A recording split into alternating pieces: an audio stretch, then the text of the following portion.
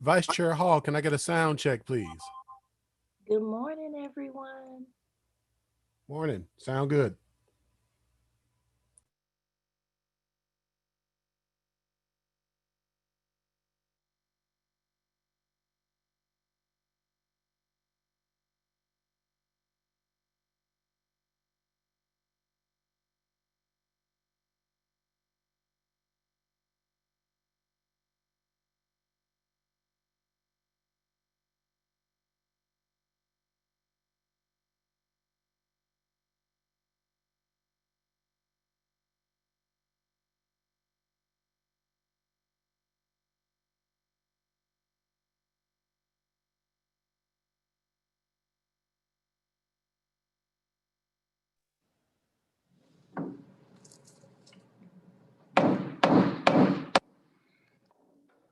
We on? Good morning and welcome to the recess meeting of the Board of Commissioners of Fulton County. Today is January 20th, 2021. The hour is 10 o'clock a.m. Madam Clerk, would you call the roll for purposes of a quorum, please? Chairman Rob Pitts. Present. Commissioner Liz Hausman. Present. Commissioner Bob Ellis. Present. Commissioner Lee Morris. Aquí. Vice Chair Natalie Hall. Present. Commissioner Marvin Arrington Jr. Commissioner Khadijah Abdul Rahman. Present. Mr. Chairman, you have a quorum. Thank you, Commissioner. Please rise wherever you are for the invocation followed by the Pledge of Allegiance.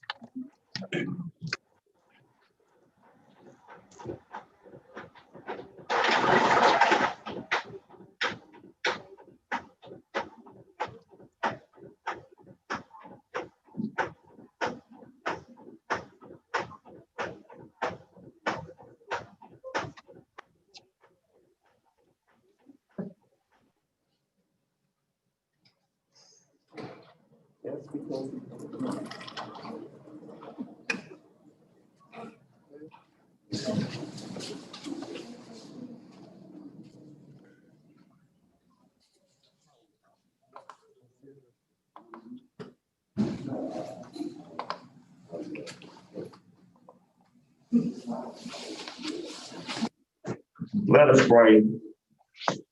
Almighty God, we are grateful for this day, for your continued grace and mercy. We pray now your peace and your power upon all those who are here this day, who need you, who need your healing. We pray now for this nation and its leadership. Continue now, Lord, to lead and guide them. It is in your name we humbly pray. Amen. Amen.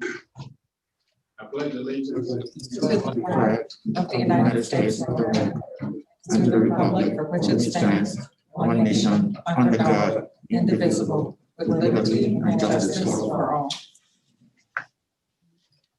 All right, thank you very much, Madam Clerk. Continue. On page 2, consent agenda.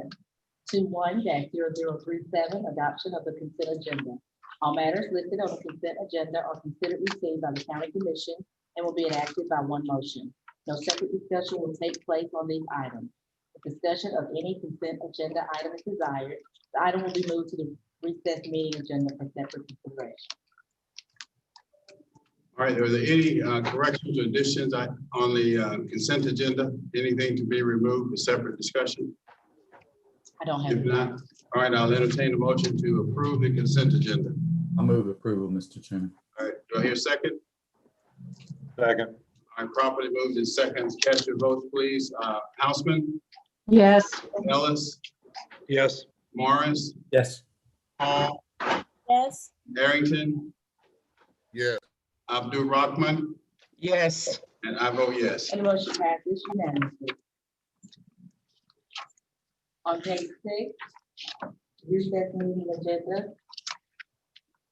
21-0054, adoption of the recess meeting agenda. Mr. Chairman, members of the board, we have one item to be removed from today's recess meeting agenda on page 7.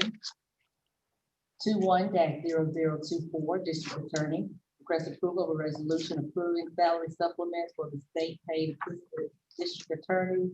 That item was approved at the January 6th regular meeting.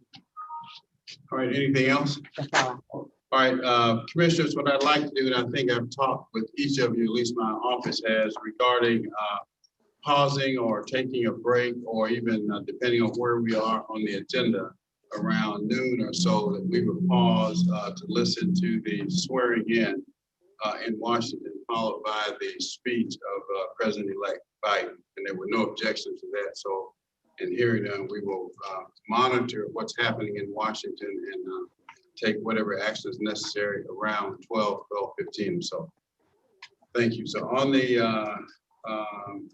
With those amendments, Mr. Chairman, I'll move approval of the agenda. thank you, Commissioner Morris. Is there a second? Second. Properly moved to second. Cast your votes, please. Commissioner Houseman, Yes. Commissioner Ellis, Yes. Commissioner Morris, Yes. Vice Chair Hall, Yes. Commissioner Arrington, Yes. Commissioner Abdu Rahman, Yes. and I vote yes. The motion passes unanimously. 21-0055, ratification minutes, regular meeting minutes, December 16th, 2020. Special call meeting post agenda minutes, January 8th, and regular meeting post agenda minutes, January 6th, 2021. Is there a motion? So moved. Second. All right, properly moved and seconded. Cast your votes, please. Commissioner Houseman, Yes. Commissioner Ellis, Yes. Commissioner Morris, Yes. Vice Chair Hall, Yes. Commissioner Arrington, Yes. Commissioner Abdu Rahman, Yes. and I vote yes. The motion passes unanimously. 21-0056, presentation of proclamations and certificates. The first proclamation is recognizing.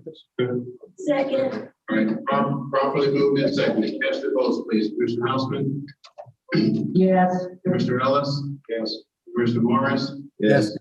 Vice Chair Hall, Yes. Commissioner Arrington, Yes.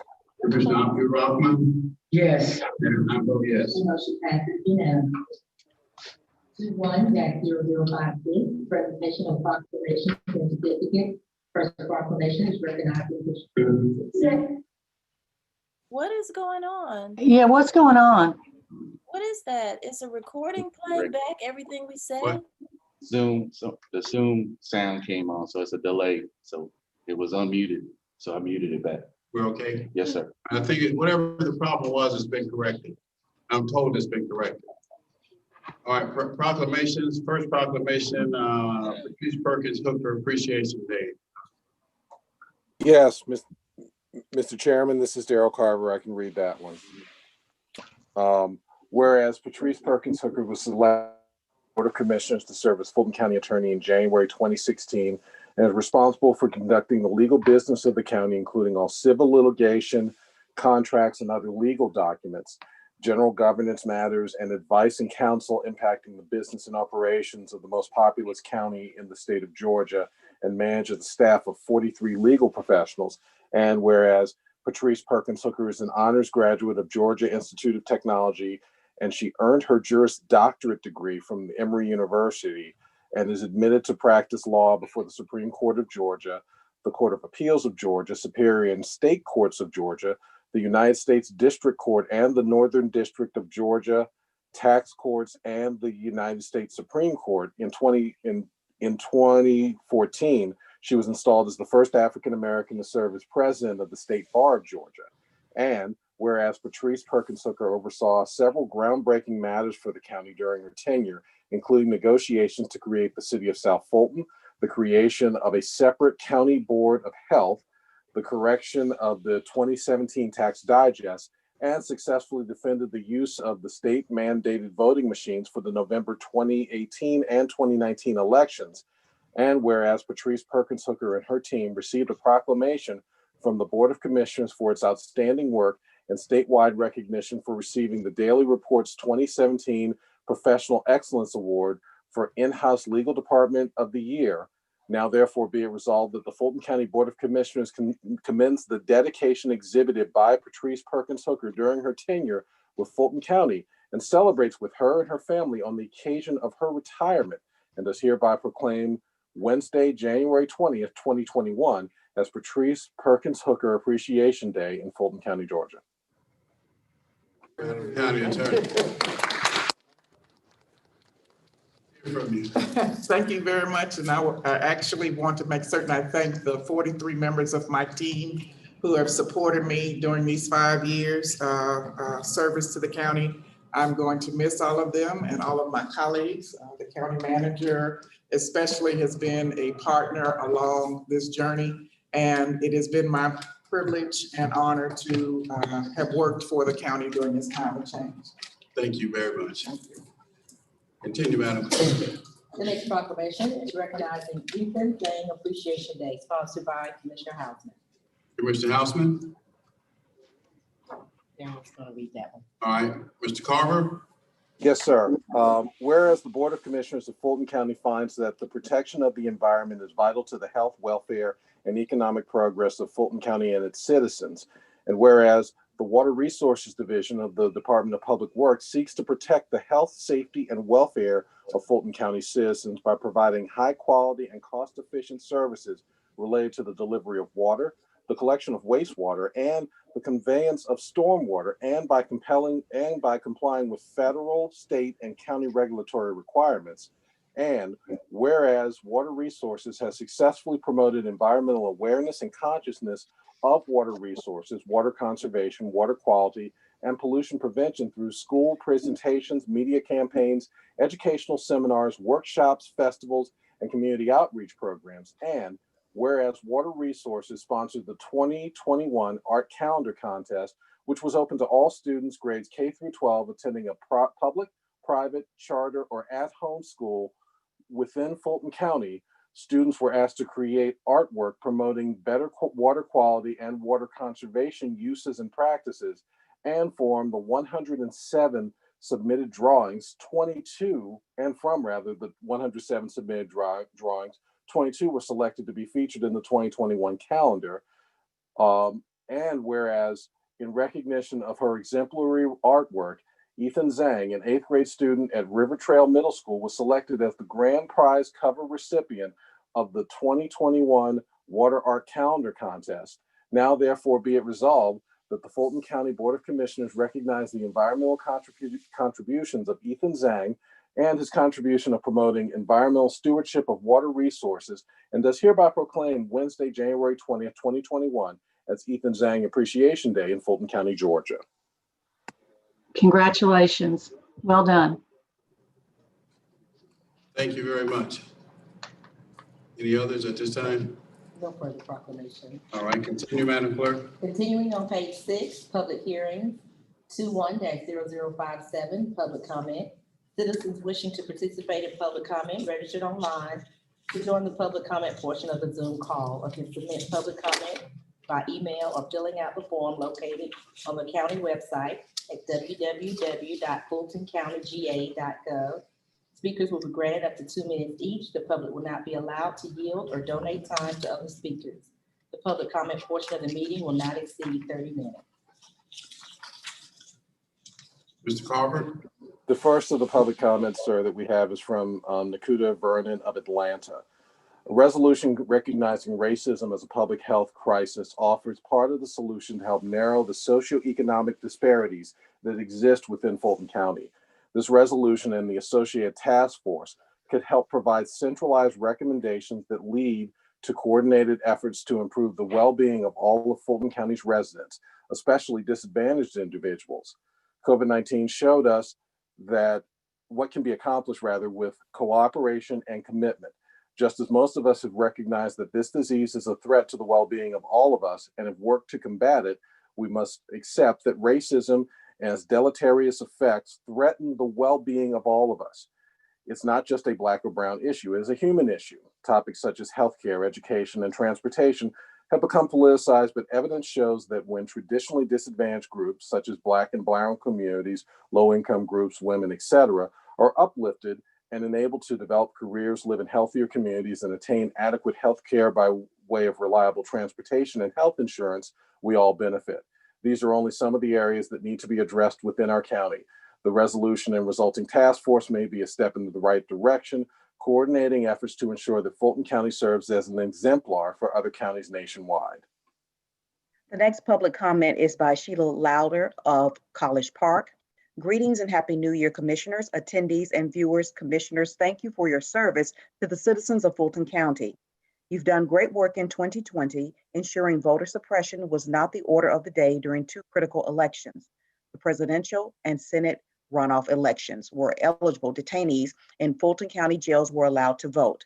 You provided masks for citizens of the county, providing numerous testing sites for COVID-19, ensured seniors and children were especially fed during COVID, and kept citizens updated on COVID numbers in our communities. A major vote you cast was removal of fees for salt and pepper charged detainees in the Fulton County jails. Yay, the food there is still lousy and unhealthy unless you are a trustee or staff, but hopefully the new sheriff, Patrick Labatt, will intentionally work on this. My concern at this meeting today is the COVID-19 vaccine distribution in 2021, which is a disaster. No one at the Fulton County vaccine information line can be reached. It's hard to find the vaccine. I have a few friends whose doctors are calling them to schedule taking the vaccine. What's up with that? I'm a category 1A for the vaccine currently, the highest priority for the vaccine. Trump blew this. Thank God he's gone as of 12:01 p.m. today. Although this rollout and vaccine shortage is no fault of this commission, I felt compelled to say something about the disaster. Is this the United States of America where great minds dwell? Last in 2021, please consider evening commission meetings. And also, how can Dr. Lynn Paxton be contacted to speak to groups? FYI, a representative from Dr. Paxton's department spoke to this commission in 2020, stating that there were phone jobs available in her department where there ain't none. One never gets answers to questions from these public speaking forums. That's something needing to be changed starting in 2021. Thanks for this opportunity to speak and keep up the good work. Next public comment is from Donna Renfro Lawson. God morning, elected, rejected, and selected Fulco engaged resources.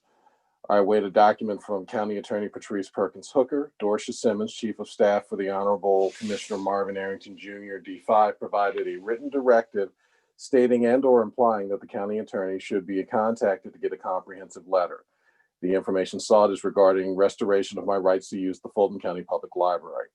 Without assuming, it is understood that some facts, data, and interpretations of such have been used against me, as the expulsion should have never occurred.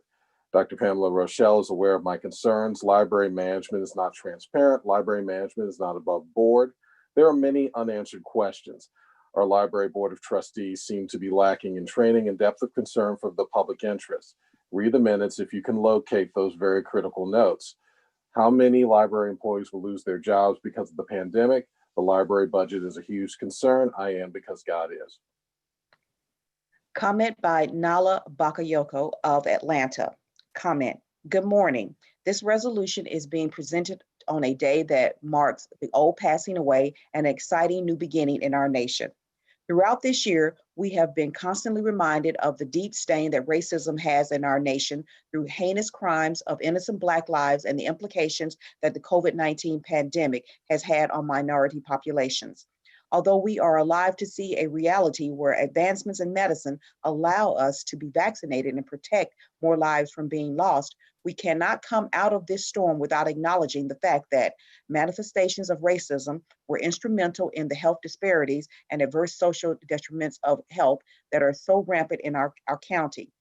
Students of both Morehouse College of Medicine and Emory School of Medicine and Public Health, who diligently worked on this resolution, believe it to be the first imperative step in creating a healthier Fulton County, where racism, the initial driver of our county's poor health outcomes for minorities, is appropriately addressed with well-embodied task force. We as Morehouse and Emory students look forward to continuing to work with Fulton County and the task force to ensure that this resolution lives up to its transformative potential for our county. And the final of the emailed comments was from Ben Howard of Atlanta. Greetings, commissioners, and greetings also to you citizens and voters of Fulton County who are watching and or listening to your county government acting on your behalf. Ben Howard, Senior Advocate, Public Policy Analyst. The Office of Aging and Youth has announced that the Commission on Elder Affairs will resume meetings next month virtually. We now need the Commission on Disability Affairs to also resume meetings. And while we're at it, we might also help the Fulton County Youth Commission to swing back into action and work with the Atlanta Youth Council to help solve some of the issues related to the younger generations. I end with kudos to the management and staff of the HJC Bowden Senior Multipurpose Facility, Ms. James, Dale, Singrid, and the staff and security who are doing a good job of keeping in contact with the seniors under their purview. That's the last of the comments. That's No it. further speakers. No further speakers. All right, continue, Madam Clerk. Bottom of page 6, county manager's items, under open and responsible government, 21-0058, presentation of the COVID-19 operational response update. All right, Mr. Manager. Thank you, Mr. Chairman, and good morning, Commissioners. We have a significant amount to discuss this morning, both in terms of the COVID trends as well as the vaccination. Just a couple of high points. Our daily average now is above 600. And by the way, the daily average of new cases is above 6,000 in Georgia. More concerning is our death rate, which now is above 7. That's a 360% increase since 12/1, and also the hospital capacity is below 15% on a bed and ICU bed basis. So we'll discuss all of those specifics as normal. Testing demand remains robust and is above, now exceeding, 1.3 million tests administered to date, leading, of course, all counties in the state and leading the Metro Atlanta region. But all this heightens the interest in vaccines. And what you'll hear today is that we're early in the process, having administered a little north of 17,000 vaccines, of 21,000 received. And if you compare that to yesterday's Wall Street Journal article that reported there had been 31 million vaccines delivered in the United States and 12 million administered, we're doing significantly better in utilization of the vaccines given to us. Also, if you think about just these numbers broadly, the U.S. has received about 10% of the population in vaccines. We have received in Fulton County about 2% of our population. So some of the frustration that we'll be talking about today is specific to the vaccine supply. And that will continue to be one of the things that will be critical. The next thing that's critical is the reservation system, which many of you have had experience with or complaints from constituents on. And that's been a primary challenge, as we have been waiting for a state delivery of a vaccine system at the state level, or a reservation system at the state level that's now targeted for February the 20th.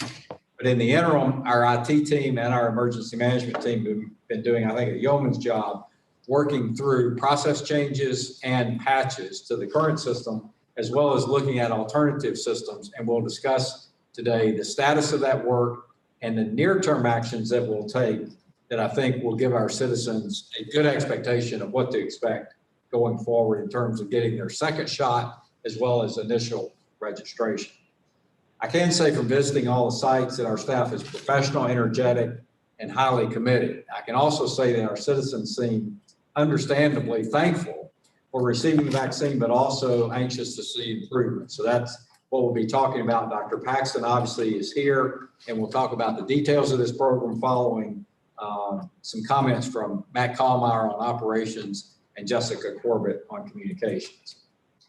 We also plan to report today on the emergency response fund that we have recommended in the 2021 budget. And that, of course, ranges from everything from building cleaning, vaccination sites, PPE, the support that we enjoy from CORE and EMSI for planning and staffing. And we're very thankful that you have allowed us to both place that in the budget, and we hope that budget recommendation, and we hope that you will approve that going into 2021. That has helped us not miss a beat, I believe, as we started this year. And also, it remains unclear what federal support that we will receive. However, we can report today that we've received the first allotment on the rental assistance program, as 18 million have been deposited in our accounts. So we'll be working to develop a proposal to share with you some options, as well as with our municipalities, certainly for the next mayor's meeting. Last, I think I just want to say that we've done much in 2020, which we reviewed in the last meeting. I think all of that has prepared us for this next phase. And it's challenges like the reservation system that I'm sure will continue to crop up, but I'm confident that we can deliver the best health outcomes for our citizens. So, Mr. Chairman, we want to start with walking through the presentation, turning it over to the Chief Operating Officer, Anna Roach, and then our EMA team and Dr. Paxton, and then we'll finish with Sharon Whitmore, the Chief Financial Officer. Thank you, Mr. Manager. Madam COO, are you with us? I am, Mr. Chairman. Good morning, and thank you, Mr. Manager, for that summary. The only thing I'd like to draw the Board of Commissioners' attention to this morning before we begin is the fact that based on some late evening discussions with the Board of Health leadership and the executive leadership around the reservation system, and the manager alluded to this in his comments, we did make a decision to provide the Board of Commissioners as well as the viewing public more information about that reservation system as a part of this presentation. So please forgive our late update of the COVID-19 response, which was sent to everyone's email just a few moments ago.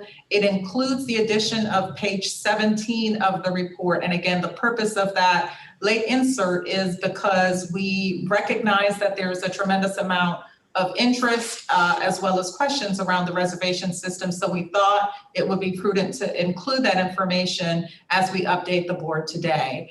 Without further ado, commissioners, I'd like to turn it over to Matt Kallmeyer and Doug Schuster in the Emergency Management Center. Good morning, ma'am. Thank you so much. Good morning, Board of Commissioners. We'll go ahead and get started today. Doug will go ahead and run us through some numbers. Then we'll also definitely cover the vaccination piece that I know everyone has been extremely interested about. And we'll pass the baton over to Dr. Paxton to go ahead and continue that conversation. Doug, please start us off. Good morning. As you can see, I always like to start out with kind of a comparison of where we were about the time of the last commissioners meeting.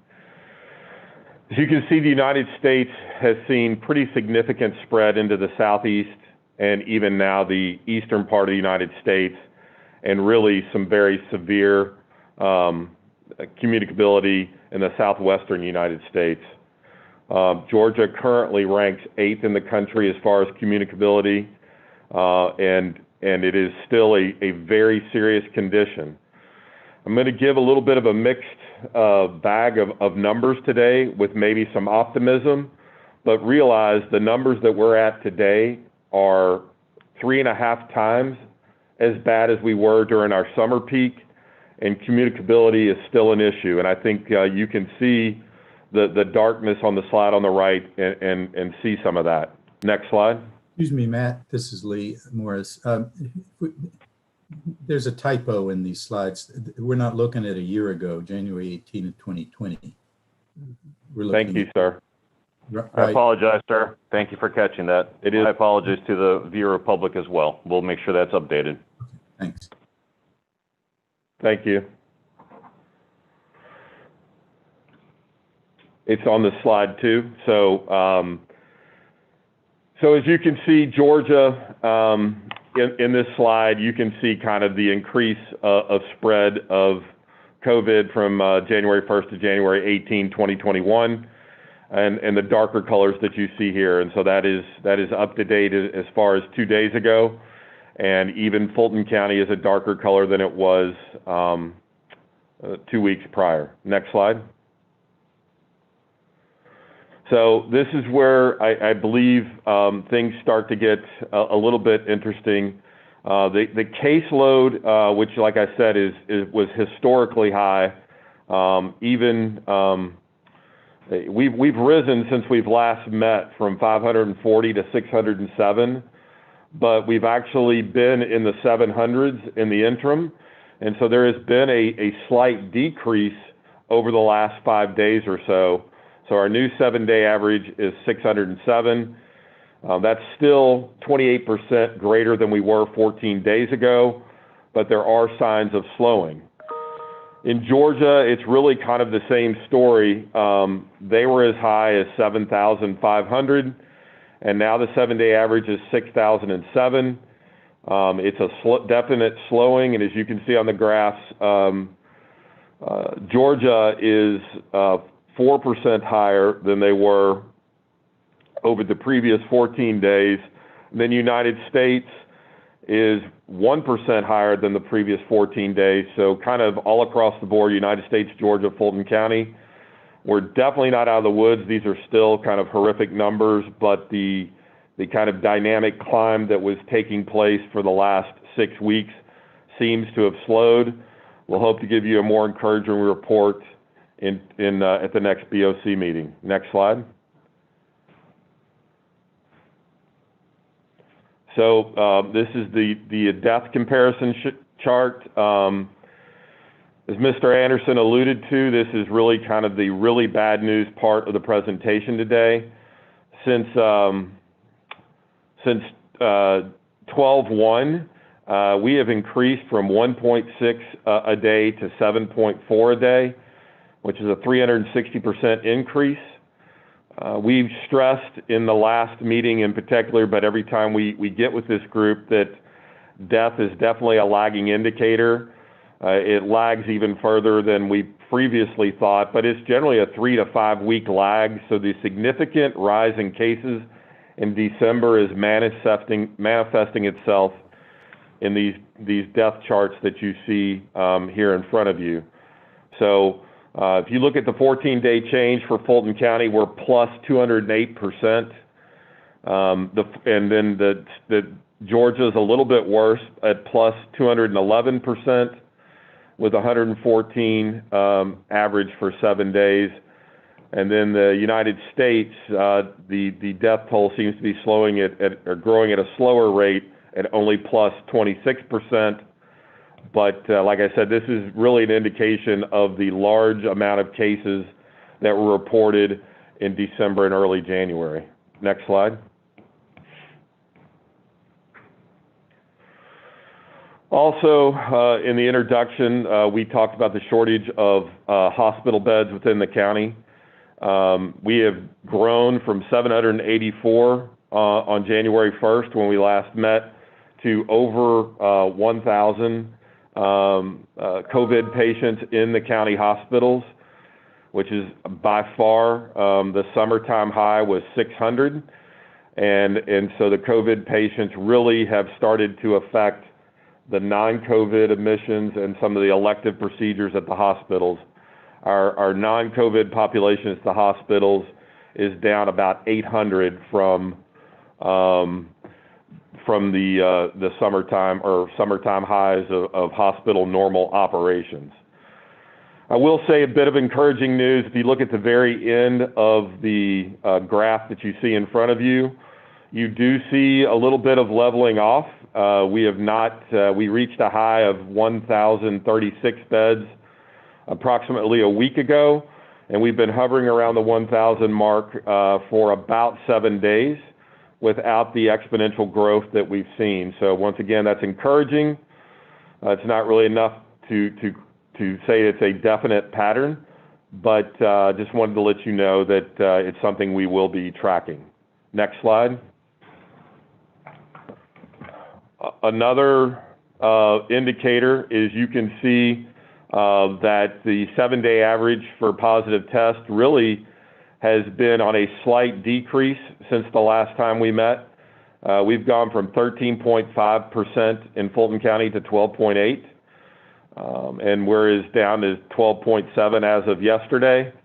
And so there has been a slight decline, and there's also been a decline at the state level from a high of 19.5 to 16.9, and the hospital trend has gone down too from a high of about 18 a couple weeks ago. So these trends are across the board and similar, and the testing demand remains about the same. So if testing is remaining the same and these numbers are going down, we do think this is encouraging information. That being said, we are still at very unhealthy highs here. The WHO goal is to be below 5%. And so it will take weeks for us to get to there if we continue on this pattern. Next slide.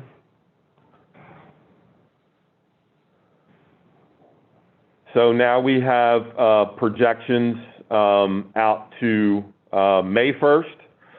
I will say that our percent of the state's death toll continues to drop from 7.6 on January 1st to 7.35 as of yesterday. That's always an important trend for us to cover. And just for comparison, if you see the green line on the chart, which is the best case scenario for deaths by May 1st at 995, we were at 1,111 on the last time I presented this. And a lot of that is an indicator to the Fulton County's dedication to testing, contact tracing, and hospital use, availability of healthcare. So the projected number has gone down, and we think that's encouraging. Next slide. So we have an overall score chart, and there's a lot of red on here, but some of the red now is starting to trend downward. Our testing demand continues to creep up. We're at 6,462. That's 3 times the number that is required for our size of population. So we have not seen a slow in the demand of testing, even with the advent of vaccinations. Our testing results are being about the same amount of time. That has not changed. Our cases are at 607. So even though that number is starting to trend downward, if you look at 607, our red metric, our worst case scenario, is over 250. So I just want to bring to attention that 607 is still a very unhealthy number on daily cases. Our percent positives is 12.8. It is slightly trending downward. Our hospitalizations have leveled off for the last 6 days. But if you see at 1,009, how far that is over the 350 metric that we set up for, that was given to us.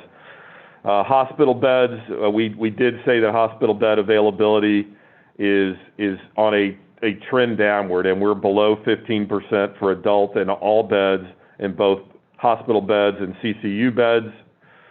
To the point, last time we talked about the opening of the overflow at the Georgia World Congress Center, and they, as of yesterday, had 50 inpatient or 50 patients at that facility.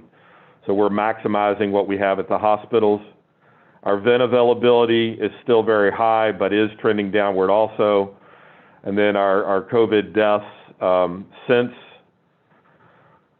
updated today, since January 1st, 85 people have died in Fulton County, and that is a horrific, sad fact that I put in front of you today.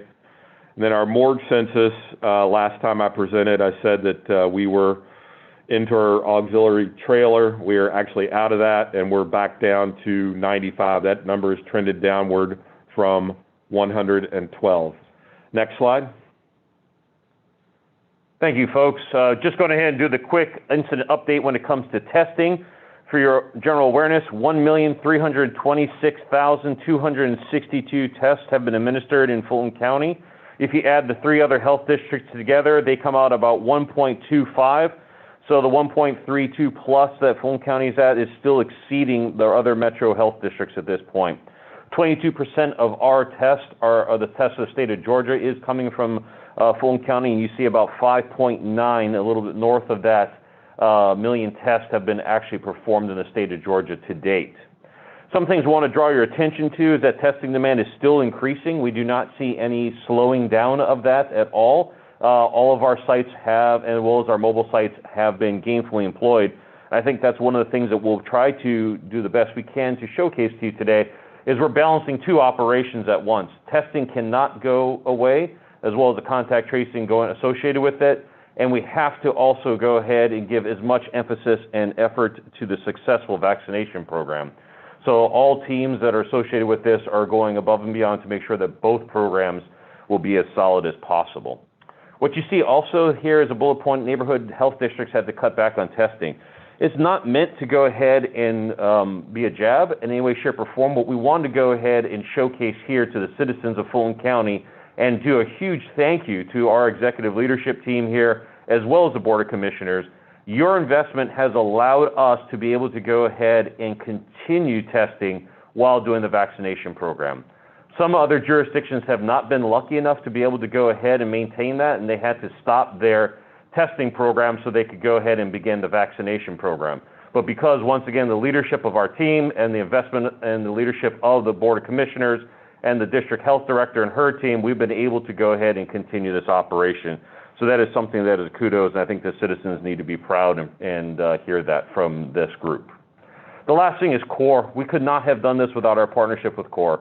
When we had to take some of our staff from our central location and vector them over to Mercedes-Benz Stadium to begin our vaccine program, CORE quickly stepped in and continued the operation at that central testing site.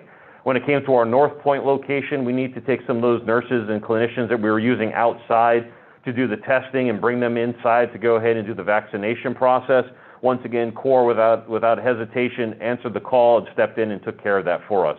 So two huge things I want to make sure you guys are aware of that. Thanks once again to your vision and the vision of our leadership team, we were able to go ahead and meet the needs of our citizens. Next slide, please. We talked about the 1.326 as our total number. Just quick breakdown for the people in the viewing audience as to where those different testing values are coming from. We'll see the continued increase in the university testing numbers. Right now we're at 235,000 approximately. That number will continue to go north as our universities are being welcomed back, the student bodies, as the testing will go ahead and continue for those organizations. Next slide, please. This is something that we have been in the works for quite some time. Some of you have had the opportunity to come to Mercedes-Benz Stadium either for a tour, or those of you that have fit into the category of 1A have actually been vaccinated at that location. You saw the process down in the Delta Lounge as well as the Truist Lounge, and it was difficult. It was a little longer walk, but we were extremely grateful that we had a partner in Mercedes-Benz Stadium and Arthur Blank, who went ahead and said, I'm going to do what we can for the citizens in my community. And we had a great process there, but we went ahead over the last couple of months, been planning for Mercedes-Benz being a mass vaccination area. And we have finally got to that point. Monday, we moved upstairs. Some of you are familiar with the location based upon early voting. The 100 level that overlooks the city as well as the field has been turned into the vaccination area.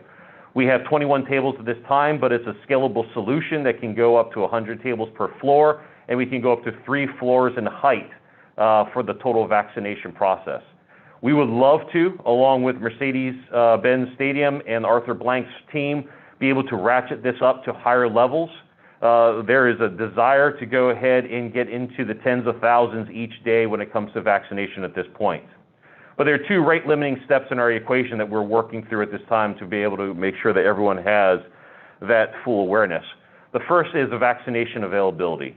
We are dependent upon our federal partners to go ahead and provide the vaccines to us when we need it, and we are continuing to work through that. The supply chain is just like we started with this when it came to testing and also our PPE. It is not always there. We are currently working to go ahead and have the most stable process we can to receive vaccines on a weekly basis so we could forecast and go and increase the amount of individuals that we can welcome to this facility as well as to our other 2 vaccination sites. But we are just not at that point yet. Dr. Paxton can go ahead and speak a little bit more to that during her comments, but I want to go ahead and set the expectation for our elected leaders as well as our citizens that is one of the rate limiting steps in the equation. The other is the need for clinicians. We actually have some great work that has been to date has occurred in that area and will continue for the rest of this week when we start welcoming some of our healthcare partners and our hospitals to this facility, especially tomorrow, for them to tour it to see how they can go ahead and join in this partnership and help us take this to the next level. So we thank those healthcare partners, especially Piedmont, Emory, and Grady, who will be coming tomorrow to go ahead and to come tomorrow to see that site and see how they could go and lend some of their clinical providers to us to be able to help our mission and also be able to help them take care of their clients and their patients in their communities as well. So a lot more to come with that. If you do have an opportunity, we'd love to welcome any of the elected officials to come take a tour of the site. It was a surprise that I was not anticipating, but once again, Mercedes-Benz always goes ahead and does things at the highest possible level, platinum level that they can. Every board in that facility has a COVID sign on it with us and our logos, thanking the public, thanking everyone for coming out to that site. And it's pretty awesome sight to see it on the Halo board and every other place on that stadium. So I cannot thank Arthur Blank. I cannot thank the Mercedes-Benz team enough for the 15 days that they've opened their facility to us. I have to also go ahead and say this is the first Major League Soccer, the first NFL stadium in our country to be used as a max vaccination location. Arizona just started about 6 days ago with theirs, but once again, we are setting the tempo, we are pushing the boundaries. This is the first facility in our country to be used for mass vaccination. Doug, why don't you go ahead and take us to the next slide and walk us through about vaccines. So we have gathered data on vaccines from our Board of Health effort. And just like I present data kind of globally about what's going on with Fulton County, including hospital testing and some of our commercial partners, our goal is to get to that point. I work every day to foster those relationships. Everybody is scrambling, and I hope by the next time we meet, I'll be able to give you a more global picture. Do realize that the vaccination effort really is three prongs. It's commercial, it's hospitals, and then it's Board of Health. And so what I can report on today is the Board of Health effort, and hope to give you more next time. This number total is close to 17,500 as of this minute.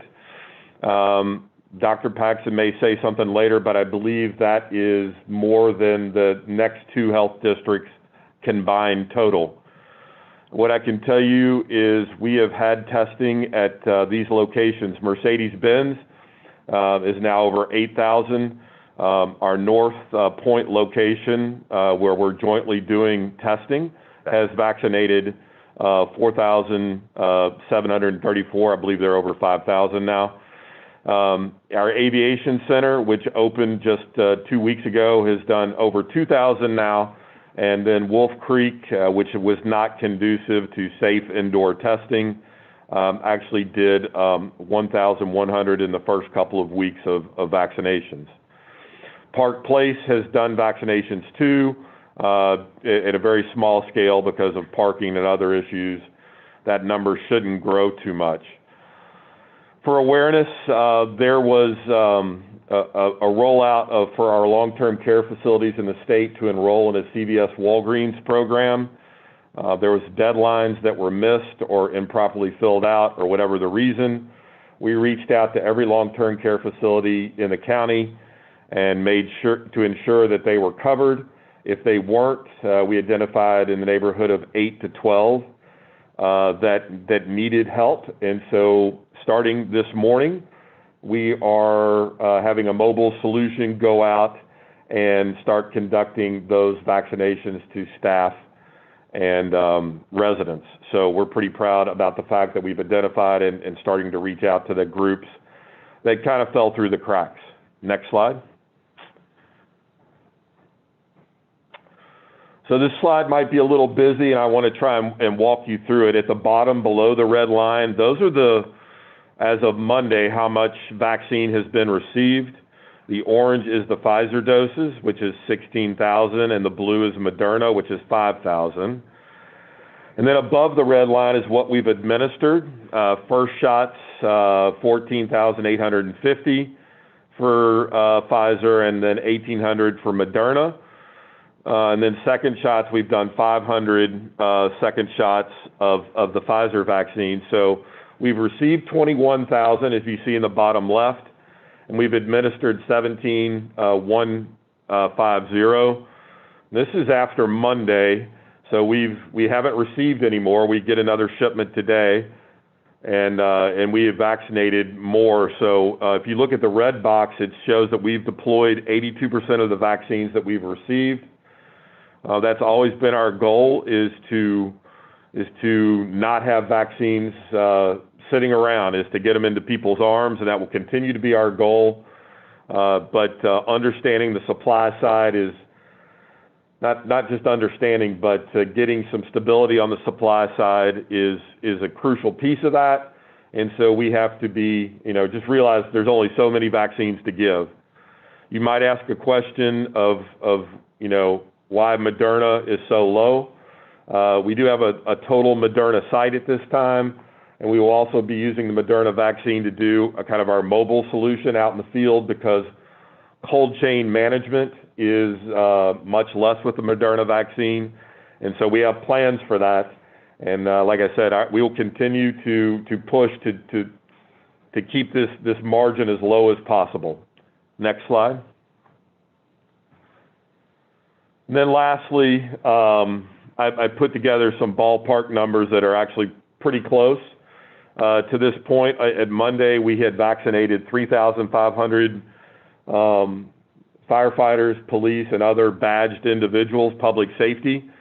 And we had vaccinated 6,550 over 65s and 5,600 caregivers, or not caregivers, but doctors and nurses and dentists that needed the vaccine. And then about 500 Board of Health and our SPOC teams have been done at those locations. So it's a diverse group, and we are reaching out and trying to do as many in each group that our supply allows us. Next slide. I want to ask Jessica Corbett, our External Affairs Director, to also join me on this slide, if you could. Want to help people understand how the appointment process is going. We've heard a lot from our constituents. We've heard a lot from our elected officials as to we need a greater awareness as to how this is working. The county manager in his opening comments did allude to the fact that there has been some challenges, and that is definitely the case. When this rolled out in the state of Georgia, each health district was responsible for developing their own process for actually registering individuals. There is no one central program that's being used across the state of Georgia. While they are working towards that end, there is nothing to date. So what was happening is that each health district was trying to develop a process to be able to welcome the citizens and to capture that information. Due to some of the increased demand and just the urgency for it, yes, we did have some problems with websites and programs not being able to capture the information and overbooking individuals. That did occur last week.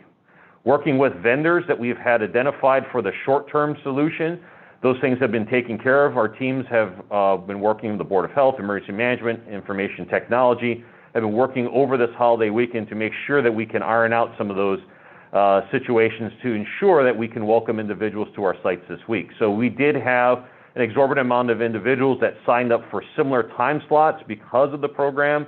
That particular vendor did work through those issues with us once again, and we resolved that. But to ensure that we have a process that's metered and we're not overbooking individuals, what you'll see on the top is the internet users. What we've identified so far is that each individual can go to the Board of Health website to sign in and register on that particular site.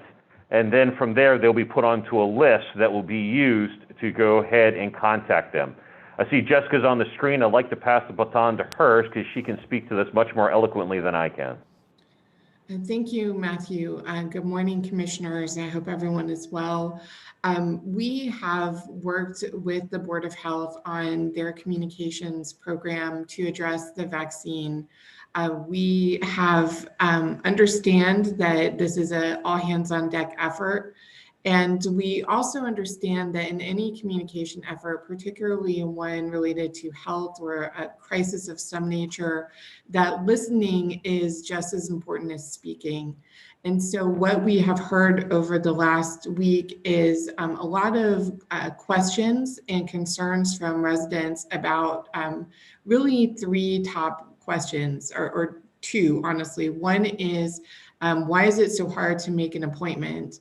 And the second is, how do I make an appointment? And so what we've tried to do here is just describe this process as simply and with as much clarity as possible. So first of all, Matt just alluded to the website. The Board of Health website has been overwhelmed by the number of visitors. We have transitioned a kind of landing page regarding the vaccine program to the Fulton County website, and that is the address you see on your screen, fultoncountyga.gov/COVID vaccine. That also takes you to a page where residents can sign up, enter their email address, and be notified. So it is a de facto wait list for the vaccine appointments. The process works like this. You put in your email address. Every week, a certain number of appointments are released depending on vaccine availability. And when those appointments are released, a number of users, not everyone on the waiting list or not everyone in that email list, but a certain number of slots are released and emails are distributed. Those individuals will receive a link to then sign up for an appointment. There are two criteria. First of all, you need to be on the list. And secondly, you need to meet the criteria for whatever phase we're in at that moment. We are still in phase 1A, which includes residents who are 65 and over and their caregivers. It includes public safety personnel, as Matthew just talked about. It includes healthcare workers and residents and staff of long-term care facilities. So if you get this email and you don't meet those criteria, you would not be able to make your appointment. But if you receive it and you do, then you would, again, you'd be able to schedule your appointment. We also know that we have residents in Fulton County who are either not able or prefer not to use the internet. So there's a separate process for those. They essentially call the call center. A number of appointments they enter then a wait list, a phone version of the wait list. And every week as appointments are become available, then they will receive a call to schedule them for an available appointment. The essentially online and phone users are in one giant pool, but a proportionate number of appointments are released each week. You've heard our colleagues talk about vaccine availability, and that is the number one driver for the wait list. We don't know how long a person may have to wait depending on how much vaccine is delivered to us, which is something that we cannot control. So a user may potentially be on the list for several weeks. Every day I'm seeing posts from folks who signed up a week ago and are very upset that they can't get an appointment. Understandably, we've been living with this for a year and people are rightfully concerned. But the fact is that there are more people who want the vaccine than there is vaccine available. So as you've heard, Fulton County is taking a lead. We have outpaced all of the metro counties. We're ramping up very quickly, but we cannot meet everyone's needs right now. So this is a process that was designed to be fair, to make sure no one got left behind. And we want folks to understand how this works so that they can empower themselves. There are other providers in the community. While a person is on our waiting list, they might find another appointment available. That's great. But for those who choose to get their appointment from Fulton County, this is the process that is described. We do want to continue working with the Board of Health to make sure that they're communicating with as much clarity as possible. We're updating our webpage really daily. And I shared with some of you all a fact sheet a few days ago that we will again continue to update as this process evolves. Next slide, please. The second kind of top question we've been getting is about how to schedule your second appointment. And as you just saw from Doug's slide, we've vaccinated, close to over 15,000 people. Both the vaccines that are available in the US require you to have a second shot, and the time frame for those shots varies a bit. So there's a lot of anxiety from folks who got their first shot and are waiting to schedule their second shot. So we wanted to, again, communicate with clarity about the process for those folks. So if you got your vaccine from Fulton County you will be contacted to schedule your second vaccination dose. So there are two ways this may happen. If you are one of the folks who are 65 and over and you self-scheduled your appointment, then we will be contacting you directly. The Board of Health will be contacting you and making that appointment. And it will happen the week prior to your appointment. Remember that there is a date given, but you have a bit of a range from that date. And then secondly, if you were scheduled through an agency and you saw in those numbers a lot of healthcare providers, public safety officials, school personnel who were over 65 received their vaccination, those folks will be scheduled through their agency. So if the agency scheduled them, that's who will schedule them for their second appointment. One great improvement is starting today. When you get your vaccine, your second appointment will be scheduled at that very same time. Why did that have to wait? Well, you've heard that we had some challenges with our scheduling system. We needed to get those worked out, and I know a lot of smart people have put all hands on deck to make sure we had a better system. So that is how that has been resolved. So we'll be catching up with those folks who've already received their first dose, scheduling them, and then starting today, people will automatically be scheduled for their second appointment. Again, a lot of this has to do with vaccine availability. There are many factors outside of our control, but as Matthew and Doug and others have described, everyone is doing everything they can to create a process that is fair and equitable. And again, that we want to make sure we're communicating with clarity. Longer term, we know that there are that over the coming year, we believe the vaccine supply will stabilize and we'll be able ultimately to vaccinate everyone who wants and needs to be vaccinated. And we will be working on some longer term communication strategies to make sure that people know that the vaccine is safe, that it's important to get vaccinated to take care of your community. And we'll be working and coming back to you with some longer term communication strategies to address that. I'm not sure if I need to turn this back over to Matt or Dr. Paxton. Thank you, Jessica. We'll just take it from here and pass the baton to Dr. Paxton, who will go ahead. Next slide, 2 slides, please, as we get to Dr. Paxton's slide. Dr. Paxton. Hi, thanks very much. Thank you to the team for really sort of teeing us all up and really going over what all the challenges have been and how we have managed to overcome the significant one, particularly with the appointment system.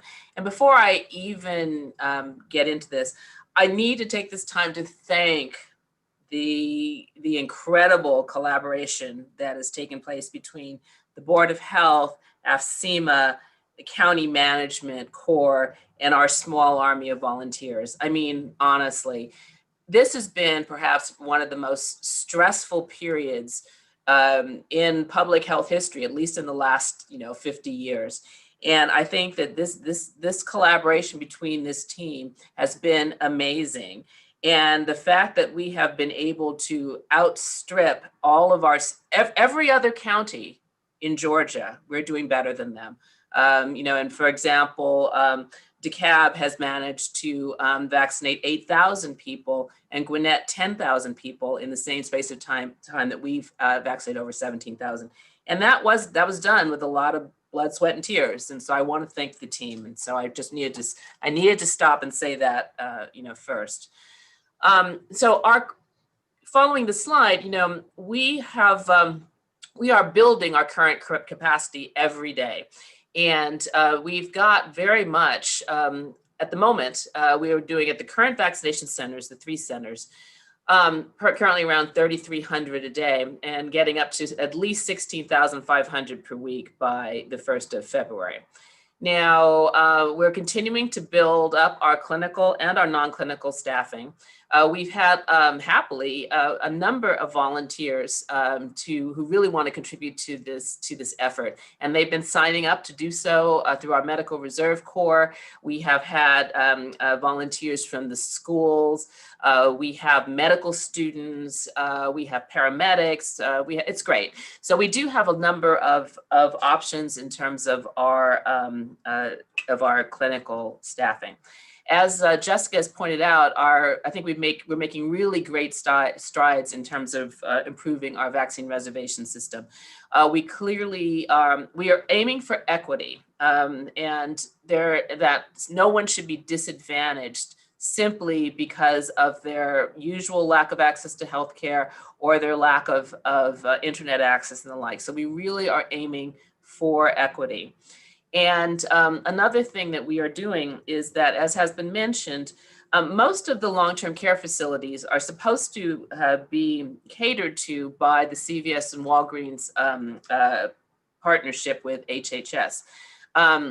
However, some of those were missed out for various reasons, as were described by the previous speakers. So we are covering that because that is our obligation, and we're doing it. So we're starting to send strike teams, what we call strike teams, to vaccinate the residents of those long-term care facilities that are not part of the CVS enrollment. We are also trying to reach out to smaller facilities that also were never part of this program, to see if we can get them vaccinated using combinations of our own personnel and collaboration with some other pharmacies that have offered to help. So we're working forward, going forward with that, and so we can hope to help cover better this particularly vulnerable population. We are also looking into expanding into doing mobile vaccine solutions. At the moment, our best throughput in terms of, we have, as you all know, we have a huge pent up demand of people who need to be vaccinated. And clearly the best way to reach the largest number of people in the shortest period of time is through our large vaccination systems at Mercedes-Benz, at the North, and at Aviation. And so we are certainly concentrating on that right now. We are working with the collaboration of Dr. Rochelle and with Ms. Roach. We are looking at how we can also, they're helping to make a proposal to improve transportation for some of our more vulnerable seniors so that they can come and we can, perhaps devote a couple of our days at the major sites to, just to get the seniors through. So we're exploring that option as well. But our ultimate goal has always been that, as we move forward with the vaccination, that we would be able to greater deploy our mobile vaccine units to go out to the communities that are underserved and vaccinate them, closer to home. As has been mentioned by Matt and all, we do manage our doses by, the location and the vaccine type. We're sending Moderna to one place and, Pfizer mainly to another. But of course, we have to be able to cater to people who are getting like a second dose who might have gotten one or the other. So we have to make sure that we have enough to cover that at each of the sites. And of course, we are currently in the phase 1A group, and that's a very large group. And so we are managing, all those doses. It's going to take us a while to work, just to work our way through the phase 1A group. We have been very, and I'll give particularly, Matt deserves a huge amount of credit for this, about working to leverage and create these opportunities to partner with other hospitals and local businesses. And again, not just Matt, but, for example, Dr. Holland is working with Tuxedo Pharmacy to see if they can help, vaccinate some people in, places that we are not yet reaching. So I do want to, stress again that we feel that for example, our collaboration with Mercedes-Benz Stadium is now really becoming kind of a model for, for the state. And we're there at Mercedes-Benz, we're really limited really just by, availability of vaccine. They have a lot of space there. And so they can open it up to other, hospitals and Emory and all that. So this is actually, that idea of a collaboration, I think, is just really great. We're continuing to leverage them and to use whatever opportunities we can seize to try and maximize the number of people who are getting vaccinated. One thing I had not mentioned was that just last weekend, we're working, as you all know, very intensely with the school system, both Atlanta public schools and Fulton County schools. And last weekend, we worked with them. They actually brought in their own staff who we worked with to get them vaccinated. And they, in turn, at Mercedes-Benz, were vaccinating their own staff, using their personnel to vaccinate, their over 65 staff. And I think that that's a really good model for how we can sort of expand our vaccination capabilities by training up people groups that are capable of providing these vaccines to their own staff. We are also working very hard on the media, well, it's not just a media marketing strategy, but it's also involves, town halls and the like. As you are no doubt well aware, there's a significant problem with what we call vaccine hesitancy in the community. And many people, particularly those who are most at risk, such as, excuse me, seniors in the African-American community who have experienced significant hesitancy in terms of wanting to take the vaccine.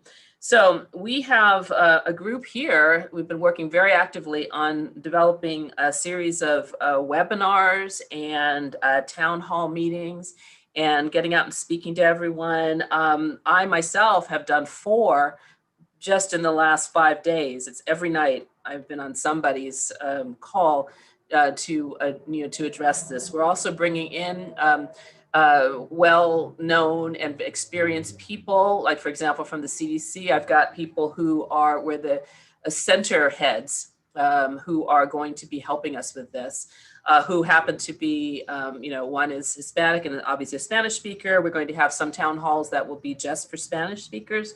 And we have, we're working also on getting this information out to the people who need to get that. And I think it works because we've done it on a couple of these town halls.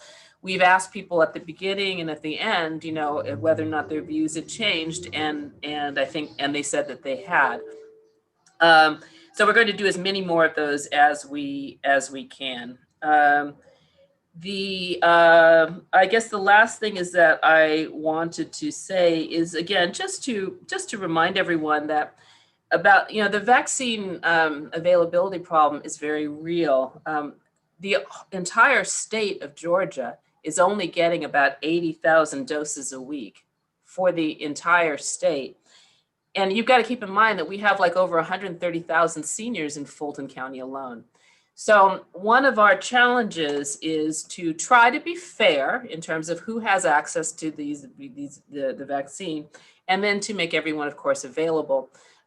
To make everyone aware that we are doing our best, but it's in the context of how vaccines come out. So I know you've heard it a number of times today, but I just need to stress it again.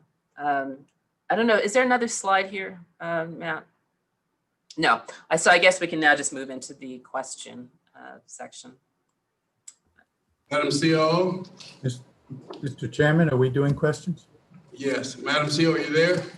Yes, Mr. Chairman, we are ready for questions. Initially, we planned to provide a brief update on communications, but I think it was the preference of the Director for External Affairs that we wait until we had an actual proposal and more details behind our costs before doing a presentation. But Jessica is available to answer questions if the board has any around communications as well. So with that, Mr. Chairman, I'll turn it over to you for questions. All right.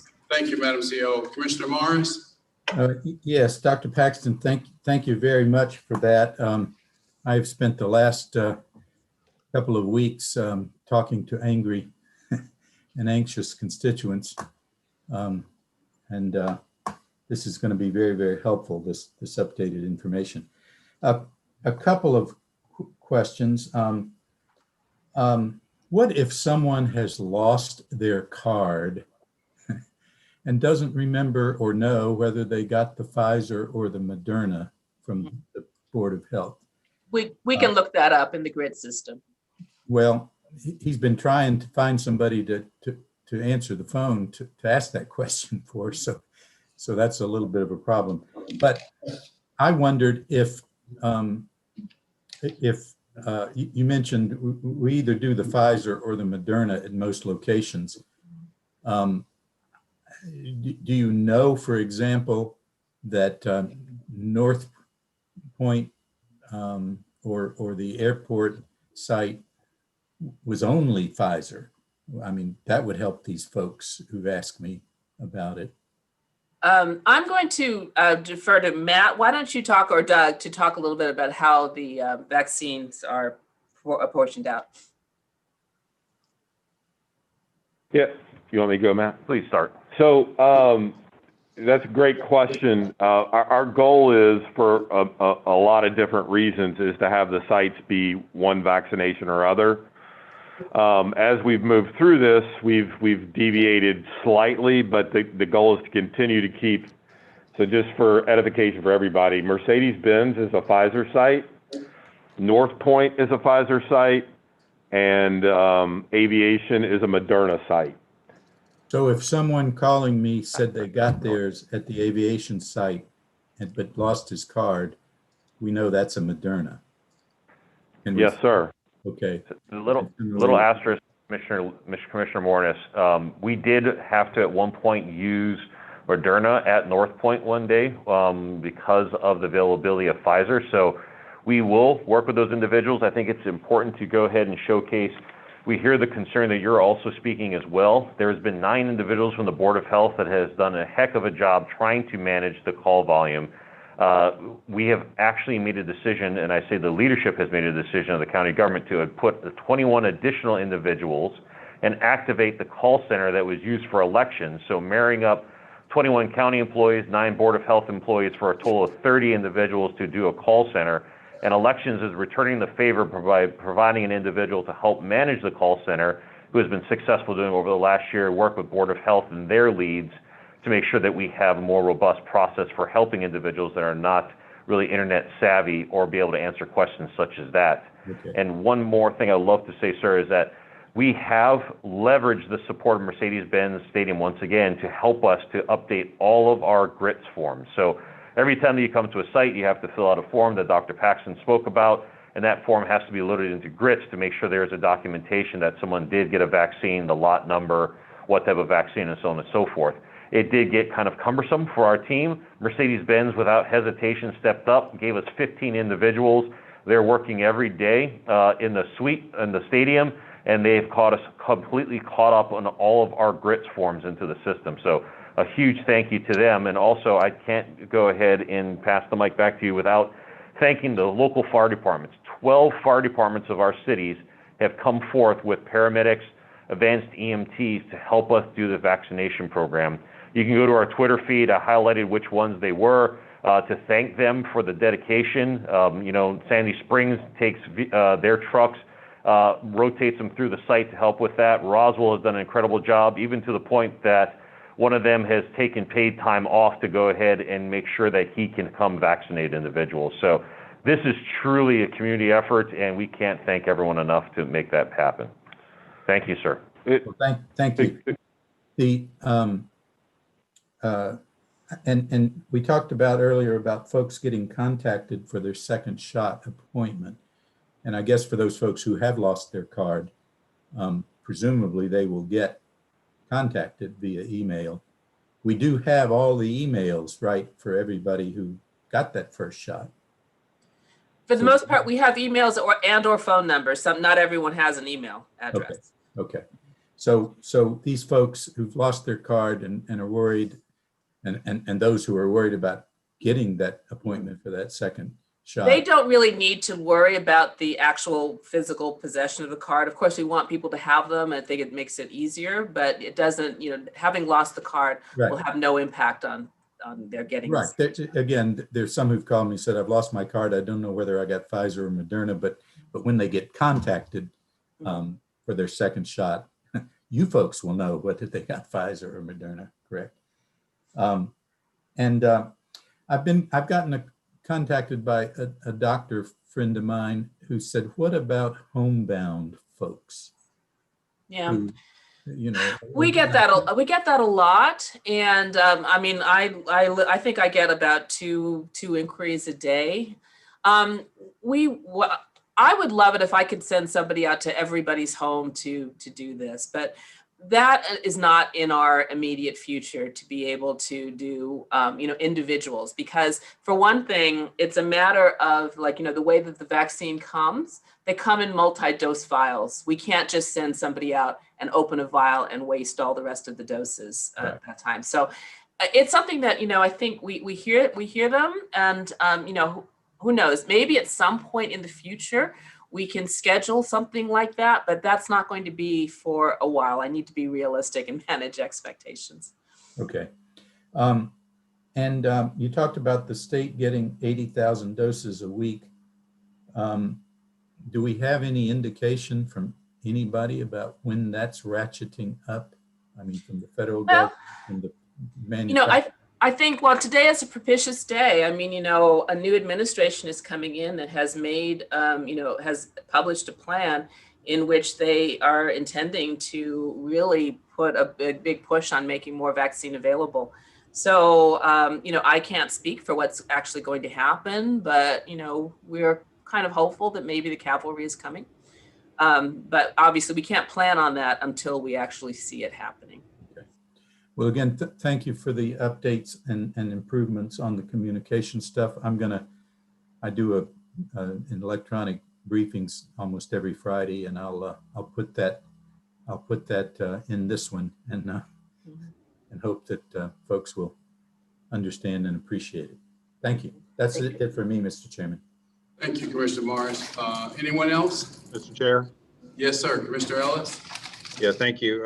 And thanks to all for the updates. And I do want to say a special thanks to all those people at the sites in particular, doing yeoman's work, getting the vaccine out and as fast as we possibly can.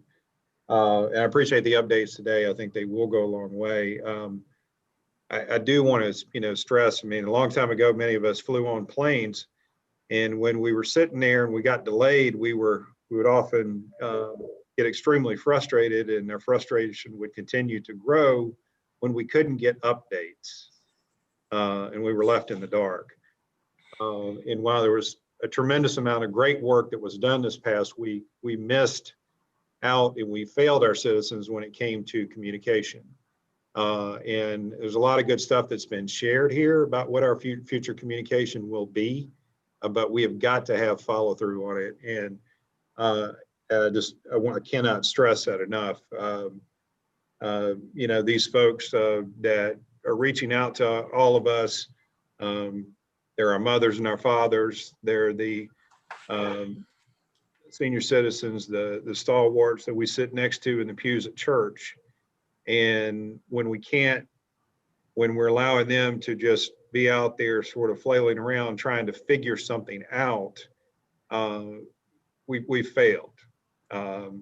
Even though we're doing a great job getting stuff out, we've got to communicate this stuff out in an effective manner, and I hope that starts as soon as possible. I know that we had asked people to sign up for email distributions off an email list. I know I'd put my own email address in there, hopefully to see kind of the same. To date, I've not seen anything come out. So that is a question for whoever is going to respond to it, whether that's Jessica or somebody from the Board of Health, is will all of this information which has been shared with us to date be shared through that email distribution channel? And will we continue to utilize that and get that out? Obviously, you know, it's critically important for the reasons I shared, but also it's critically important, I think, for all of our staff and all of our systems, because they continue to get overloaded with unnecessarily with people seeking questions, seeking answers to the same question over and over and over. So can someone address that in particular? Good morning, Commissioner Ellis, and thank you for raising that point. We've had a lot of discussion, as I think Anna mentioned earlier, that we had a really lengthy discussion yesterday evening and pinned down some of the processes we've shared with you today to, I think, their simplest form. So we have collaborated with the Board of Health. They are maintaining an email list, and we've asked for a couple of adjustments. One is that folks would receive an automatic email when they sign up for the list for what you just described, that when a person takes action and they receive radio silence on the other end of that action, there's anxiety from the customer perspective. They don't know if what they did worked. So that is one of the changes the Board of Health Communications Office is working to make now. And they have also agreed to provide periodic updates to everyone on the list. So right now, a portion of folks, as appointments are released, are getting updates. But yesterday evening, we also agreed that they would provide updates to everyone on the list so they would understand where they are. I do think that expectation setting of if you sign up today, it does not mean you're going to get an appointment this week. I think that's a really important message for folks on that list, so that they understand that it's not for lack of willingness. It is about the vaccine availability. I also want to mention that we've updated that website I shared with you all earlier, so that information is there as well. And I asked our team to, with that kind of chart I shared with you with the 2 paths to getting an appointment, have asked our team to create a graphic, and we'll also share that with you all, that we can have on social media and all of those things. I agree, Commissioner Ellis. I think when this is a matter of life and death, and information is a critical way to empowering people, and I think that's we're all working toward that end. So I'll just ask it again more explicitly. Will some form of communication be going out to everyone that had signed up on this email list today? Commissioner, this is something that will be happening from the Board of Health Communication Office. I believe that they can make that happen, but I would need to defer to Dr. Paxton and her team, because they will have to actually make that happen. What I can say is we will do our best. We are still, experiencing significant challenges. I sort of liked your airplane analogy, Commissioner Ellis, because one of my fellow district health directors compared our entire vaccine response to, like, we're building the plane as we fly it. So yes, we completely understand everything that you've said about the importance of getting communications out. And so it is one of our priorities to do that as soon as possible. I do not know exactly I don't know if it'll all go out today, but we are going to work towards getting it out as soon as possible to everyone who's already on the list. Okay. And there's obviously been a lot of conversation about the second dose piece, and assuring people that they will get their second dose. I guess in terms as we're getting inquiries, we obviously, is it fair that we can make the representation that second dose appointments as of today are being made at the sites when people receive their first dose, and that those who have received their first dose will be getting either some form of communication from us, either email, phone call, to get their second dose scheduled, and that getting that second dose is something we deem as much of a priority as we did getting out the first dose. Is that a fair representation to give to folks? Yes, it is. Okay. In the, I guess because the pace of our second doses, I see that we've done about 500 so far, but obviously that's going to accelerate as within each given week. And we're managing, I guess what that means is that we're managing our capacity and our dose volume to ensure that both the demand, or that second dose demand, is met. Absolutely. And what it will mean is as vaccine supplies continue to be limited, that we will unfortunately be offering fewer and fewer first doses, because we cannot make a commitment to do first doses until we have absolutely made sure that everyone gets their second dose. So, but our hope is that soon we will actually have more vaccine availability. Okay. And my last question is really around data and reporting. I would ask about this at the last meeting, so I'm glad we're starting to see some data, some more clear data about what we're doing. I think it's extremely important to help people kind of understand the big picture of it all. So this is, certainly great, and I hope that this continues to improve. And we get more and more data to share, just as we've been able to do with so many other aspects that we've been challenged with this pandemic. My question really is on our reporting obligations back to the state.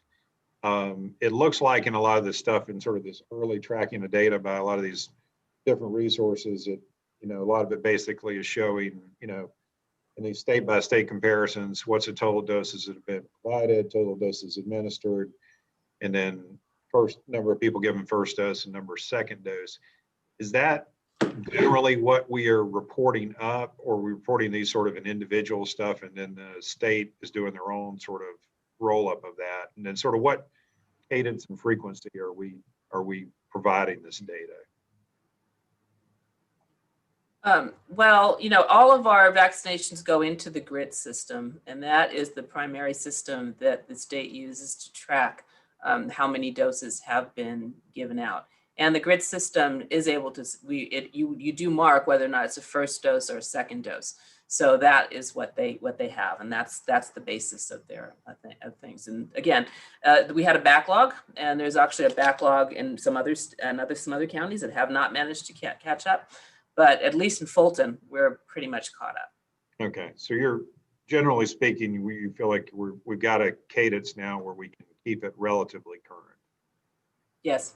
Okay, and well, going back, one other thing I meant to ask on the second dose, and too, also, it's before somebody's going to get a second dose, it sounds like it's being double checked, triple checked to confirm that they're getting the right, whether it's Moderna or Pfizer, right? I mean, people should not be concerned, oh, I'm going to be given the wrong thing. No, they shouldn't be. We do check it. But again, I mean, I'm just going to say, even in the worst case scenario, let's say that somebody did get, a dose of the different one. They're both kind of the same vaccine. So there's there's no reason to believe that it means that it would not be effective. But we are doing the checks, and as far as we know, no one has gotten a second dose that is not the same as the first. Okay, thank you. Mr. Chairman. Commissioner Abdur Rahman, Vice Chair Hall, and that will be then Commissioner Hausman. Yes, Dr. Paxson, I just want to take this opportunity to thank you. The last time that I spoke to you, I know we had some challenges with people getting in to get their appointments or trying to talk to someone online. And even though I know it's not optimal, where we would like to see it, I have seen a increase. Fortunately for me, I've asked some of my constituents to reach out to me when they have gotten an email or they've been able to get some information about an appointment.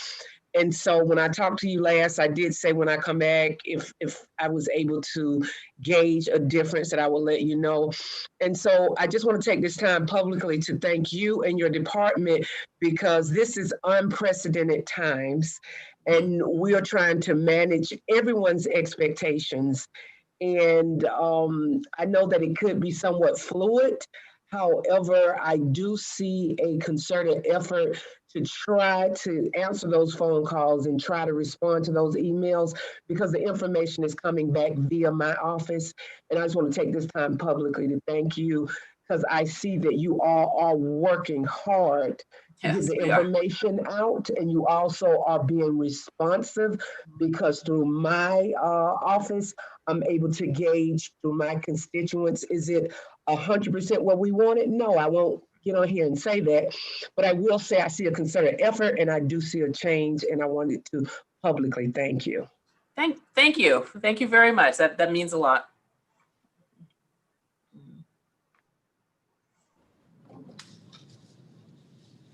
Vice Chair Hall. Good morning, Dr. Paxton. I too want to commend you. And as Commissioner Khadijah Abdul Rahman said, you and your team are doing an outstanding job with limited resources and with the escalation of the COVID cases and the need for vaccines and the phone calls and everything. You're still maintaining and doing the best job that you can. And I want to commend you and your team for that. I had a question because during the conversation that just took place with Commissioner Ellis, I noticed that there were several questions about communications, and Commissioner Ellis, you know, he made a point that there's a real need for communicating to the public and using the email and making sure that frequently asked questions are answered. And I know that, you know, the number of questions that you're receiving is very excruciating because I'm getting those questions through my office as well. And we are using that wonderful email that you provided us with to send to the constituents. But what is the size of your communications office right now? Because I know I always go through Sheena and I feel so sorry for her because I can't imagine the number of, you know, emails and requests and stuff that go through her. But how many staff do you have that are dedicated to communications? I believe it's 5 right now that are full-time communications, but I'd have to check that exact number because we had somebody who was reassigned someplace. But I believe that she has 5 in her shop, including Sheena. Yeah, it's a lot, and Sheena tends to take on a lot. She's always the first person to like step up and works long hours of the night. And I'm always saying, delegate. You know, it's like, you know, you shouldn't take all this on yourself. Well, 5 is not a lot at all. I have 1 full-time person for a population in my district of about 200,000 people or more, and you're talking about you serve the entire county. So 5 is not a lot, and that answers to why, you know, there's somewhat of a struggle with the communications. And then I noticed that Jessica and her team, thank goodness, have become involved, and that you all are working together on the communications. So I hope that we as a Board of Commission could do something to assist. I think that, you know, in light of the fact that we are in a national public health crisis, that this is probably not the time to take $3.5 million and allocate it to transferring employees. This is the time for us to take that $3.5 million and assist you with the staffing levels and the needs and resources to address this public health crisis. So I want to just let you know that I'm willing to do whatever we can to make sure that you have everything that you need. And the other question came from an email, which says that since June 2020, the Department of, that one of the departments was asked to telework, and then they were reassigned to assist departments such as elections and now the COVID-19 vaccination sites. So these employees who are reassigned to the COVID-19 vaccination sites want to know if there is any availability of hazard pay for them working in these environments. Has that been discussed on the Board of Health level, or even to Mr. County Manager or Madam CFO, if anyone could address that? No, I think I'll bring that over to the county manager. We have not discussed that at the Board of Health level. Mr. Manager? Yes, ma'am, Madam Vice Chair. We are developing a hazardous pay proposal. I would anticipate bringing it back at the next meeting, and that would be a call against the reserve that we've recommended in the 2021 budget. But I do think it's important that it be considered, and we're refining it. Also trying to take in some of the concerns that the board had with the previous one, where perhaps we did not include some of our internal staff, like IT, as an example, that were interfacing and exposed vis-a-vis their either internal interface or in some cases public interface. Thank you so much for that. That concludes my questions right Thank you, Vice Chair. Commissioner Houseman? Commissioner Houseman? Sorry, I was muted. Thank you, Dr. Paxton and Matt, for the update. Great information. I won't go through the same complaints that have been outlined about trying to get through to get an appointment. The good news is people want the vaccine. You know, there was some hesitancy at first, I believe, in the public's view, and I think that's dissipated significantly. And I'm very happy that there's now a waiting list for getting an appointment. I would ask, though, in this new system, Jessica, you may can answer this question. Is there any sort of notice on there that if you get an appointment elsewhere and you do not need this appointment, to let us know so we can schedule someone else in that spot? Commissioner Houseman, I think that's a great recommendation, and we will certainly work to add that. I think that's a very important caveat, along with just a general advice that if a person makes an appointment, it's really important that they keep it, because every drop of the vaccine is precious, and if people don't show up for their appointments, there's a risk, although I know they're working hard to make sure it doesn't happen, but there could be a risk that a dose could be wasted, and that's something we would never want to happen. So yes. I think those are two important messages, and we'll work on making sure those are included. That was my second point, because people are exhausting all efforts to find a vaccine somewhere. I had read that in some states, in some cities, that they had a backup line so that if people didn't show up for their appointments, if you're on the waiting line, you could then be inserted and get the vaccine rather than have it go to waste. So I don't know if there's a way to incorporate any of that.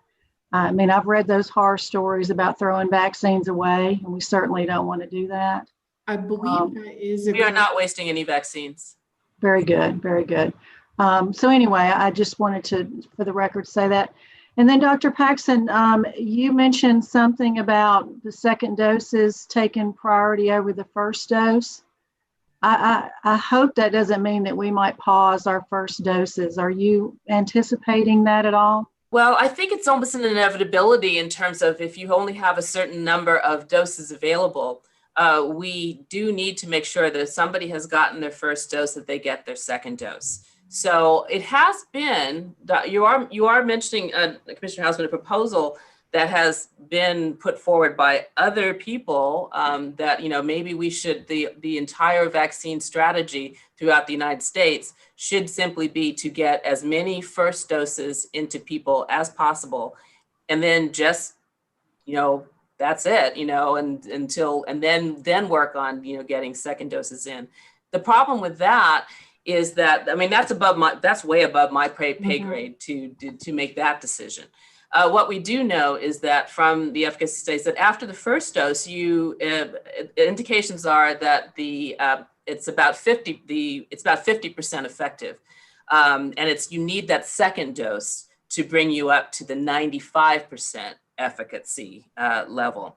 So, and so we are bound to follow what is in the emergency use authorization by the FDA, and that means 2 doses and within a certain period of time.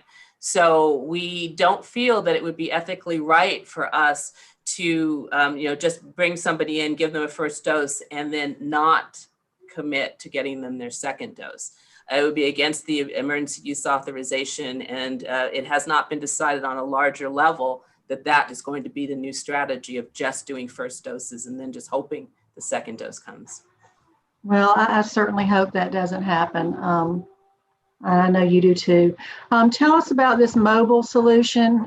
Is that what vehicles are being used and how does that work? We are not yet doing that, but we are both CORE and the Board of Health. We do have mobile units, and what those are, sometimes they sound fancier than they are. It's just a way of transporting our whatever it is, our testing materials or our vaccines in this case to a particular site, and then doing vaccinations there. So what we are still in the process of discussing is when we might be able to start deploying some of these units to go out to to reach people who are in the harder to reach categories. But at the moment, we really feel like that we're doing the right strategy and concentrating on our mass distribution centers such as Mercedes-Benz, because, for example, we can relatively easily vaccinate 2,000 people at Mercedes-Benz in the same space of time that it would take, that a mobile unit could do like 200.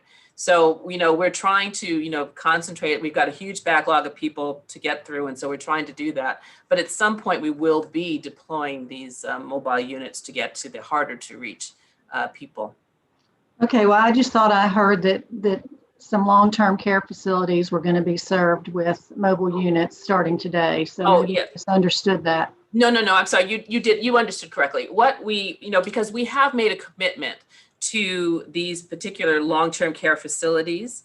And so we are sending out, a group of vaccinators to hit these particular facilities that have been signed up. So, I sometimes refer to them as a strike team or whatever, but it kind of depends on, each of the facilities. But yes, we do have a limited number of these facilities that we are going to be going in to vaccinate them, similar to what CVS is doing at the long-term care facilities. They are actually sending teams in to vaccinate people on site. So we'll be doing that for a small number of facilities that were left out of this CVS issue.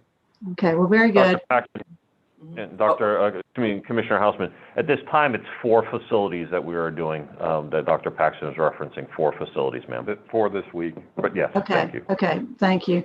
All right, I have other questions, but I think that I can find out those answers. But my final comment is just to echo how important the communication is, especially with getting an appointment and what to expect and, all of the new things that we're doing. I think it's even equally important to, ask, for patience and explain the limited supply that we have access to. And as that changes, to also, inform folks. I think people understand that. They don't understand when they can't get through or they can't, figure out how to work a website. So anything that we can do to help them understand where we are and where we're going and how we're trying to get this out as quickly as possible all over the county, I think is just going to be a benefit to all of us. So, and thank you for what you're doing. All right, any commissioners, anyone else? This is Vice Chair Hall. Yes, Commissioner Vice Chair Hall, you have the floor. Just a quick question that came up when I was attending a meeting with quite a few other electeds across the state. It was said that about 30 to 40% of healthcare workers were refusing to take the vaccine. And I wanted to get some clarification on that, Dr. Paxton, if you have heard anything about that, or if you have any data on that particular topic. Can I just interrupt real quick and let you know that the president just was sworn in? Oh, already? I thought it was. Yes. Still, oh, okay. I know it happened early, but he just was sworn in. That's interesting.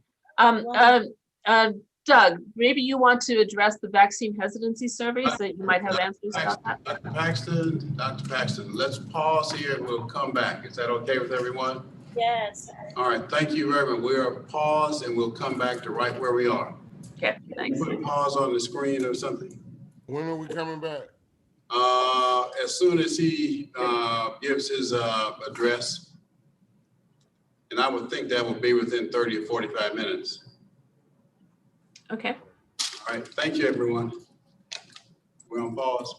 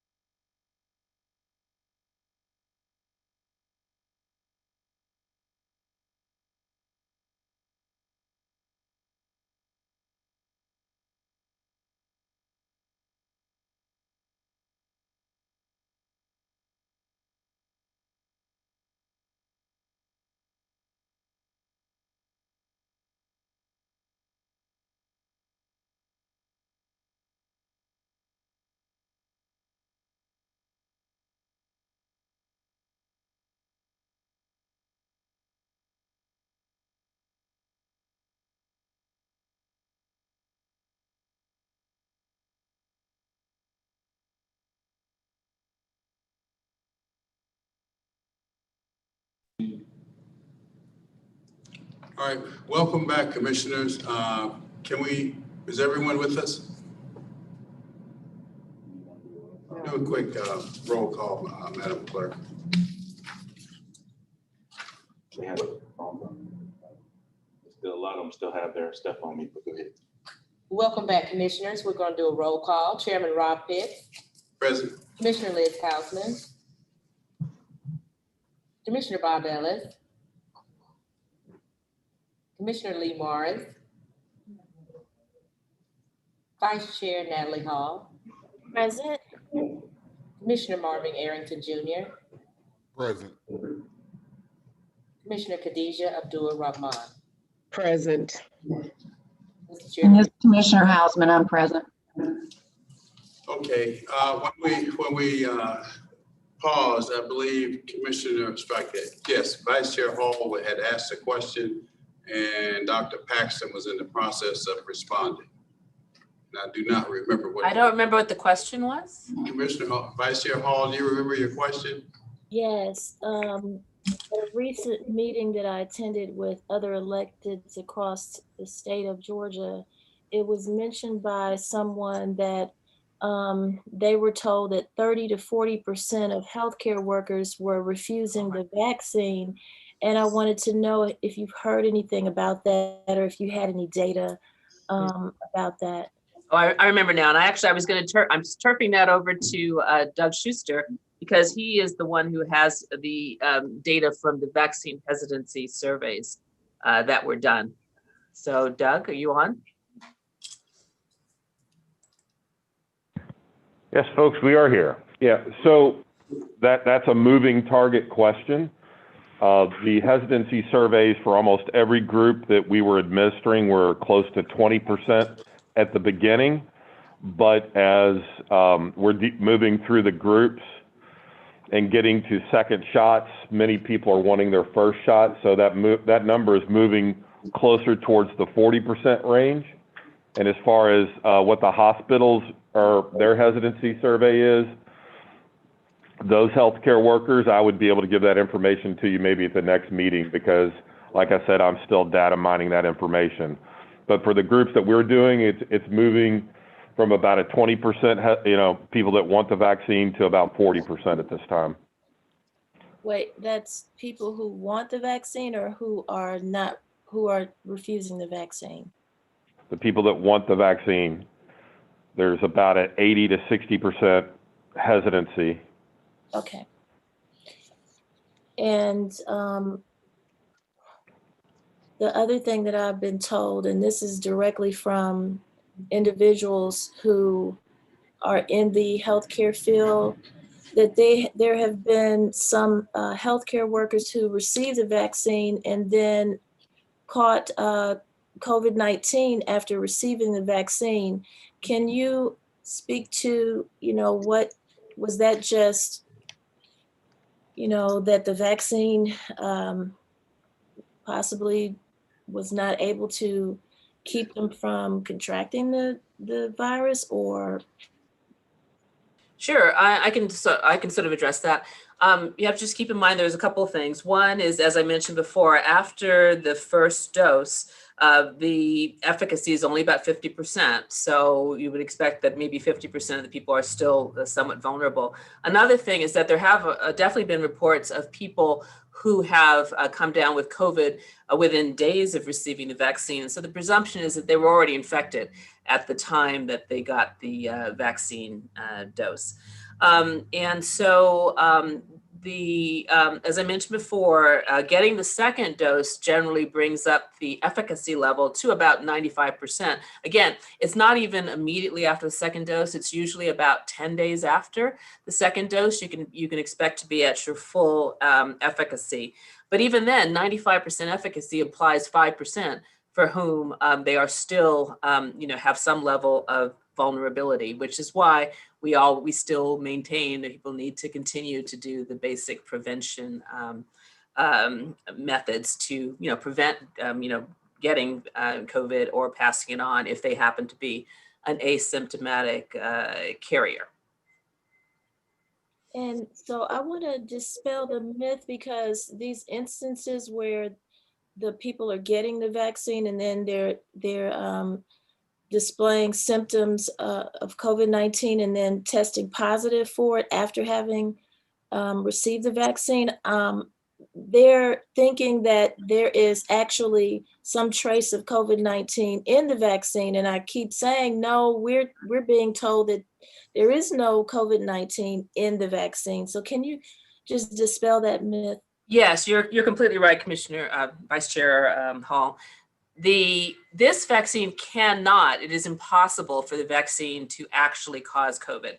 The reason being is that in order to cause the disease, you'd have to have the entire vaccine there in a live form, such as used to be the case for certain polio vaccines and the like. This is not. It is only directed against one small portion of the virus that the virus uses to enter into the cells. So it is impossible for the vaccine itself to cause COVID.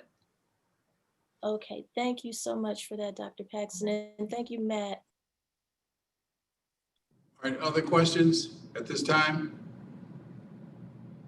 If not, Madam COO, let's continue, please. Thank you, Mr. Chairman. Next slide, please.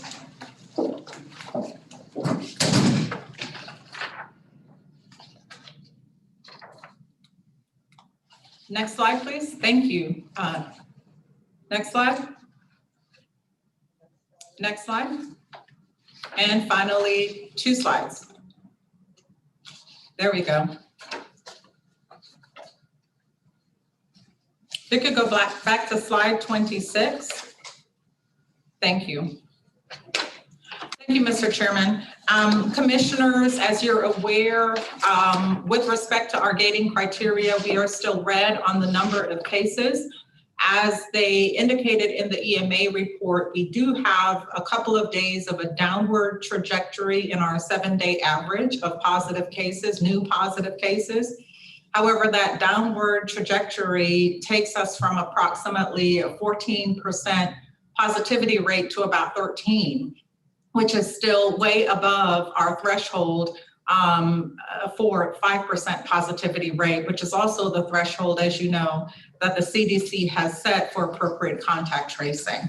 Next slide. In the last 2 weeks, we have had 28 employees of Fulton County test positive for COVID-19. In this segment of the report, you will note that the Board of Health suffered the greatest number of employee positives in the last 2 weeks.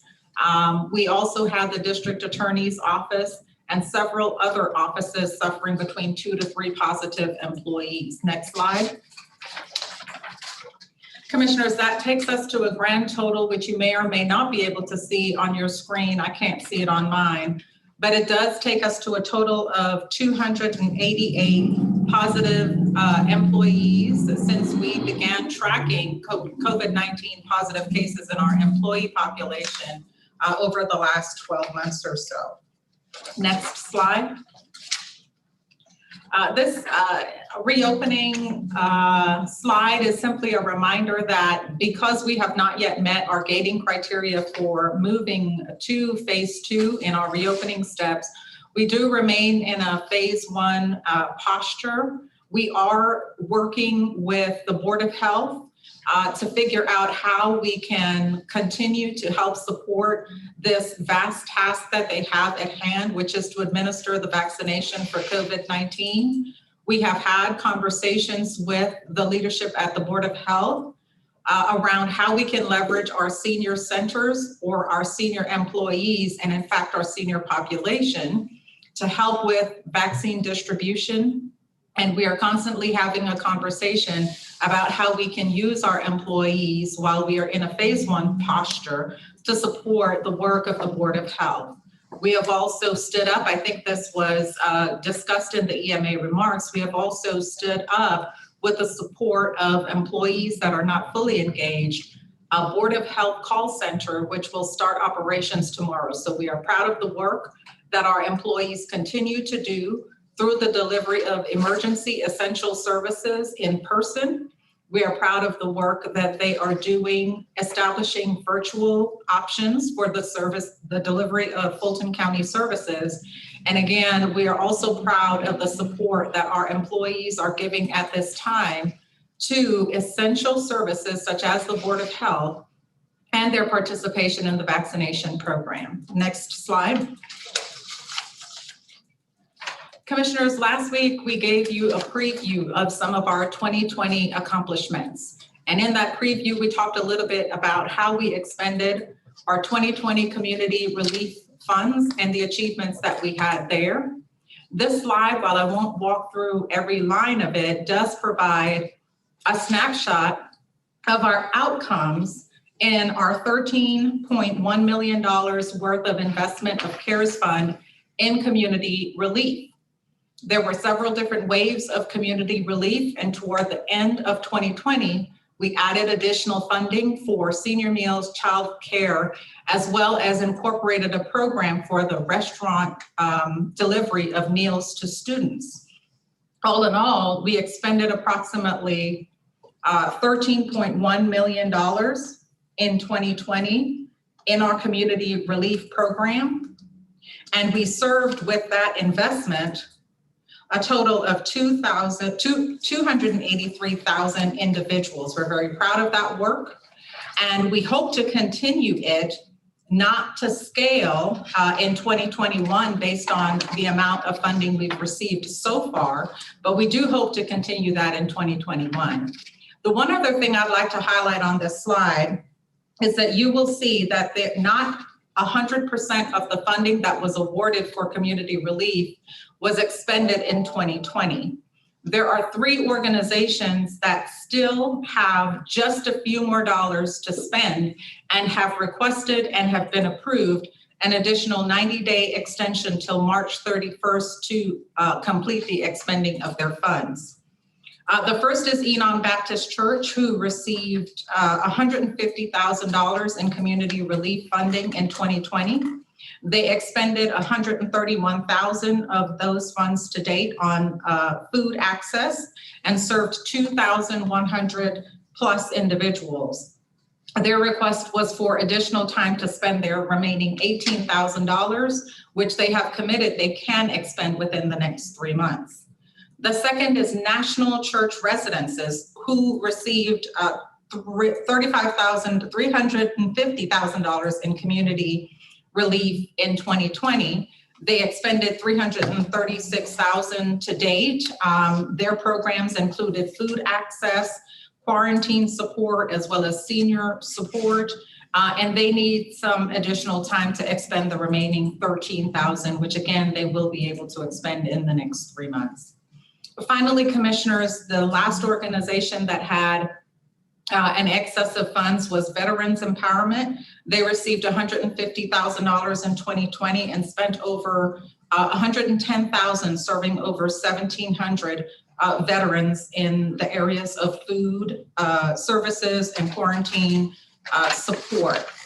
They've expended almost all of that money and have an additional $39,000 left, which they will expend in the next 3 months that we've extended them. So we are excited about the outcomes we were able to achieve in the delivery of community relief in 2020. And we have allowed these 3 organizations to continue the work that they're doing for the next several months and expend the funds that they had, which is allowed under the law.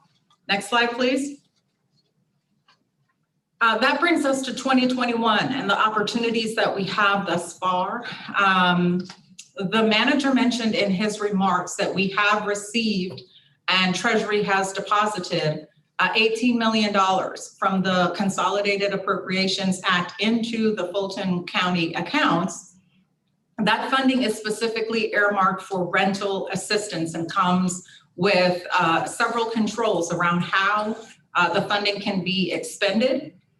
We're grateful for the award at this time, and we continue to evaluate options for delivering the programming. As you know, we have the opportunity either to continue to work with the nonprofits we worked with last year.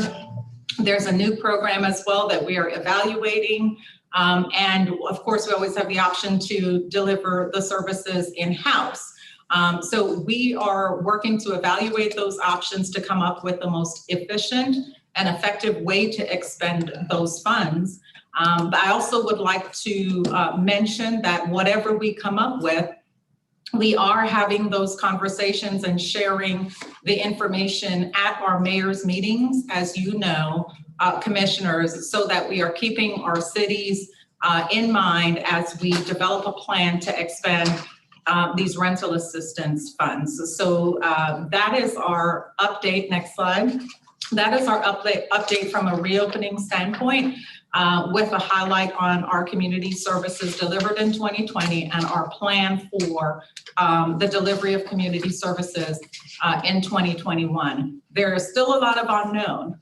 We do not know what the new administration's proposal, with what audit will be accepted and what funding will be awarded to state and local governments to support the coronavirus response in 2021. So we await that. But again, we do have this $18 million, which we are fully prepared to develop a plan to expend in collaboration with our cities. At this time, Mr. Chairman, I can take any questions about this particular portion of the presentation. I have a question. Commissioner Houseman so far. Say it one more time, Chair. Vice Chair Hall, followed by Commissioner Houseman. Vice Chair? Yes. Thank you so much, Anna, for that presentation.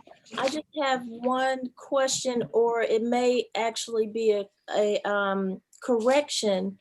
I found out that FGTV had an employee who tested positive for COVID-19 and their entire team had been quarantined.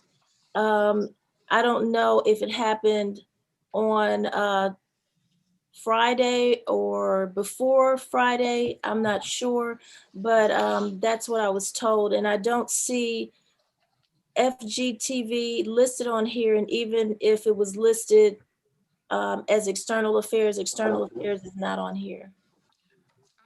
Commissioners, FGTV, thank you for that information, first of all, Vice Chair Hall. FGTV would be reported in external affairs, but as you indicated, Commissioner Hall, external affairs is not included in our cumulative numbers. I will go back and check on that. We pulled the report from Web EOC, so if the department has not had an opportunity to update Web EOC yet, then it won't be reflected here.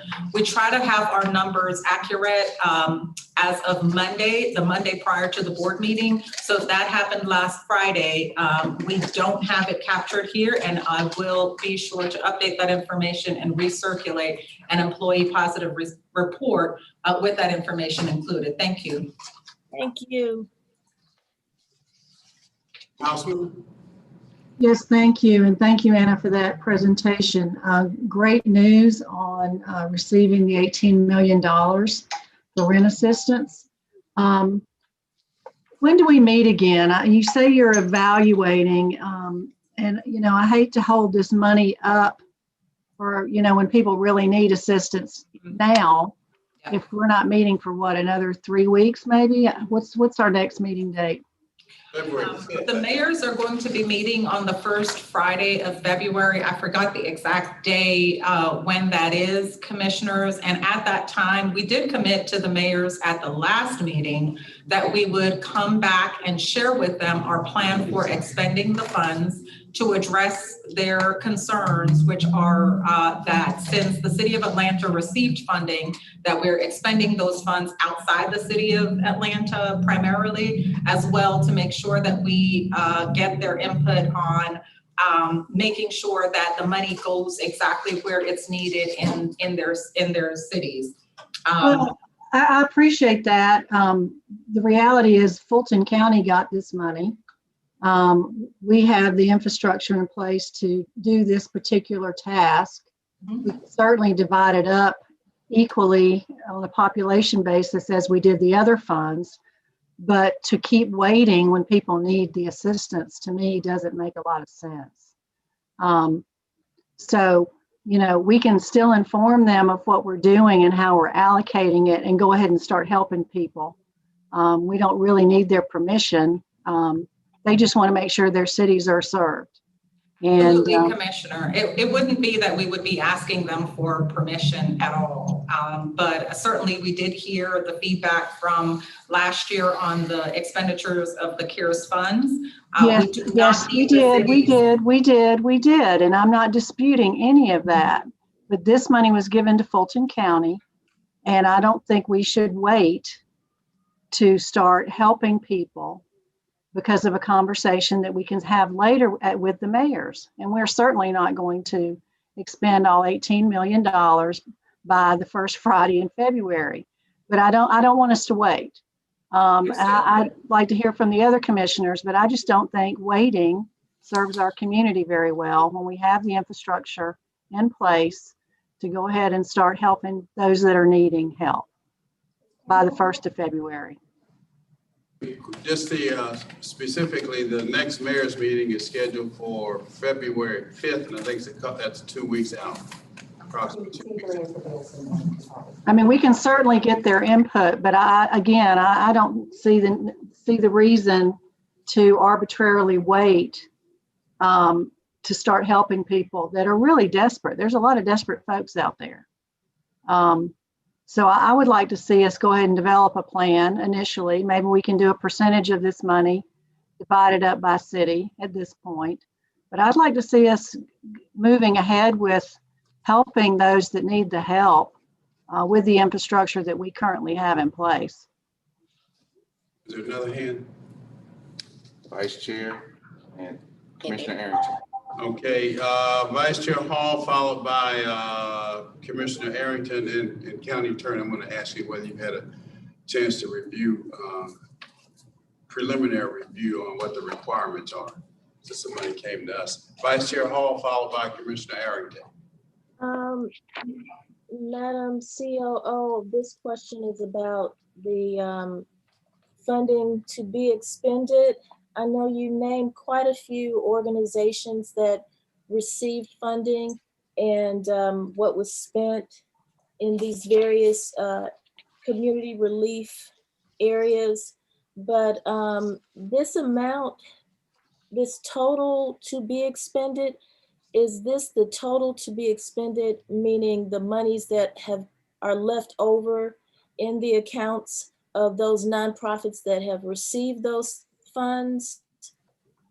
That's exactly right, Vice Chair Hall. The 71,000 is between those 3 organizations we talked about, and they have been given an extension to March 31st to expend the funds in the same manner they were approved to spend it in 2020. Now, tell me the 3 organizations again. Yes, ma'am. It's National Church Residences, Veterans Incorporation, Enon Church, and Enon Church.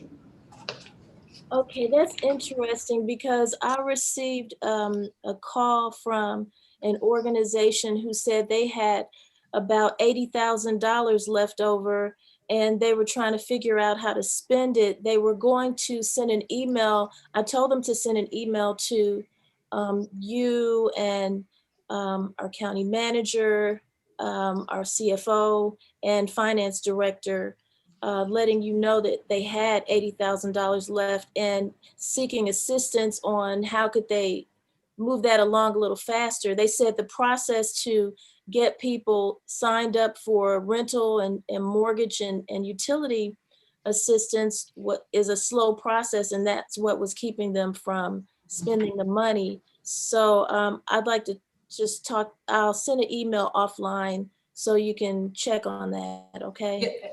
Yes, ma'am. I was going to suggest the same. If you could just provide us the information on the organization, the finance department, who has been reviewing the expenditures for these organizations, we'll follow up with them. Thank you, Commissioner Hall. All right, Commissioner Arrington? Yes. Anna, do you know how much the city of Atlanta received in this second round of funding? No, in fact, we had several different calculations of awards batting around before we finally got the distribution from Treasury. Commissioner Arrington. So we were even unsure about what our allocation was until the amount actually got deposited in the Fulton County account. So no, sir, but we could reach out to the leadership at the City of Atlanta and email you that information. Yeah, I would like to know that information before we start talking about how much we're going to give out and where we're going to give it out. I mean, if in fact the City of Atlanta, I mean, do we know that the City of Atlanta received any money in the second round? Or Yes, the City of Atlanta did receive an allocation based on their population. We just do not know the amount. Okay. It would be somewhere according to the formulas approximately equal to what we received. Yeah, it's gonna be close to what we have. Okay. All right, anyone else at this time? Mr. Chair? Yes, sir, Commissioner Yeah, Ellis. just a comment following up on Commissioner Hausman's remarks. I mean, I definitely agree. We need to find a way to get the funds out and utilize as quickly as possible. And that should take precedence in terms of driving this forward. I guess what I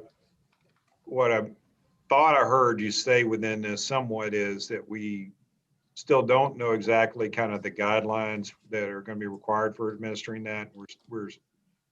We need to get a little bit more guidelines on that about the specific requirements. If the experience is anything like last time, and I'll ask the county attorney's assistance with this, the guidelines on the expenditures of funds evolved over the weeks and months following the distribution. So I can't swear that the ones we have now are the ones we will end up with, Commissioner Ellis, but we do have extensive guidelines on how to expend the funds that have been allocated for rental assistance. Okay. Is it, and you made the remark, I think, to sort of come back and provide us some sort of proposal. I mean, but y'all don't have a recommendation right now about how you want to move forward with getting these funds out. With the anticipation we would have that at our next board meeting, which would precede this mayor's meeting. Absolutely, that is correct, Commissioner. Our plan was to finalize our recommendation and present it at the next Board of Commissioners meeting.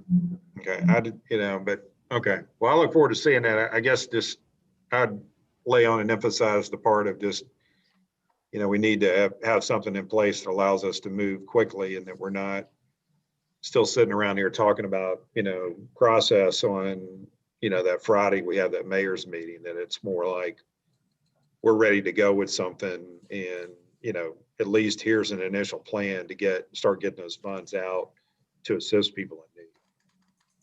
Absolutely, thank you, sir. I have a follow-up to that, please. Just a minute. Vice Chair Hall, are you there? Vice Chair? Yes, I'm here. All right, would you preside? I have to step out, please, ma'am. All right.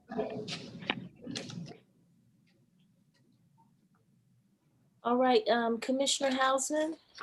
Well, thank you, Vice Chair. I'm privileged to be your first person to call on as you chair a meeting. I would just like to follow up and say that I hope that we're going to do some outreach to the cities before the mayor's meeting, before our next meeting, and try and get their input on what they see as a need in their individual communities, so that by the time we come back on February 2nd, we're prepared to make a decision. Because, that's when rent is due. That's when, the need is accentuated. And I don't know what the regs say about if it can go in arrears, or if it's from that point forward whenever they're approved, or what exactly they qualify for. But again, we've got a lot of anxiety in the community surrounding this issue. And I really, really hope when we come back, if we can't take any sort of preliminary steps today, that by the time we meet again on February 2nd, we're ready to act. Thank you, Commissioner Hausman. I fully agree with you that the number one priority respecting the $18 million in funding for rental assistance is to get those funds into the hands of the constituents who need them. immediately. So that is our number one priority, and I hear the input from the board loud and clear that they would like to try to move forward at minimum at our next meeting with a decision on how those funds will be dispersed. Thank you very much. Do we have any other hands raised? Vice Chair? There were Yes. a couple of questions asked about the program and the specifics of the program and requirements of the program that people raised in their questions. We have looked at the parameters for the program, and as of now, I think I circulated along with the certification all of the terms and conditions that currently exist. We do anticipate the federal government setting up some more requirements other than just record keeping and reporting requirements. However, I do believe, Commissioner Hausman, your question, they will be able to take past due rent monies because that's the nature of the reason why they created the program.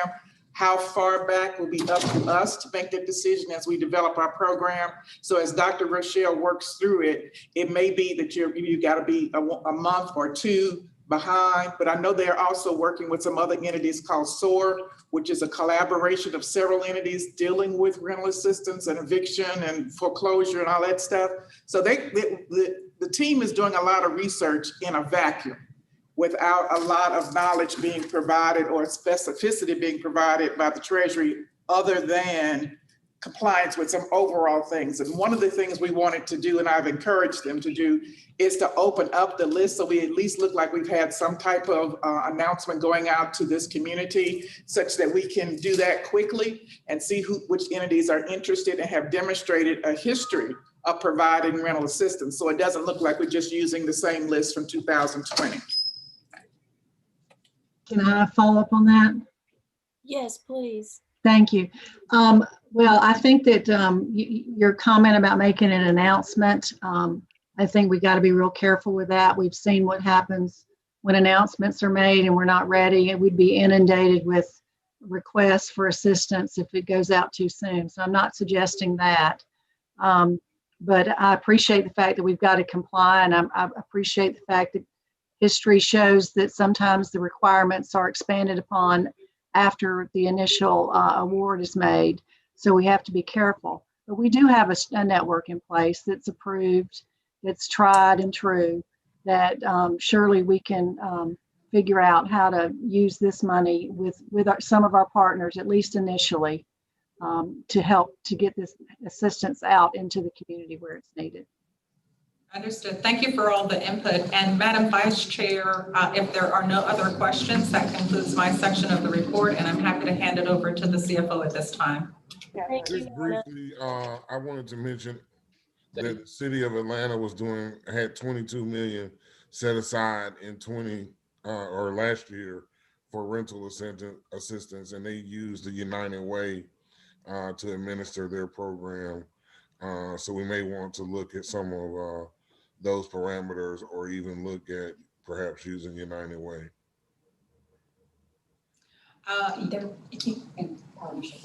Yeah. Commissioner Arrington, the county attorney mentioned we are evaluating SOAR. That organization does use the United Way as their primary partner for the delivery of service. And we had several partners in this area in 2020 as well. So again, there are a number of different options for us to expend the funds. If the board would indulge us to give us the opportunity to bring back a fully thought through plan at the next meeting, that would be very helpful. But we are aware of the partners that are out there. We were able to successfully expend these funds in this area last year. And I think the board will be pleased with what we come back with in 2 weeks on the expenditures for these funds. Awesome, thank you. Thank you. All right, Madam Vice Chair, I'm back. All right, thank you, Mr. Chairman. Thank you, Madam Vice Chair. Anything else at this point? Mr. Chairman, we have just a few more slides in the COVID response report. This is Sharon Whitmore, Chief Financial Officer. If we could go to the next slide, please. Thank you. At the last meeting, I did run through what our plan was for reporting to the board on the emergency response reserve that we have built into the 2021 proposed budget. This is the first of those reports, and we tried to prepare the report in a similar fashion as our previous reports that we were providing for our CARES funds. And so this first page of the report provides you an overview of how the funds are currently budgeted within the 53 million. We have 17.3 that we've set aside for the health response, 4.2 of that for the Board of Health for the continuation of the testing program that we have. This is specifically to the Board of Health and does not include funds for CORE. This was per their request and represents a 6-month budget for testing continuation at our current testing sites. The next line is 8.3 million for a vaccination plan. That is still the full budget allocation for that is still under development. So originally we had 12.5 million that we had targeted for testing and vaccination combined. So when the Board of Health submitted their request for 4.2 for 6 months for testing, we put the balance down into vaccination, and we're working with Matt and Doug on developing the specifics around all of the needs associated with running the vaccination sites. And of course, that is a continuing, evolving process. And so as our plans really begin to, I guess, finalize themselves, we'll be able to come back and provide some breakout on how that 8.3 million will be used to support the vaccination program. We also have 3.9 million that we set aside to continue the services of CORE to support our testing, to support our spot sites, as well as provide some continued mobile testing services, and that was the 3.9 million. And then we have a preliminarily programmed 900,000 towards a communication program that Ms. Roach talked about briefly in the presentation that Jessica is working on finalizing some recommendations around our overall communication around continued testing, the need for continued testing, and around the vaccine itself, in specific to address some of the concerns around vaccine hesitancy. So that's the total of 17.3 million. In operational stability, we currently have 35.7 million. 4 million of that is for a continuation of acquisition of PPE to support our ongoing response to the pandemic, including being able to provide county employees who are performing work on premises the appropriate PPE in their workplaces. Additionally, we have identified some infrastructure needs, primarily around air filtration and ventilation in various county facilities. And so we've set aside $3.2 million for that. We have funding for professional services. This is primarily for the EMSI contract to support our EMA office in our continued response for the pandemic. 5.4 million for hardware and software as we continue to build out our infrastructure needs related to continuing our services in a virtual environment and supporting our virtual workforce.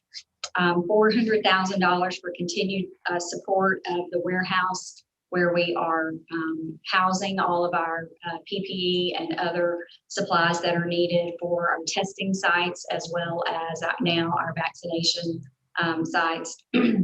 Additional funding for day porters and janitorial services, 1.3 for day porters, 2.8 for janitorial.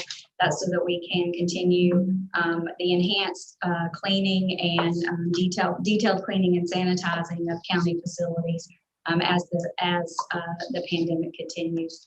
$300,000 for childcare for employees, $1 million for any incremental healthcare costs that we may see as a result of our employees either becoming ill with COVID and having higher than normal medical bills if the case is severe, as well as an expectation that we may see as the virus starts waning, that our employees who have held off their own medical treatment during the course of the pandemic begin to return to a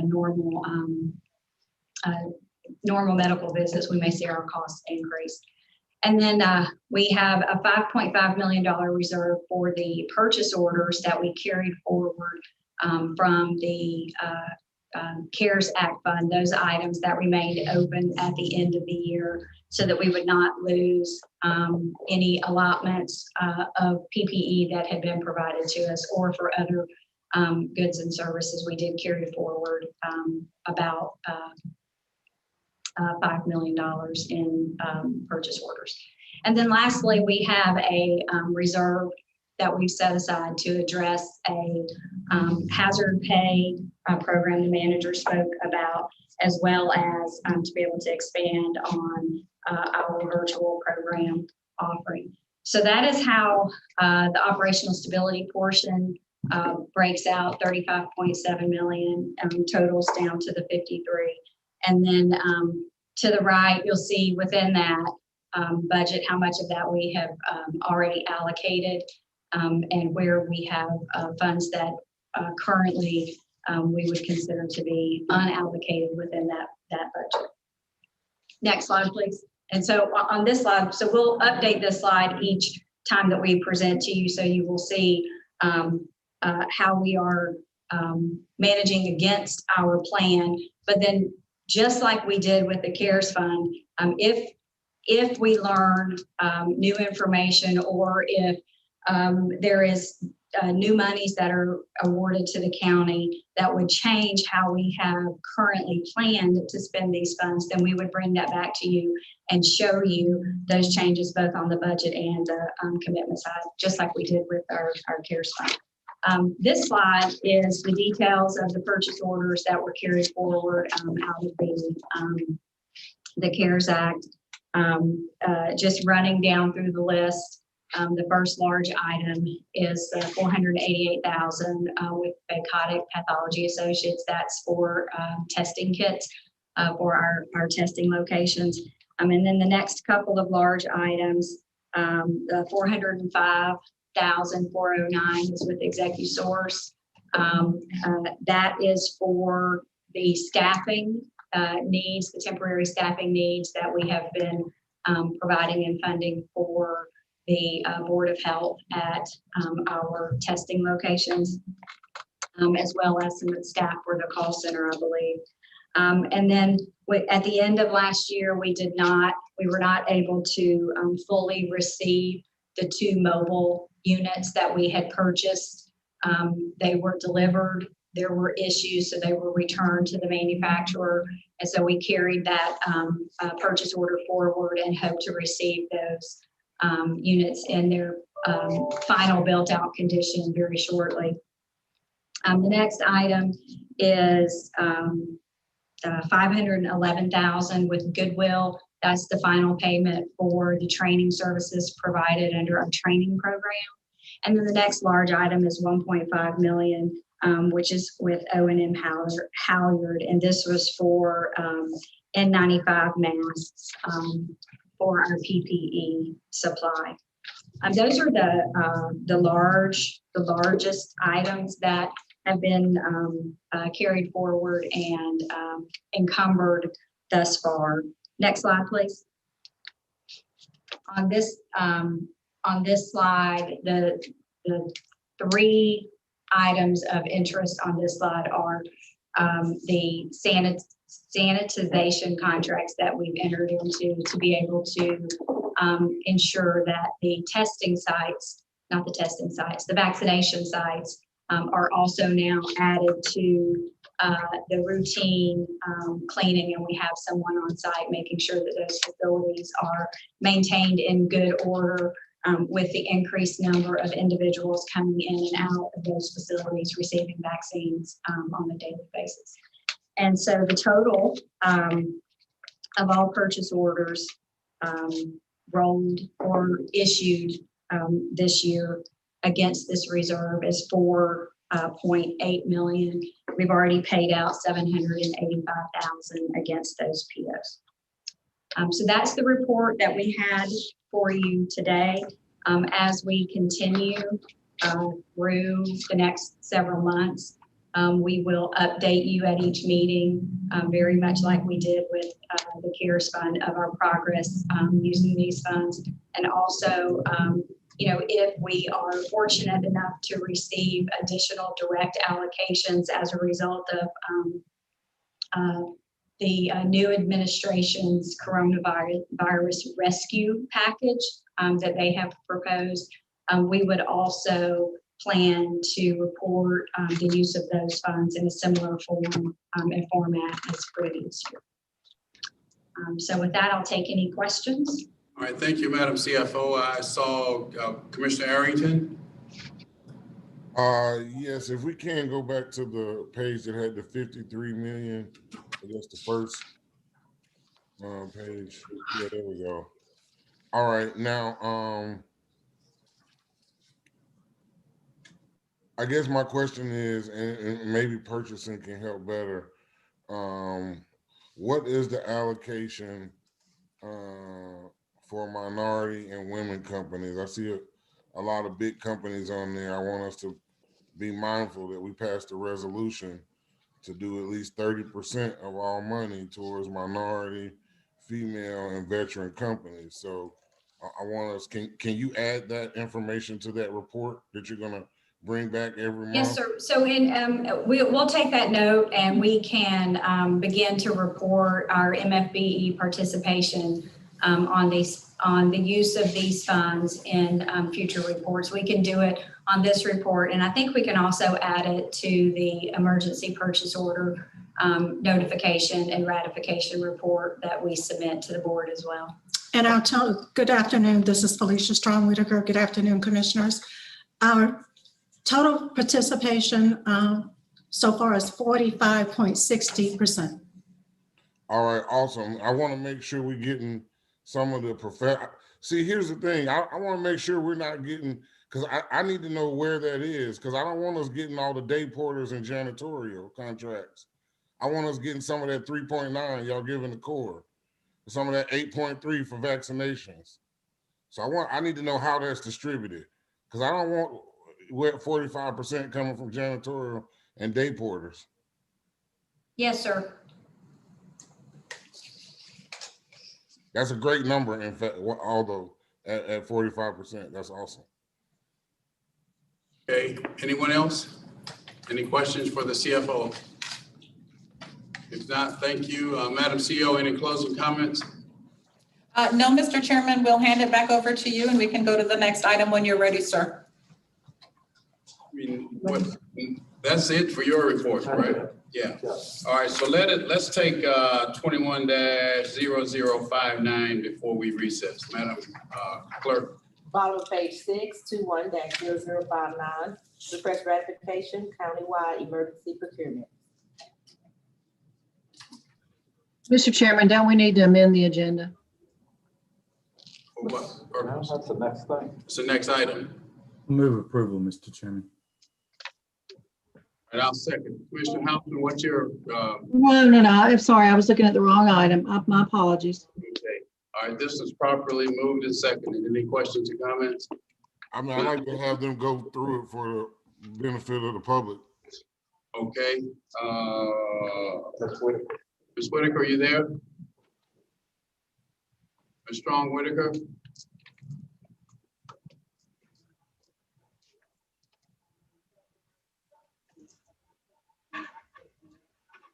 Mr. Whitaker, Ron Whitaker.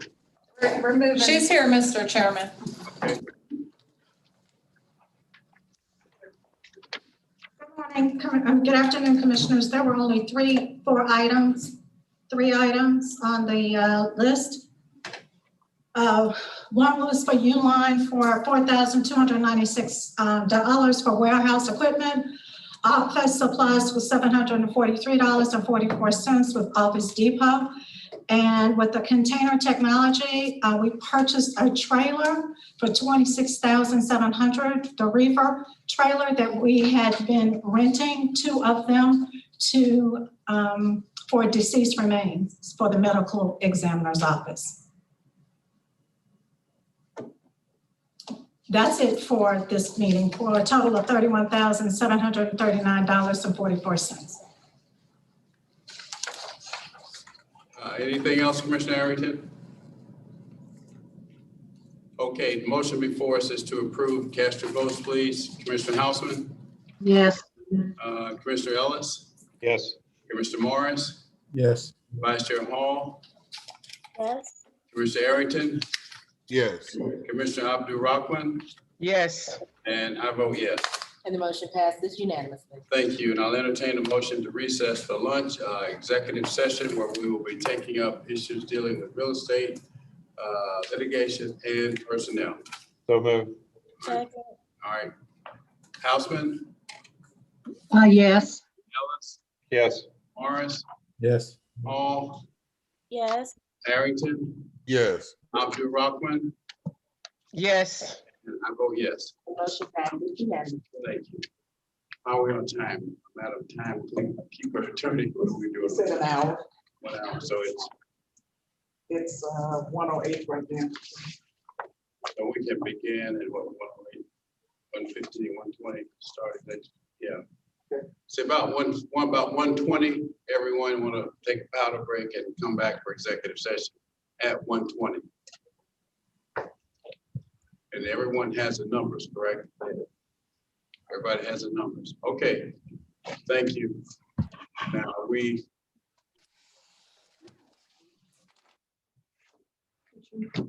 Oh, that's what you said, Sharon. Uh-huh. I missed what you said. Oh, what I said was you could have added them with the next report, which is the Next section of the agenda includes items that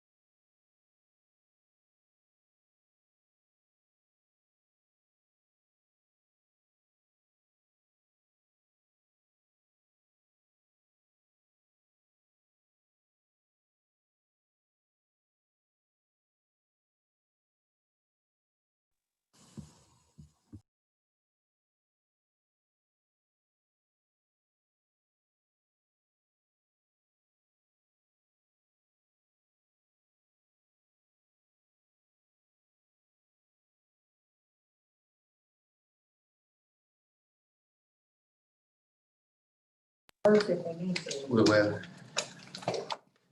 Do you know what the referral? You staying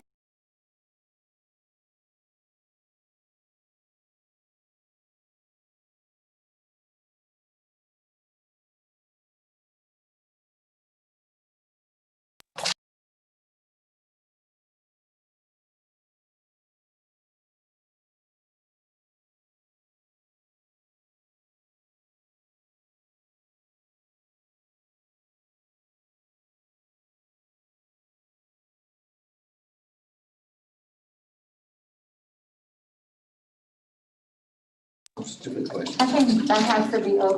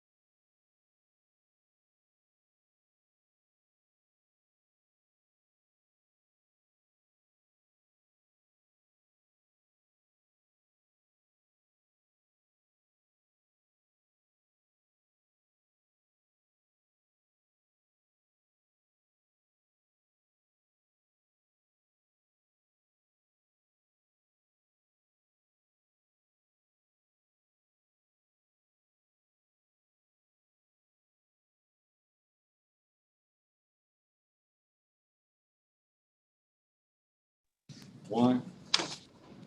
Is it in here? Yeah, it should be. Commissioners, I'm going to entertain a motion without objection to resume the regular order of business. Madam Clerk, would you call the roll of students present? Yes, welcome back, Commissioners. Chairman Pitts. Present. Commissioner Houseman. Commissioner Ellis. Commissioner Morris. He said he's raising his hand. Are we on Yeah, side? I'm here. Vice Chair Hall. Present. Commissioner Arrington. Present. Commissioner Abdur Rahman.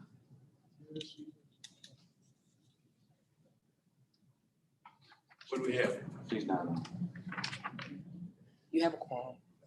You have a quorum. I can't hear you. I said you have a quorum if you want to. All right, we have a quorum. All right, let's take the items from executive session first. Madam Interim County Attorney. Is there a motion to approve the recommendation contained in item number 3 on the executive session agenda? I will move approval. Can I get a second, please? Is there a second? Second. All right, properly moved and seconded on item to approve item number 3. Commissioner Houseman. Commissioner Ellis. Do you? There's Houseman. She is on, what do you call it, silent? Mute. She's on mute. They're just getting set back in. Commissioner Hausman. Item number 3, yes. All right, Commissioner Houseman, yes. Commissioner Ellis? Commissioner Morris?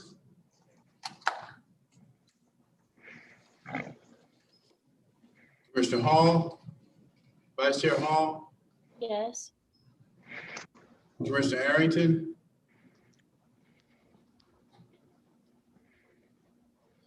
Commissioner Abdul Rahman? Yes. All right, I vote yes. Motion passes 48-0 nays. That's it. All right, that's it from executive session. So now we're at the, where are we, Madam Clerk? Bottom of page 6. 21-0019, Finance. Review and approval of the fiscal year 2021 final adopted budget and the fiscal year 2021 budget resolution. All right, we're at the time of the month where we have to approve the 2021 budget resolution. We've had a chance to review this for some time now, and I personally think that it addresses all of our issues, but more importantly, there are adequate funds in the reserve account, because there's certainly some unknowns that I think that we can agree upon the fact that there are many unknowns that we may face at this point in time. And from my perspective, we cannot, that we need to be as prudent and as conservative as we can with the cash that we have. So I think we've made this is a good effort at doing that, and I will move approval of the, yes. I have a few questions. Okay, I mean, just a minute. Is there a second? I have a question too. Like we didn't even have a discussion at the last meeting. I would like to have some kind of We didn't even update. Okay. We had nothing at the last meeting, so I mean, to just move for a motion is disparaging for everyone. I don't think it serves the public well. Right. Mr. Chairman, I'll second the motion. We can discuss it after the motion and the second. That's the procedure, Commissioner Morris. Thank you very much for that. Now, that's typically the way we have a motion on the floor and we discuss. Vice Chair Hall, followed by Commissioner Houseman. Righty. Motion before us is to approve. Are we going to have a presentation at all? We can. So, Madam CFO, is she? We're prepared for a discussion. We didn't have new information to present. Right. Madam CFO? What was that? I didn't hear what. Right.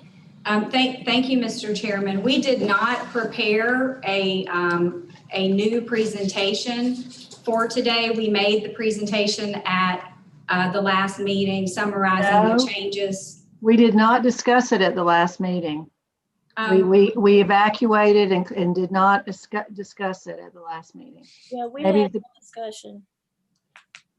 We had no discussion whatsoever. No, that's correct. All I was saying was that we made the presentation that summarized the changes from the proposed budget to the version that's before you today. It included the revenue and expenditure adjustments that were related to the timing of receipt of revenue in 2020 versus 2021.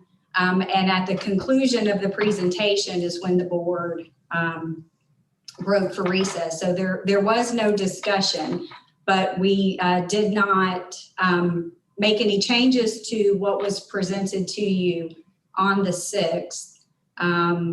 Is it possible just to put that back up on the screen? Yes. I don't. We have to check with the IT team. I'm going to send it to them, and hopefully they'll be able to bring this back up. I can send it to them. Yeah.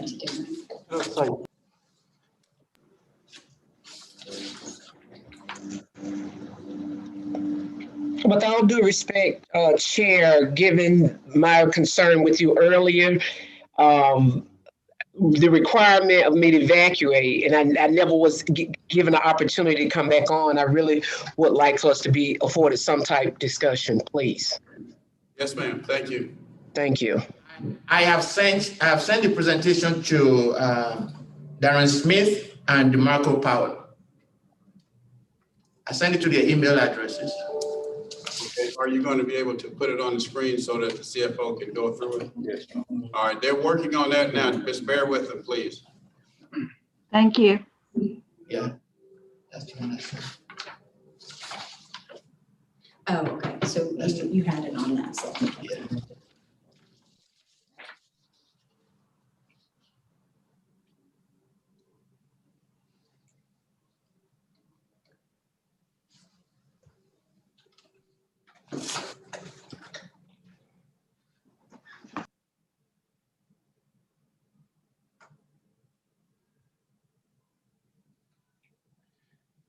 Commissioners, do you want me to email this to you also? Or do you have copy?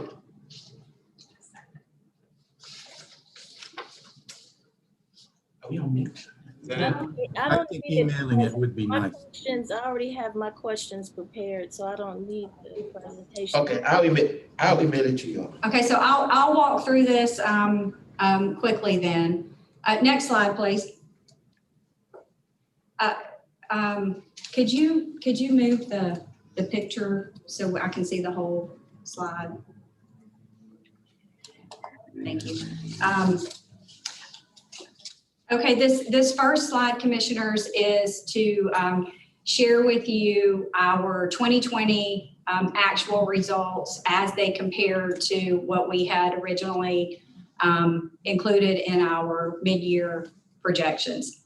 On the revenue side, we originally anticipated about $713 million in revenue, and that assumed primarily a 91% collection rate for real and personal property taxes for the 2020 levy.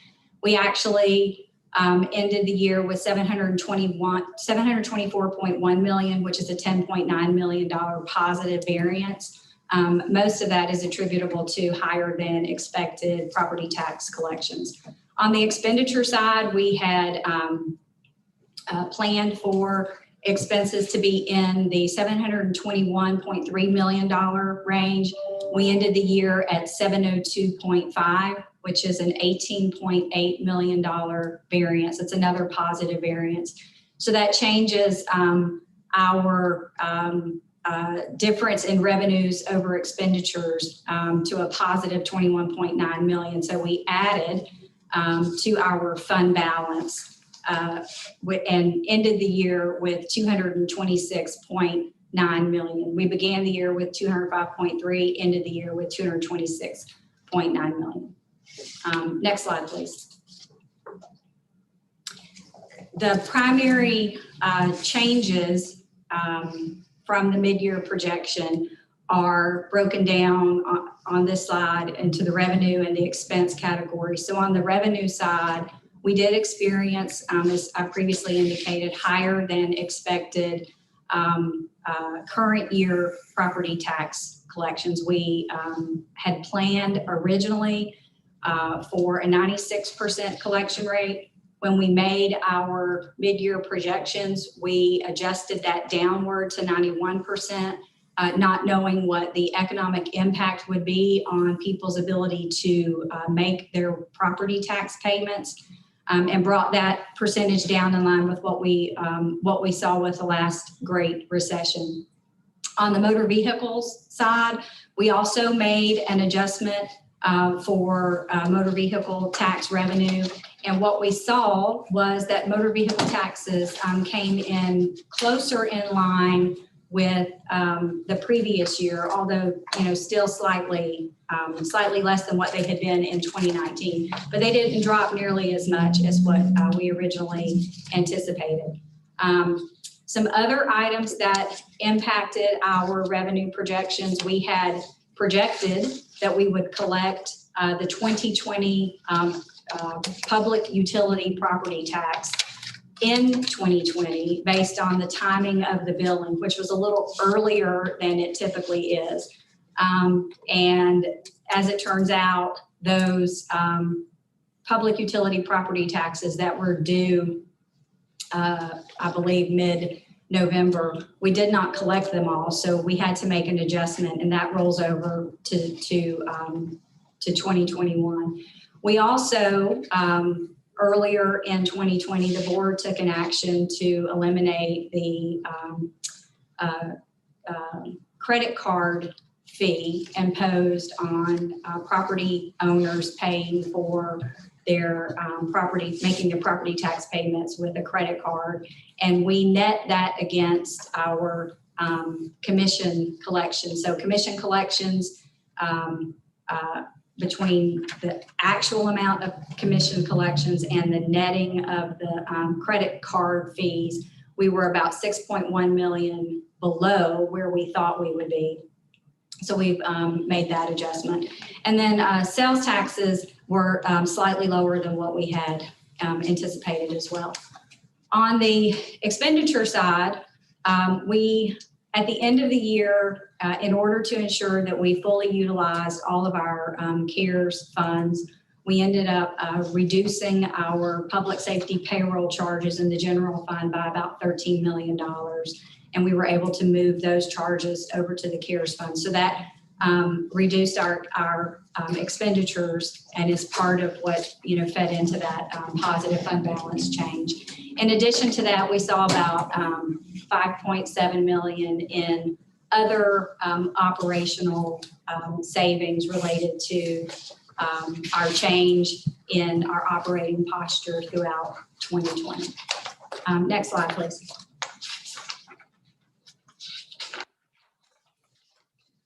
So how that all affects 2021, on the addition side for revenue, we needed to bring forward some public utility property tax receivables that we had not already contemplated in the 2021 revenue estimate, as well as we felt like we could go ahead and restore the motor vehicle TAVT tax for that's the tax that gets collected off of new car sales.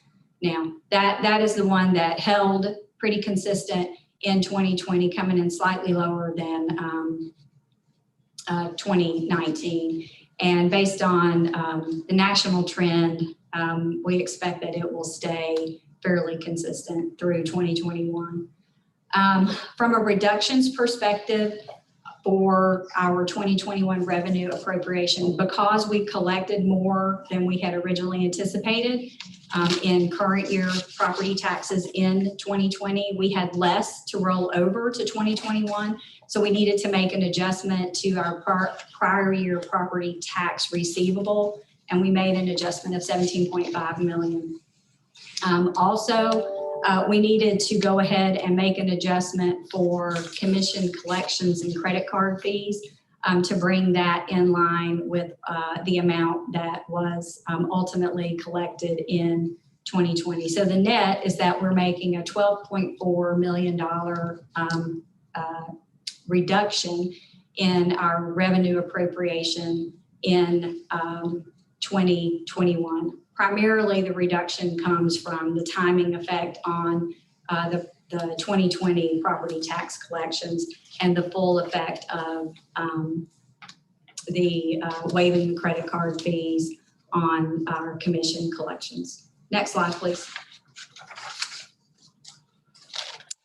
This slide shows you the expense recommendations that we've made in this final 2021 budget. The most significant is that we've made a recommendation to reserve 11 million for hazard pay and virtual programming.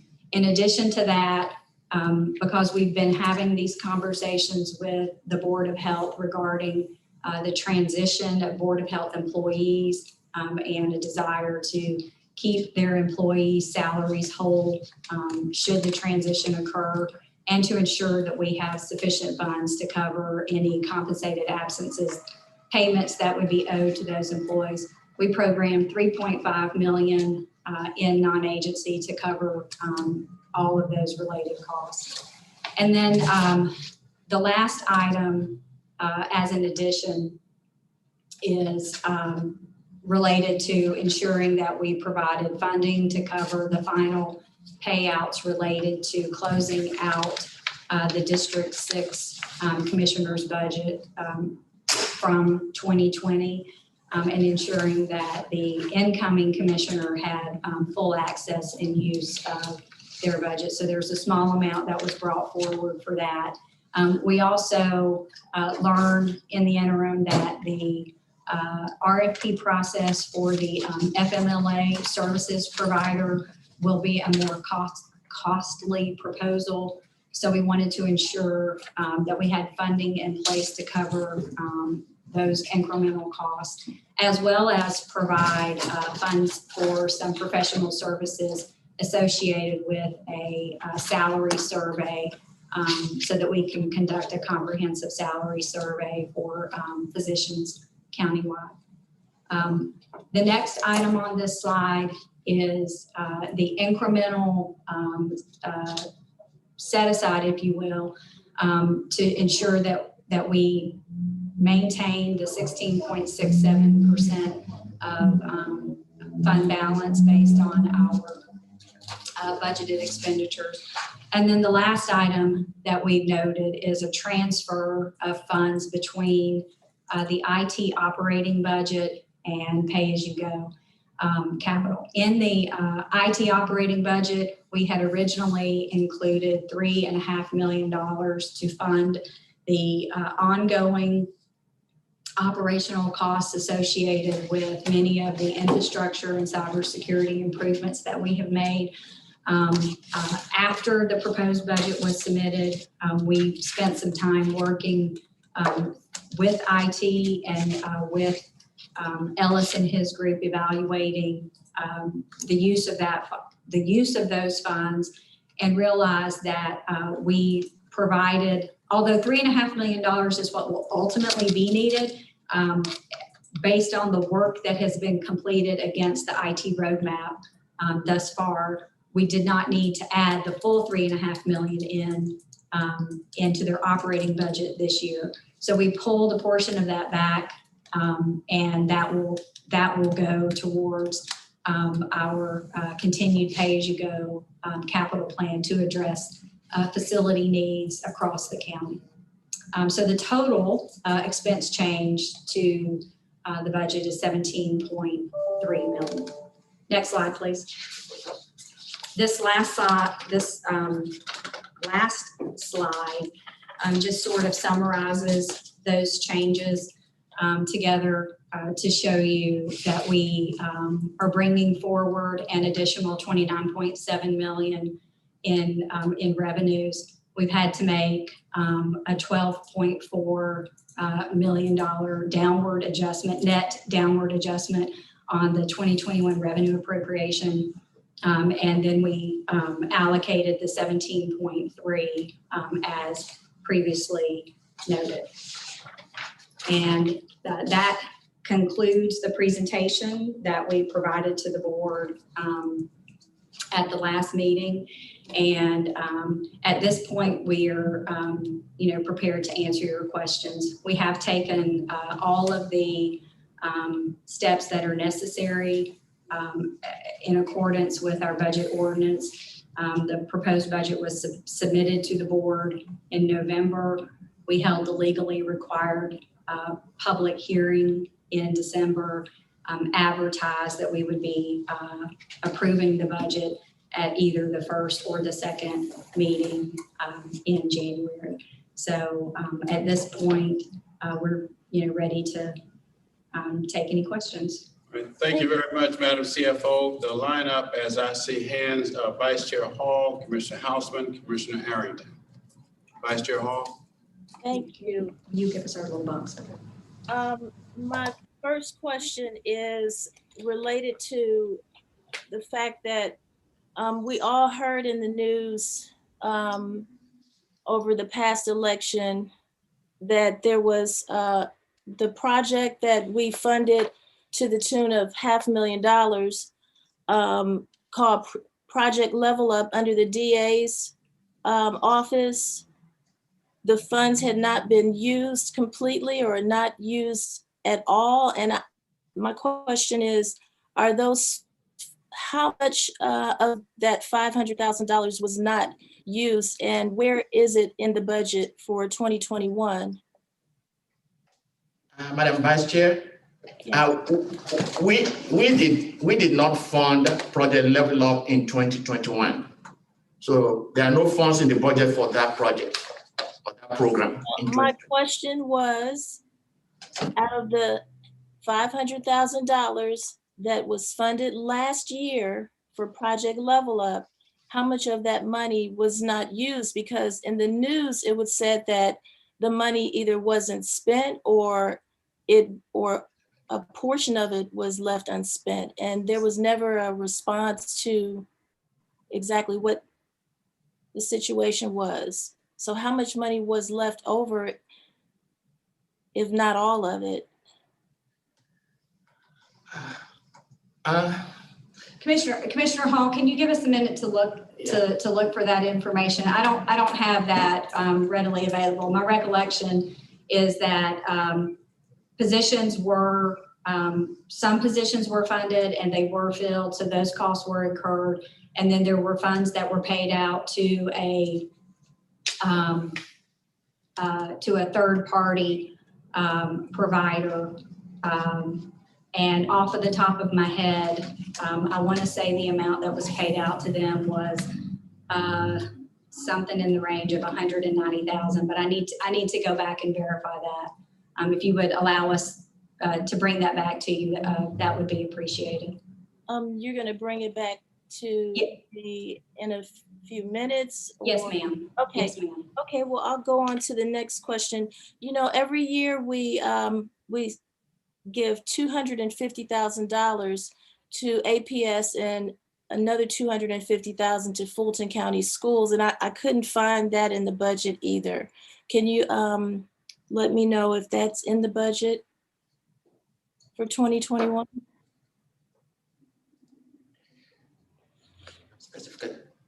We don't. It's not. We don't have that in the budget, Vice Chair.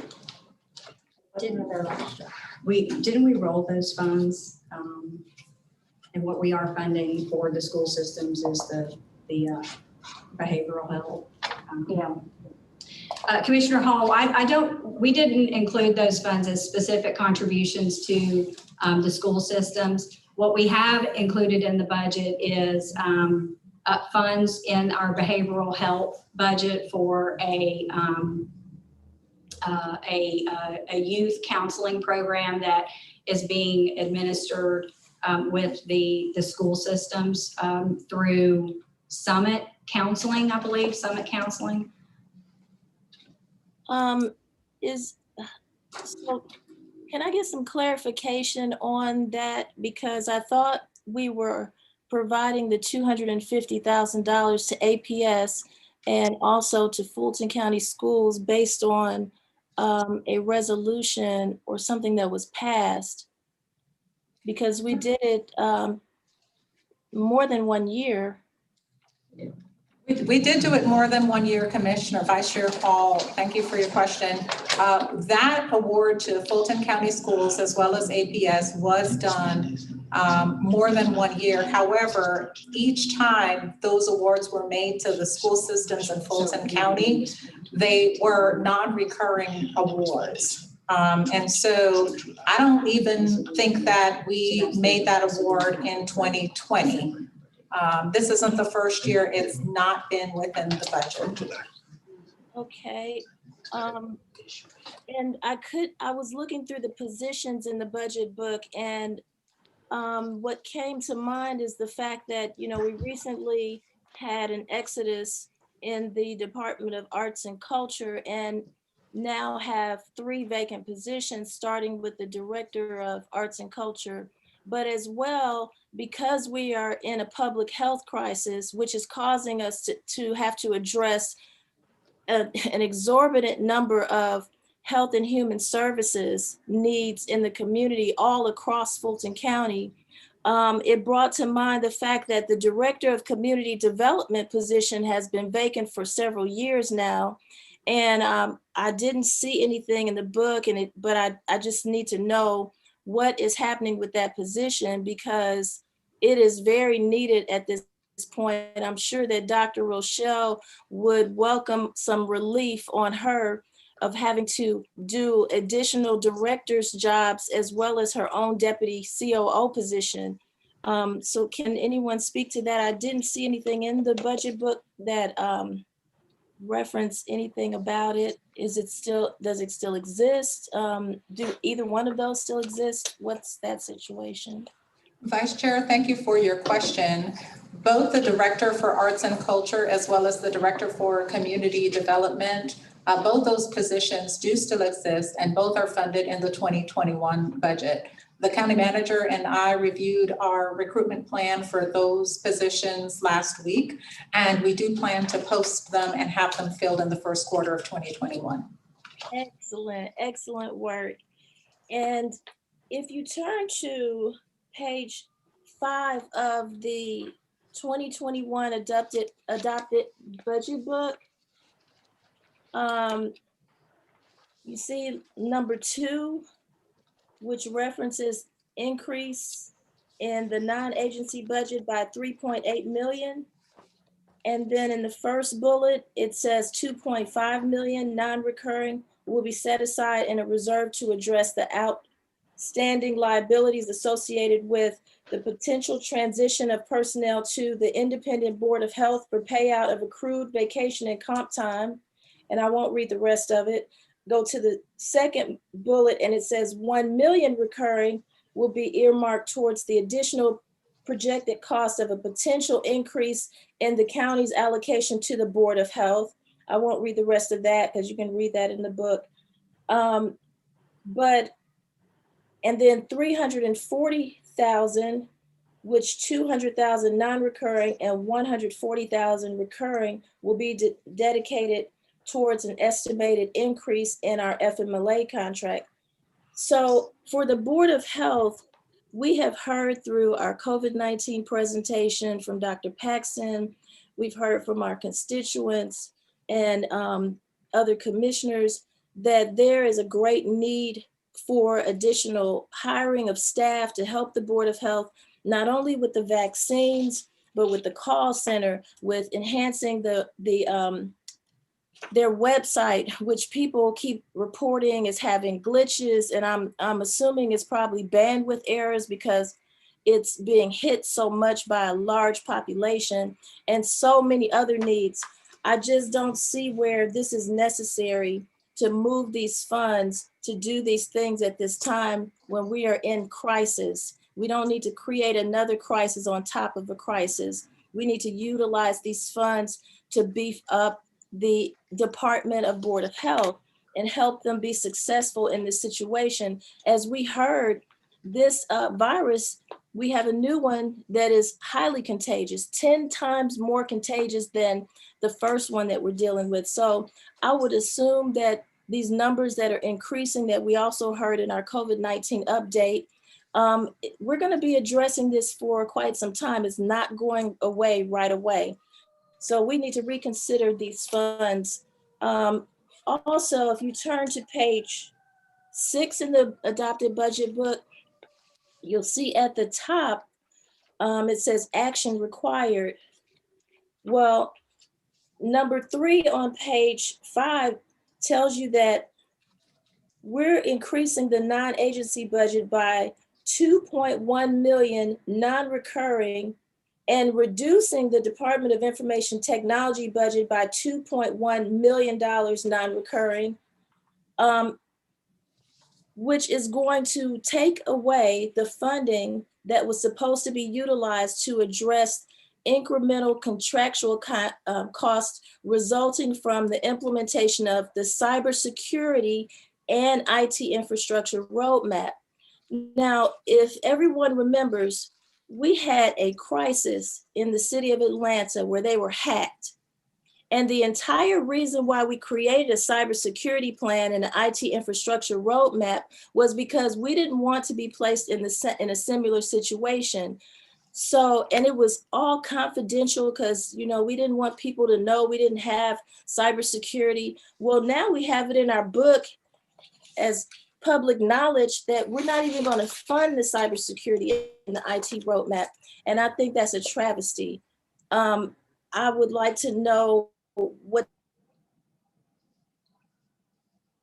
we discussed this, I mean, in its entirety, that it was a necessity. And now during a time like this, we're trying to defund it. Can someone speak to that? So Commissioner Hall, I'll start and Anna may fill in. in this particular situation, what we have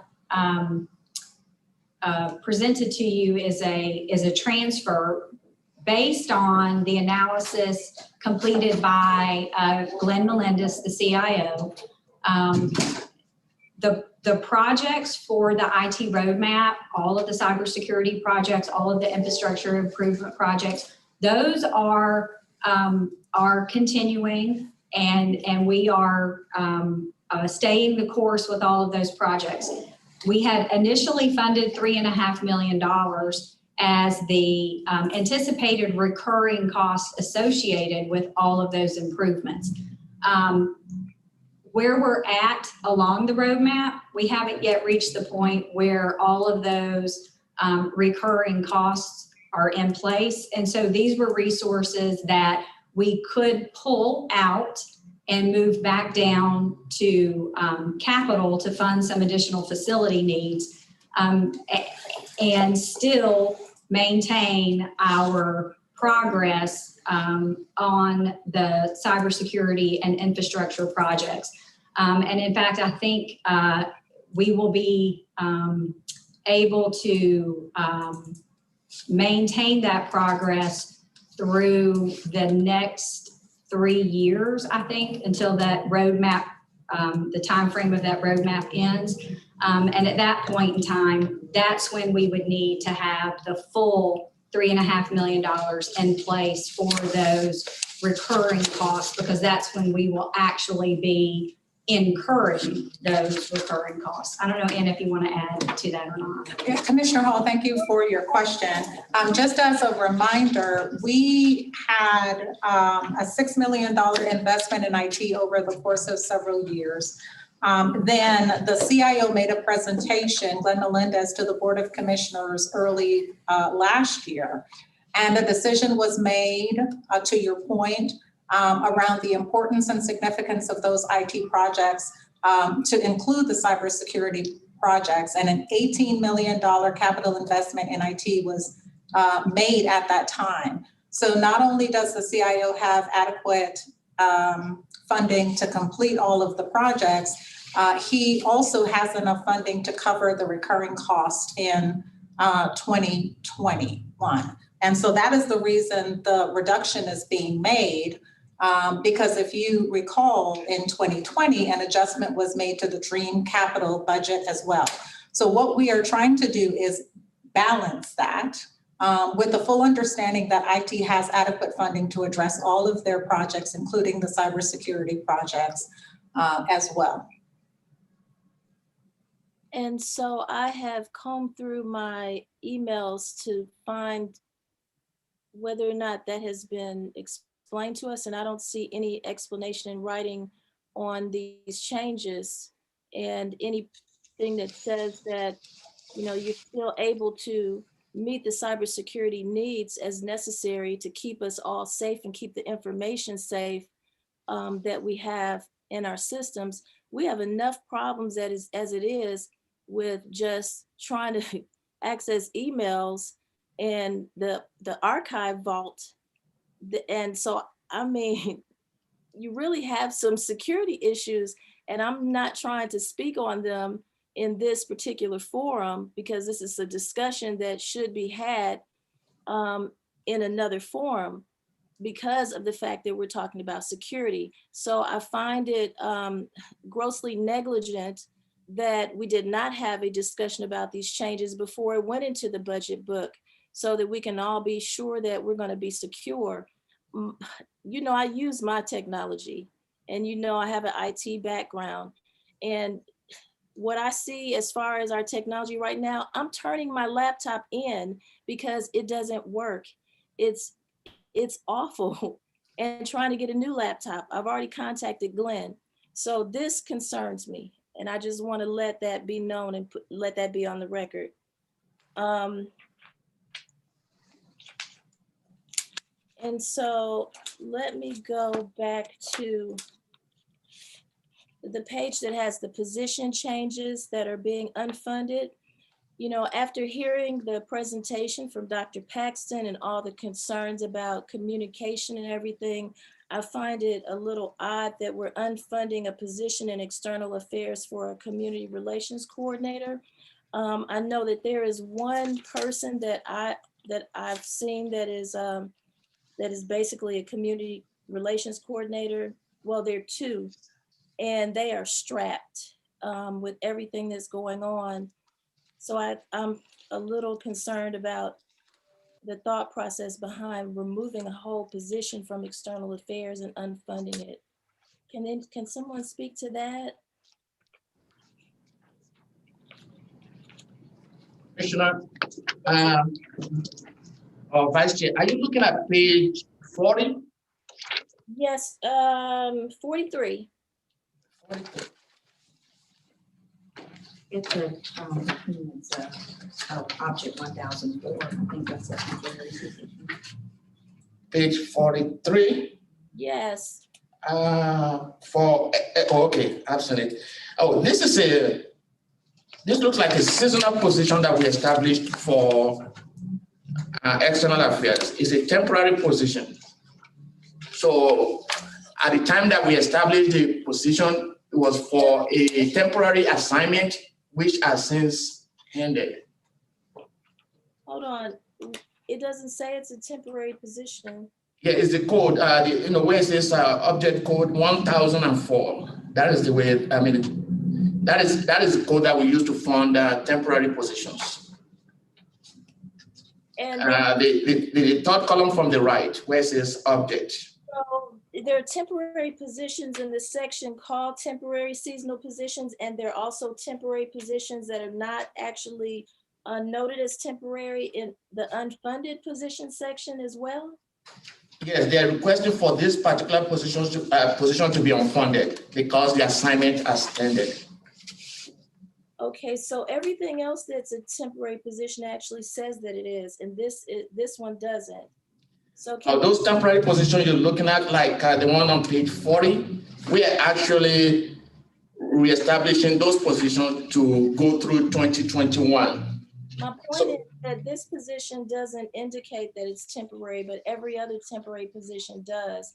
And there's an entire section that is dedicated to temporary. So I just want to ask that we make sure that we make a notation on all temporary positions moving forward, so that so I wouldn't even have a question if it said it was like all the others on pages 40, 42. I mean, there are pages of them, and then this one doesn't say that. Okay, noted. Okay, and so the other thing is we received this email from the sheriff that was sent to all commissioners, and the subject says proposed 2021 budget enhancements. Can you speak to, are these budget enhancements in the budget for 2021? No, Commissioner, not yet. We received the request about a couple of weeks ago, and we are still doing the analysis as to the request, just to be sure that we dot the I's and cross the T's. But the plan is this, though. Once we finalize the numbers, we're planning to bring something back to the board, most likely in the middle of the year. Are you saying you're going to bring them back through soundings? It could be through soundings. We look at our mid-year projection, and at that time, we will be bringing back proposal for the board to consider. Okay, well, was that communicated? Because I looked through my emails, and the only response I did see was, I believe, from Mr. County Manager. I think you actually sent a response saying that you and your team would actually review this. This is actually dated January 1st. So it has been communicated to the sheriff that this is not in the budget. Is Alton on? I am here. I'm happy to respond. Hi, Vice Chair. Hello, Alton. We have we have met with the sheriff on 3 different occasions. We had an opportunity to have a session that included the county manager, CFO, COO, and Hakeem and others, where we went down his specific requests. A number of those are actually being covered in the budget itself, some of the smaller items. Some of the other ones, for example, the request to increase the salaries for deputies and for detention officers. We're in the process of benchmarking it to ensure that we understand exactly what the costs are going to be, not only to increase the salaries for the detention officers, but also when you do that, there's also a bit of a waterfall effect because it impacts individuals who have already been hired. So that analysis is currently underway, so we can understand exactly what it will cost if we in fact to go forward with a proposal to raise their salaries in 2021. There are a number of other, I'm sorry, go ahead. Oh, you're looking at me, okay. You said that some of these are currently in the budget. So can you indicate which one of these are actually in the budget? Because when I say they're like there's like 2 pages worth. Yeah, we broke it down into about 10 different key line items. So for example, we were able to find a way to fund the, there was a request for some software for $35,000 that's going to be funded out of the current operational budget.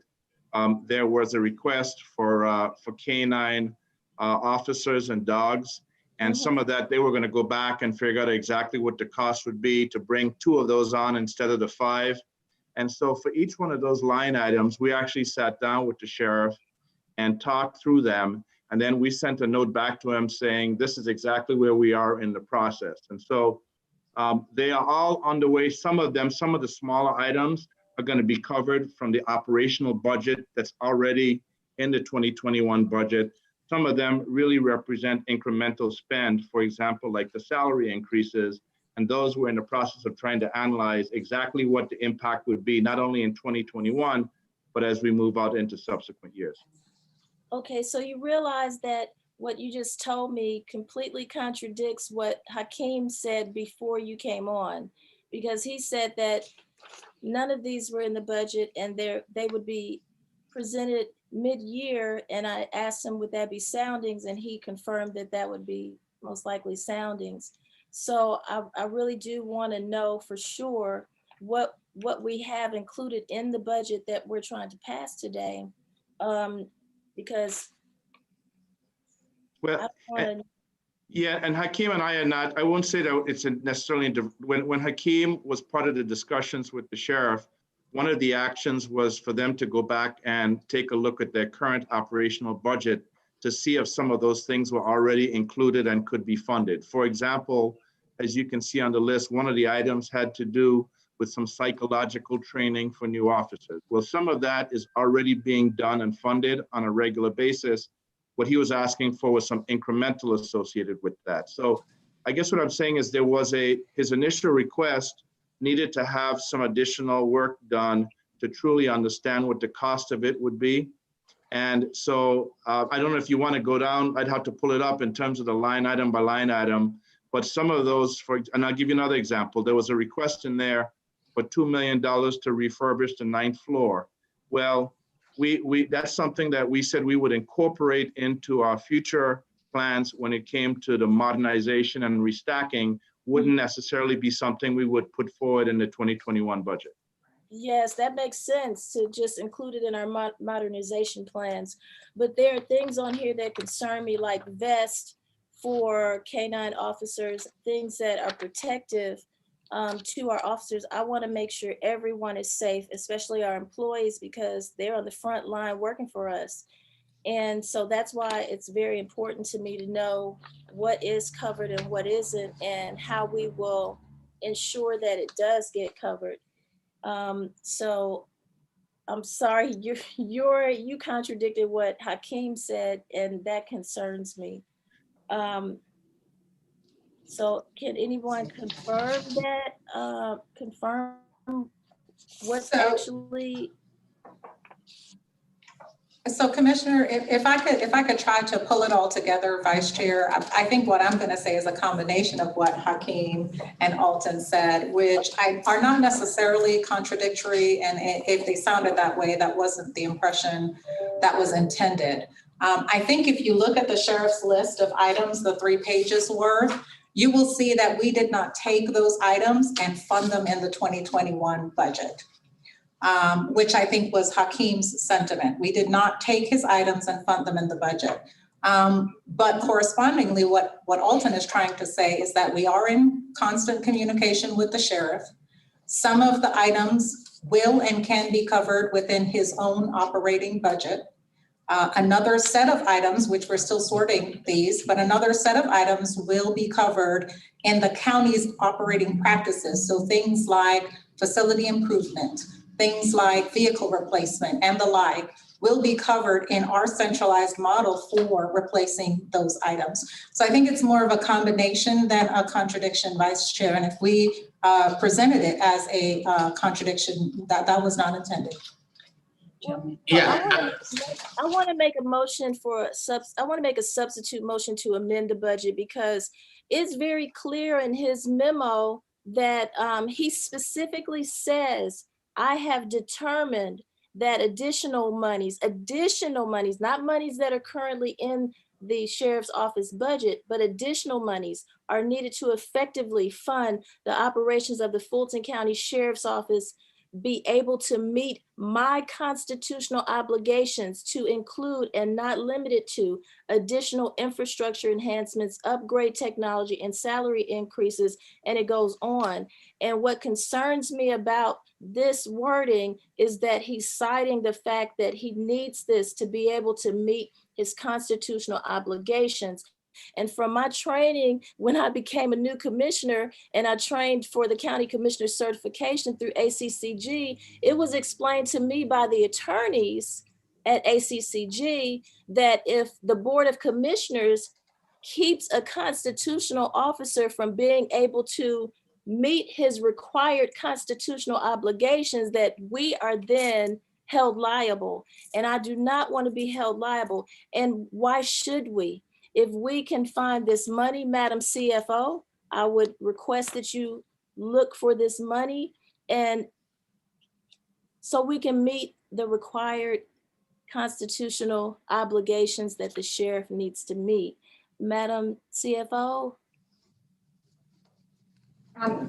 Vice Chair, because we already presented a balanced budget, the way to find the resources would be to reduce an existing allocation, make an intentional decision to increase revenue, or draw the fund balance reserve down.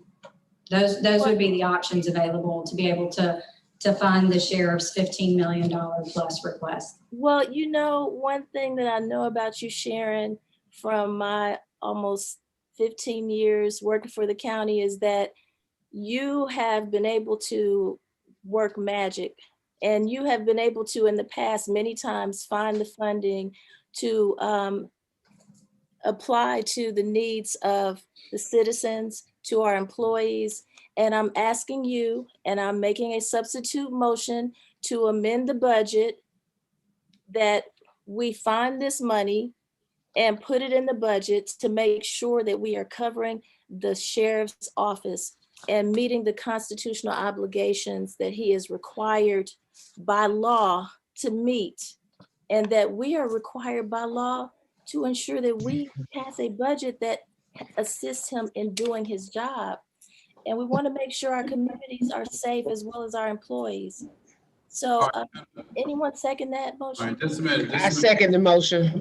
All right, there's a motion on the floor to amend the budget by $15+ million. It's been properly moved and seconded. Any further discussion? Well, I have a comment. Go ahead, Madam Commissioner Houseman. I mean, the document that I'm looking at indicates that we have gone in the sheriff's department from 90 million in 2020 to 115 million in 2021. which is a significant increase. Am I not looking at this properly? Yes, ma'am, that's associated with the transfer of the budgetary resources for the inmate medical contract. Previously, those had been budgeted in the general fund, non-agency, and we moved the funds to the sheriff's department, to the sheriff's office budget. That action was taken as part of the proposed budget this year. Okay, was there any other increases given to the sheriff's department other than just some new way to account for the expenditures of the department? Nothing really significant. There were some items, I believe, that we were able to fund, some items that had been requested that were capital in nature that we were able to fund through a transfer at the end of the year last year. Other than that, Commissioner, I don't believe we made any significant operational increases to the sheriff's budget in the 2021 proposed budget. Yeah, Commissioner, we increased the budget for the food contract. Also, we increased that budget by another $50,000 for some programs at the jail. Right. So 250,000, I mean, 245,200, as Hakeem indicated, for the food services contract, and then 45,000 to supplement some required sexual assault counseling services. Okay. I'm not disagreeing that perhaps the sheriff's office could use more funding. To me, that's a big gap, though, to go from one administration to another, 15 million, and not be able to do your constitutional duties is the reason, because I do think that the previous sheriff was fulfilling his constitutional duties. So, I mean, I think it's worth examination, Commissioner Hall, to ensure that he has got the resources he needs to run that department. Perhaps a mid-year review is in order, but that just seems like a big leap, and use that blanket reason without a big discussion. I would suggest bringing him in and having him go over what he's trying to do would be appropriate. That's a big number, 15 million. Commissioner, well, Who is this? Excuse me. Madam CFO, you want to add something now before we vote? Excuse me. No, Mr. Chairman. I always had the floor. I just allowed my colleague, Commissioner Hausman, to inject what she wanted to say. Thank you. I still had the floor. So since I allowed my colleague to say what she needed to say, I want to address what she said. And Commissioner Hausman, you said it needs further examination, but however, this memo was sent to us, and it has been a significant amount of time that anyone could have reached out to the sheriff. I know I did, and I had a long conversation with the sheriff about what this is, why he needs it, and then I waited to see, was anyone going to respond to the email? I saw our county manager responded and said they were reviewing it. So there has been examination, and so here we are. And I've already made a motion because nobody's disputed anything. We've had a whole conversation right now. The CFO, everybody has seen this. The motion is on the floor that we amend the budget so the sheriff can meet his constitutional obligations. And I don't want to be on record going against a constitutional officer meeting his constitutional obligations by law, because I already have been trained on what could happen when you do that. So Madam CFO, as you have done many times, many years in the past, I'm requesting that you look through our accounts and help assist everyone in finding this money. I have every confidence in you. And as the late Fulton County Commissioner Emma I. Darnell used to say, Sharon knows what her job is, and Sharon always does what her job is. That's why Sharon's been here longer than most.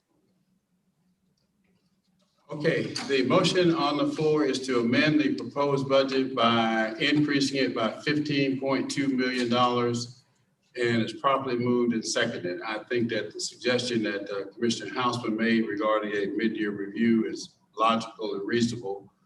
So let's vote, please. Well, are you calling off discussion, Mr. Chairman? Is that what I'm? No. This is just on this amendment. Well, I have another comment on this amendment. You have the floor. Thank you very much. The county manager was reviewing. Did he submit any sort of information to us after that review, or does he have any comment on the review he made of the request?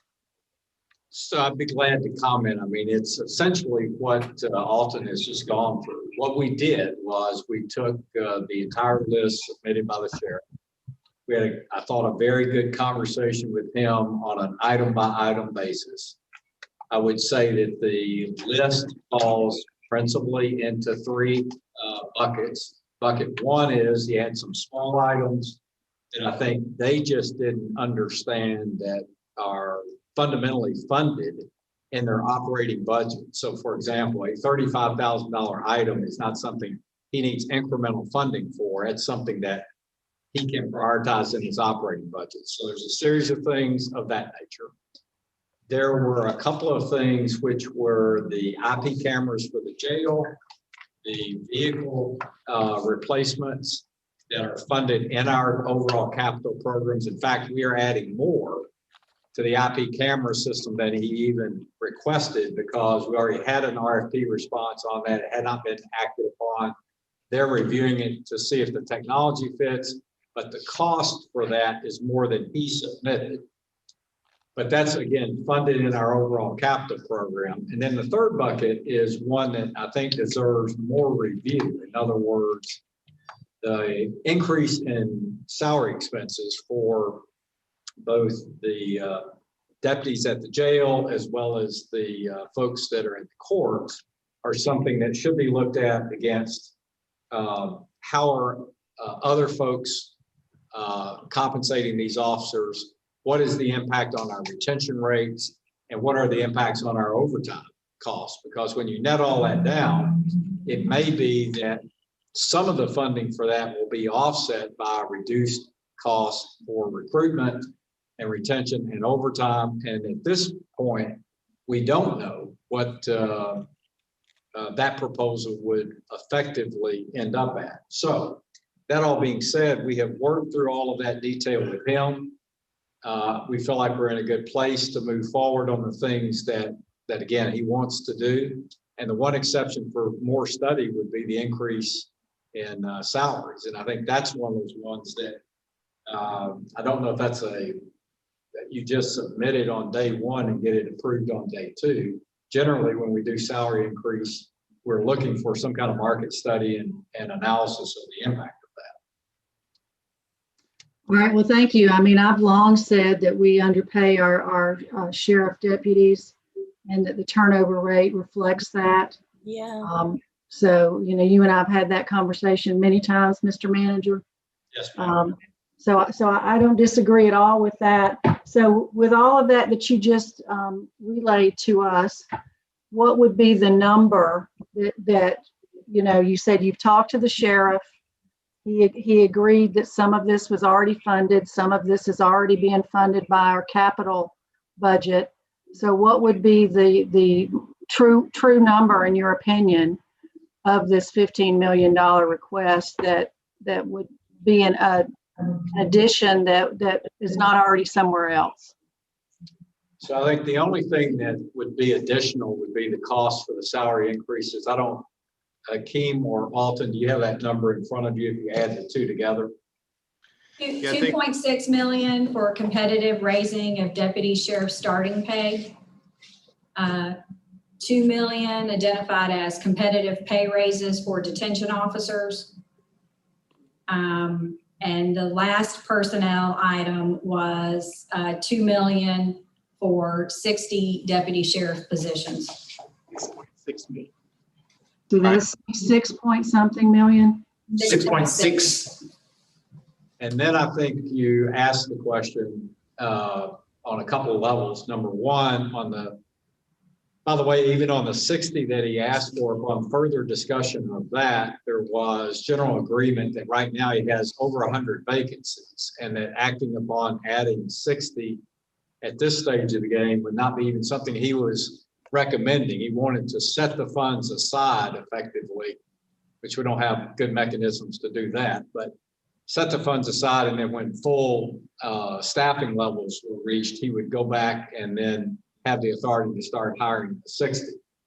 On the salary increases, what I'm saying is if you took those two numbers and added them together, what's missing is a couple of things. Number one, has there been a thorough analysis to determine that that is the right pay rate that equates to what others are paying? But then number two, does that, by virtue of raising those pay rates, offset retention losses that we have and the associated costs for recruitment and training, and does it reduce overtime costs that we have? We don't have that analysis done. So I thought we left our discussion with him with a good agreement to go and do the work to determine what that proposal would look like, and then bring that back to the board at a subsequent date. This is Vice Chair Hall. In any normal BOC meeting where we meet in person, we would call the department or office or constitutional officer up to the podium to address what we're speaking about concerning their office. And so do we have the sheriff available where he can speak to that? Because from what I know, in the very beginning, Sheriff Labatt was meeting with the Chief Human Resources Officer, Alton, Anna, our county manager, our Chief Financial Officer, and many others. And his asks have not changed, because I too met with him and asked him about how was he going to come into office as sheriff, because for me, it's very important.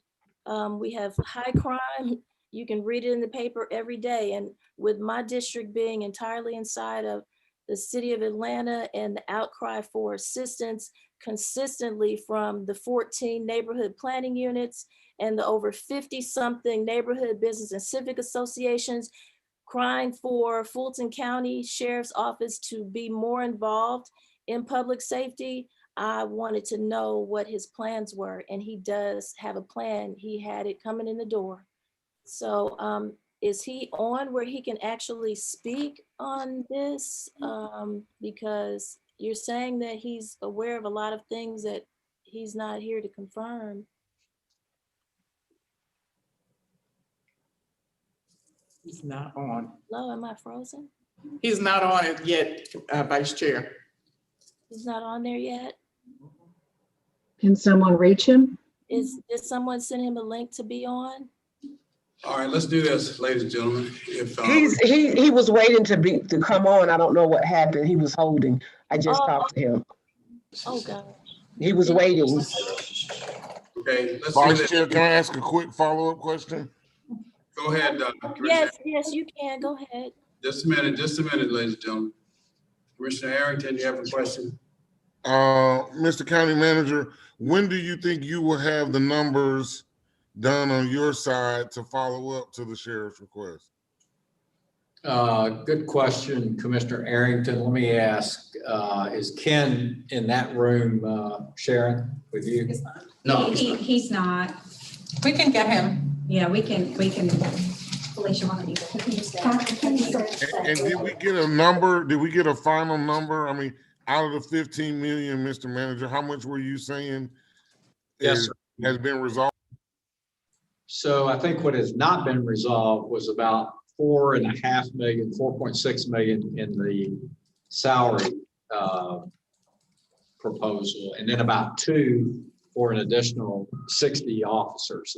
So that's 6.6 of the 15. I think the rest of the 15, call that what, 8.4 is more or less resolved in other ways. So about 6 point, sounds like to me about 6.6. Vice Chair, Sheriff Labat is holding, he doesn't have a link to get on. He's holding on the phone. He's waiting for a link to be sent to him. How do we? We're working on it. They're working on that now. Okay, I'll let him know. Thank you. So let me just make sure I'm clear on what our county manager was just saying. So, Mr. County Manager, you said you've resolved 8.4 million of that 15 million because of you have like the fleet that's going to cover the vehicles that he's mentioning for 2 million and some of these salary items. I know Alton said about the IT system, and you said the jail camera systems are already funded in the capital budget. So is that correct on that piece? Did you? I'm sorry. Oh, yes, ma'am. I'm sorry. Could you hear me, Madam Vice Chair? I did, and I didn't hear. I heard Anna and Hakeem and everybody. I didn't hear you. I'm sorry. Yes, ma'am. I think everything is and can be included in the general expenditures of our capital program or within his operating budget, with the exception of the 3 items that relate to salary increases, either the salary increases on the detention officers and deputies, or the addition of 60 positions. Those 3 items, which in round numbers, and Sharon can correct me if I'm wrong, total to about 6.6 million. Everything else could be covered. Okay, so in essence, we're saying that this memo at least shows that he needs 6.6 million additional funding in his budget to meet some of these constitutional obligations. Yes, ma'am. Yes, ma'am. Okay. In his opinion. Yes. So are we still waiting for the sheriff to get a link? Yes. Okay, well, if you don't mind, I can go ahead and move to my next question while we wait. You still have the floor, Vice Chair. Okay. So just let me, if you need to interrupt me to let me know that he's on, please do so. Okay, so a couple other things. Sorry, I gotta turn my pages.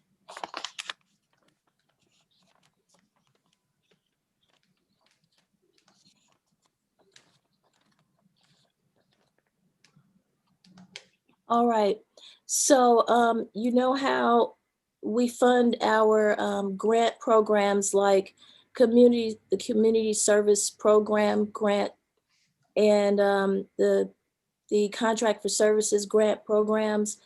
And my question is, have any of those programs been decreased in funding or increased in funding? Or are they the same as always?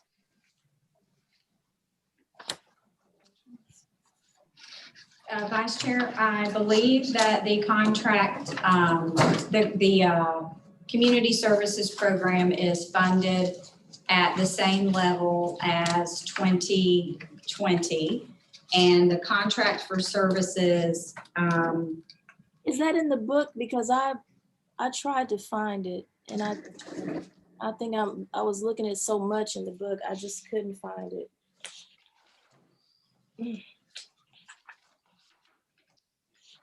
It is,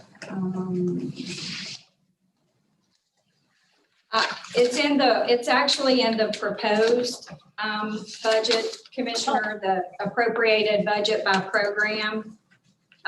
Page 15, community service grants, 5.3 million. Wait, page 15, hold on 1 second. Oh, wait, but you said it's not in the adopted, it's in the proposed? In the proposed budget, Commissioner, at the beginning of the book, we provided a summary of the proposed by program area, by priority area. And so each of the programs were identified individually in that document. Well, I do have my proposed budget book as well. So let me go to page 15 so that I can stay with you on this. And okay, so which line? I see the community development lines. So now I know why I missed it, because I was looking at the actual adopted budget book and I had completely put aside the proposed. But I'm trying to find it. Is it the community? Well, I see community service grants. Yes, ma'am, 5.3 million. So what portion of that is actually for our community service program grant? That is the entire grant allocation. That's the amount that is allocated out. Okay, great. And then the contract for services grant, is that, I don't see, hold on, let me go back.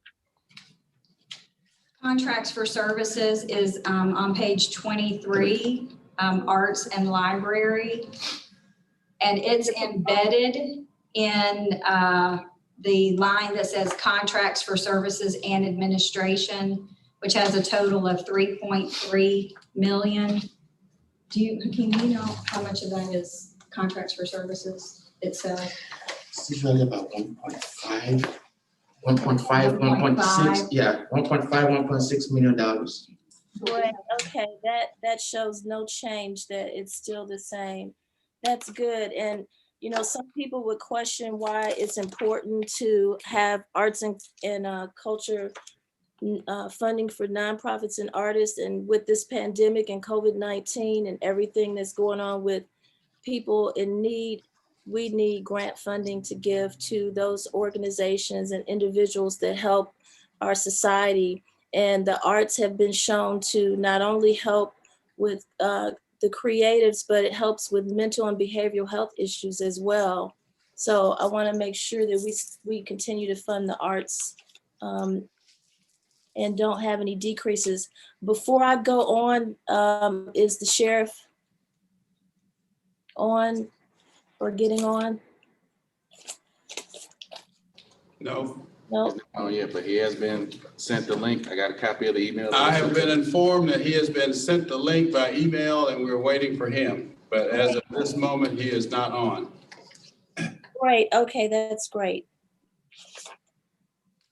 So the only other item that I have is I asked for, I think it was $50,000 for the markers to be moved here from Alabama to Fulton County. And these are the markers that are for the issues with slavery and civil rights. And was that funded in the budget, or do I need to ask for that to be funded again in the budget? As well as, wait, well, first I'll let you answer that. Vice Chair, I do not believe that was a specific funded item in the 2021 budget. Okay. Vice Chair, excuse me, Sheriff Labat was sent the link, but he does not have the meeting ID and it will not allow him to get on. Oh, well, yeah, you have to have the meeting ID first. He was sent a link. I'm speaking with him now. He does not have the meeting ID, is not allowing him to come on. That's the first thing you have to put in on a Zoom is the meeting ID. All right, commissioners, they heard what was just said. Our technicians are here in the process of sending him whatever he needs so that he can log in or sign in or whatever the proper term is. Maybe they need to be on the phone with him. Yes, Commissioner Housen, you're right. Is anyone on the phone with him to help him?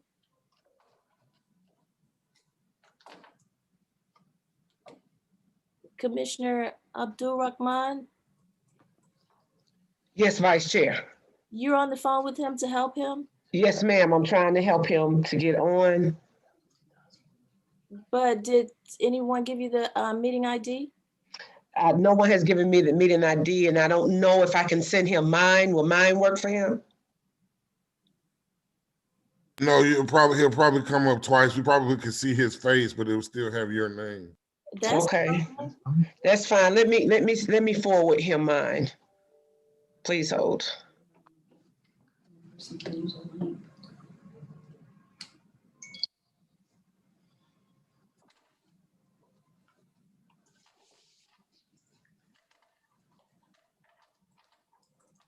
Thank you. Now they can, Chairman. Well, while we're waiting for him, I would like to ask our county manager a question about another question about some grant funding that that came up.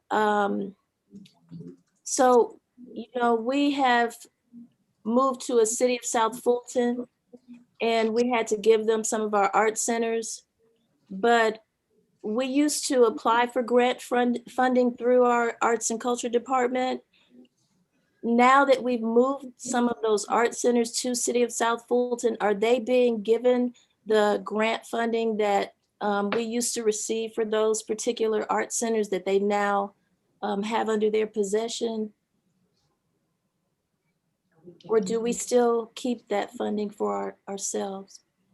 Because we do still have art centers under the county. Yes, ma'am. Anna, do you know the answer to that question? So, I mean, I think I can answer quite plainly that if Fulton County applies for arts funding and receives arts funding from a grant, we do not give it to the city of South Fulton. They would have to pursue that funding themselves by their own means in order to receive that money.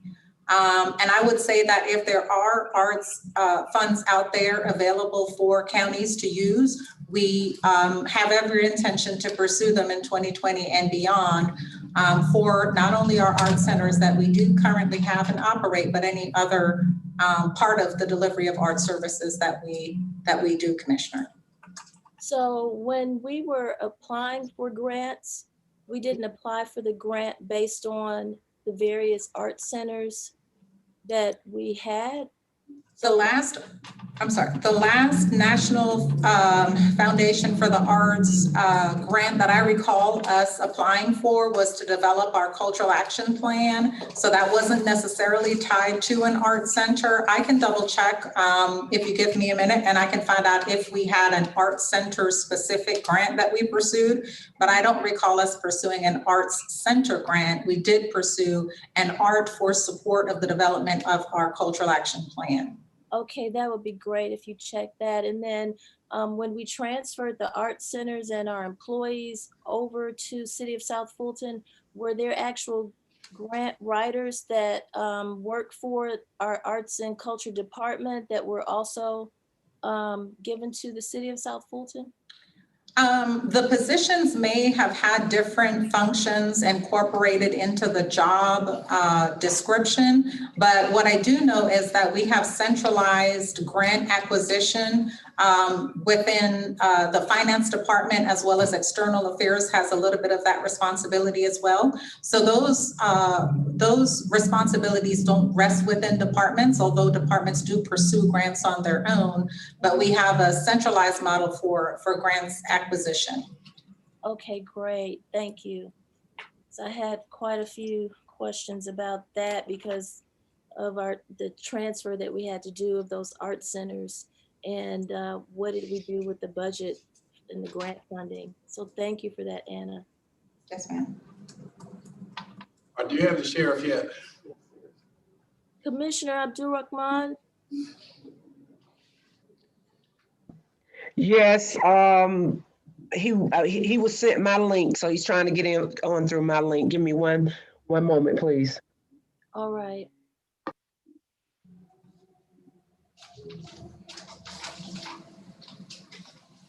Mr. Chairman. Yes. Jessica Mr. put on the chat that the link has been provided to him via text and email, and they're working to assist him. So Oh, thank you, we probably Commissioner. shouldn't be duplicating those efforts to assist him. Oh, thank you, Commissioner Morris.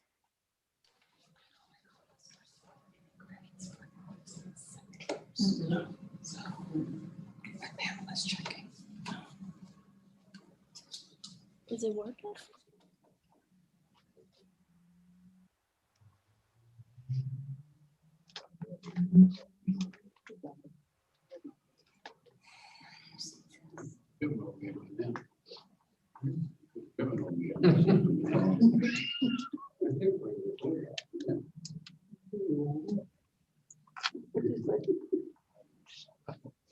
He could agree with you.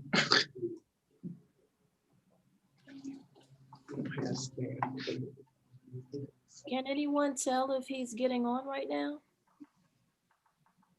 He hasn't arrived yet. No. He's still talking to the tech person. Oh, okay, that's good. It looks like he's trying to get in right now, Commissioner Vice Chair. Good, good. There he is. He's here. Sheriff Muhammad? Unmute. Yes, ma'am. All right, so were you listening to the board meeting when I addressed the letter that you sent to all of us on the Board of Commission? Did you hear the conversation about your letter? So if I could provide some background, if that's okay. Please.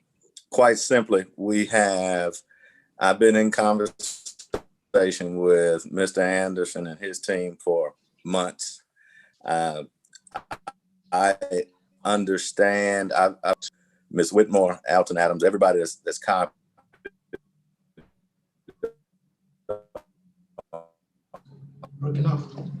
letter. I can't. And can you hear me? Can you hear me? You're breaking up badly, Sheriff. If that's okay. Is that better?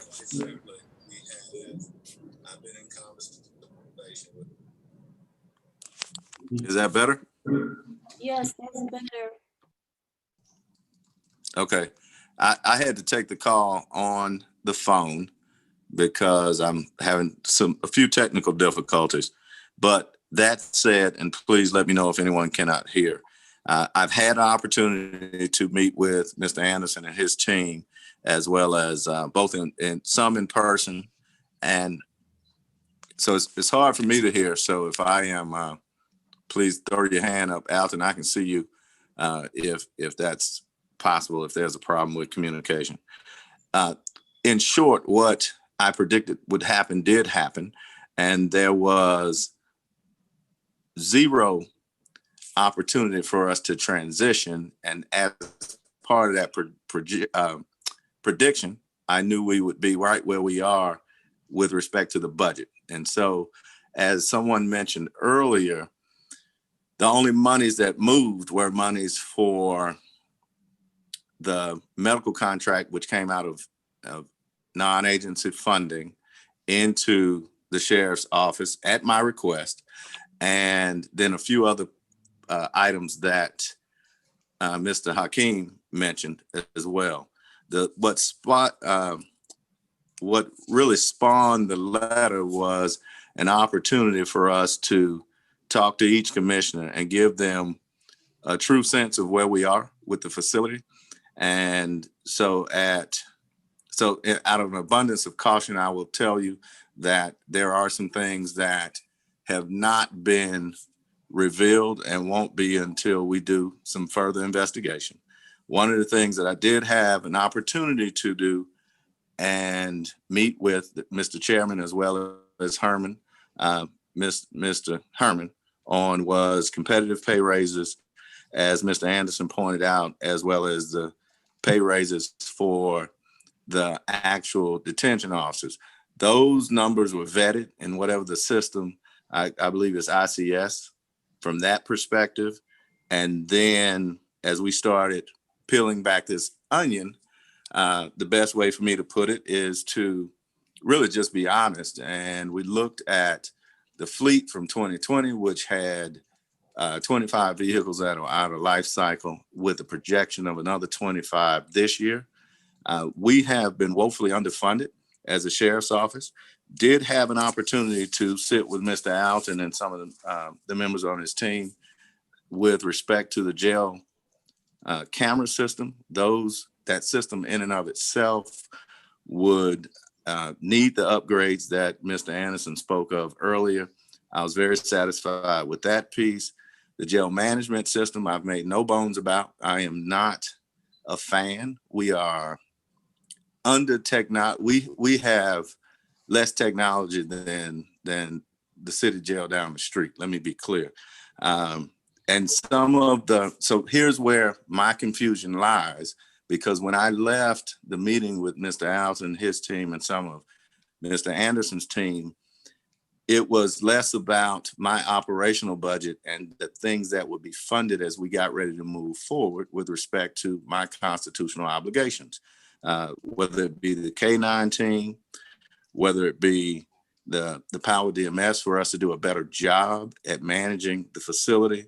And so where we were not budgeted for it last year, we certainly wouldn't be budgeted for this year.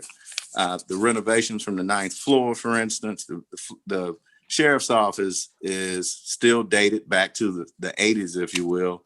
But I was led to believe, and I certainly appreciate Alton and his team, and certainly Mr. Kirby and the Dream Team, if you will, that there were monies in that in their line items to accomplish such things, and only to find out later that while that money may be in those streams, it was not intended for the sheriff's office. Going back to, and I'm going down this list as I see it, so if anyone has any questions, I certainly can answer that.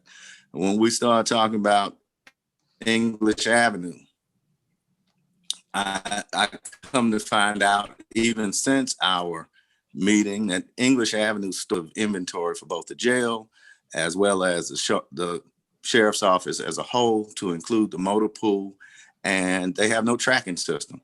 So, out of abundance of caution and not understanding the direction totally of this meeting, I've already partnered with not Georgia State, but Georgia Tech, and a supply and demand logistics chain to try and get you all. You broke up. Really turning the corner on that. You broke up on that. You broke up again, Sheriff. You broke up. Okay, so what I was referring to with the inventory and us being able to track or not track with respect to our inventory is I am going to partner with Georgia Tech to see how we can hopefully get some things donated to us from their class participation. They actually lead the industry when it comes to supply chain and command or control and inventory. So we're working on that project to get a more robust completion of this project. But right now, we're still doing everything on paper. And so that in and of itself is new to us. As I get to the next topic in terms of branding, again, and please, I want everybody to understand, I certainly appreciate everyone's efforts, but these are things that we try to get done really late November and December so that we can understand, even coming in, the basic things that we need. And so the other thing I'll do is I'll defer to Madam Vice Chair, with respect to, and let me say thank you, Commissioner Hall, because between her and one or two other commissioners, let me be clear, I've had an opportunity to express my concerns. That's how I came up with this price tag. Everything's been vetted. I have had an opportunity to meet with Alton and certainly Dick to some degree. And so while I am trying to be considerate on both sides, we are in need of everything on this paper. Now, does it mean that, and out of abundance of cooperation, if you will, when we start talking about the deputies, I am okay if it is a county function and we are able to hold those positions and appoint that the board, we can create an environment that I can talk to the board and say, okay, we feel these obligations. This is what I need. Maybe it will, or maybe it won't function that way, but that is one that I've been led to believe that is an option. And so I also was told that there may not be an opportunity to do a mid-year review. And so I did hear Commissioner Hausman when she asked about the different gap between the incumbent and myself. And I'd actually point out that the incumbent did ask for a $13 million budget enhancement, and it was turned down. And so when I asked for the information, I like being very clear. I was told when I was sheriff-elect that I could not have it without his approval, and that it in fact could not be extracted from the finance tool to give me a view of what was really needed. I actually happened to agree a lot with the incumbent once I was actually sworn in, able to get those numbers and prepared to move forward from there. So with that said, I think that provides a little background on where we are, and I certainly hope we can move forward together. All right, let me ask you this. The county manager of the $15 million request, the county manager says that I think he was able to resolve about 8.8 million and that there's only about 6.6 million unresolved. He Can said you speak on that? And 8.4. So I heard that part. I do believe that he is he's very in line with at least my thought processes, but I would like to see and add with respect to our vehicles, excuse me, we need to do more there. So whatever consideration can be given to that.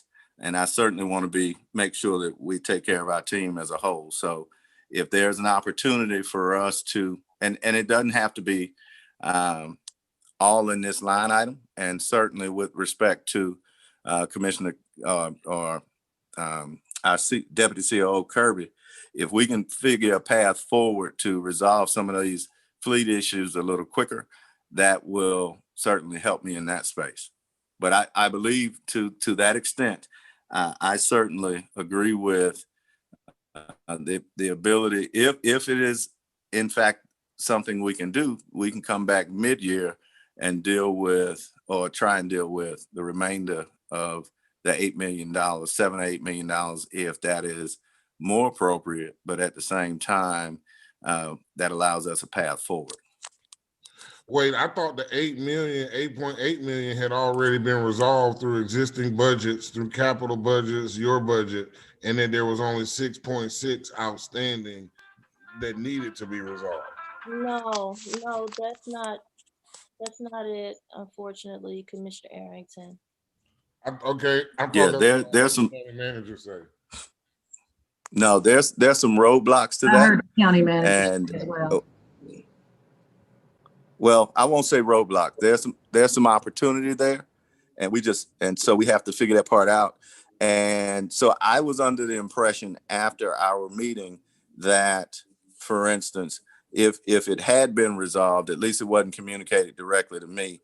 And if we can agree that has been resolved, I'll certainly err on the side of the county manager and getting it resolved, and with the understanding that I am completely transparent in everything we do. So I hope that is a path forward, and then we can move from there. And the other thing I will do, if it is okay with the county attorney, at some point, we need to have a very transparent conversation about the condition of the facility. I've taken the opportunity to document some of the things that we need to talk about, and they're very serious issues. But I need to make sure our Board of Commissioners understand this. And so to that end, I am working with Mr. Adams to make sure we do that in the most expeditious way and the proper way, because I don't want to open us up to any unnecessary obligations and oversight, but I will certainly partner with our law department to make sure that we do that in the proper manner. Thank you, Sheriff. So can we say that 6.6 will suffice for now to help you meet your constitutional obligations? If we visit. We can say that. Yeah, I think, Madam Vice Chair, I think to your point, I would say, in all honesty, it's be closer to 6.8 to help me go down that road, because any constitutional obligations, as long as we're moving forward together, suffice from that perspective. And then, as each of you know this about me, I will certainly be very transparent about what we need as a sheriff's office. And we say my goal is for us to work together to be very transparent about that and see how we do what's best for the county as a whole. And Sheriff Labat, I also want to echo the same concern about the jail and the condition of it. I have visited that jail not too long ago, pre-COVID, and it was a travesty. And so I hope that, you know, if we are not doing what you need to help rectify the situation with the jail, please let me know, because I want to be very proactive in ensuring that I'm doing everything that I can do to help with that situation, because it's really terrible.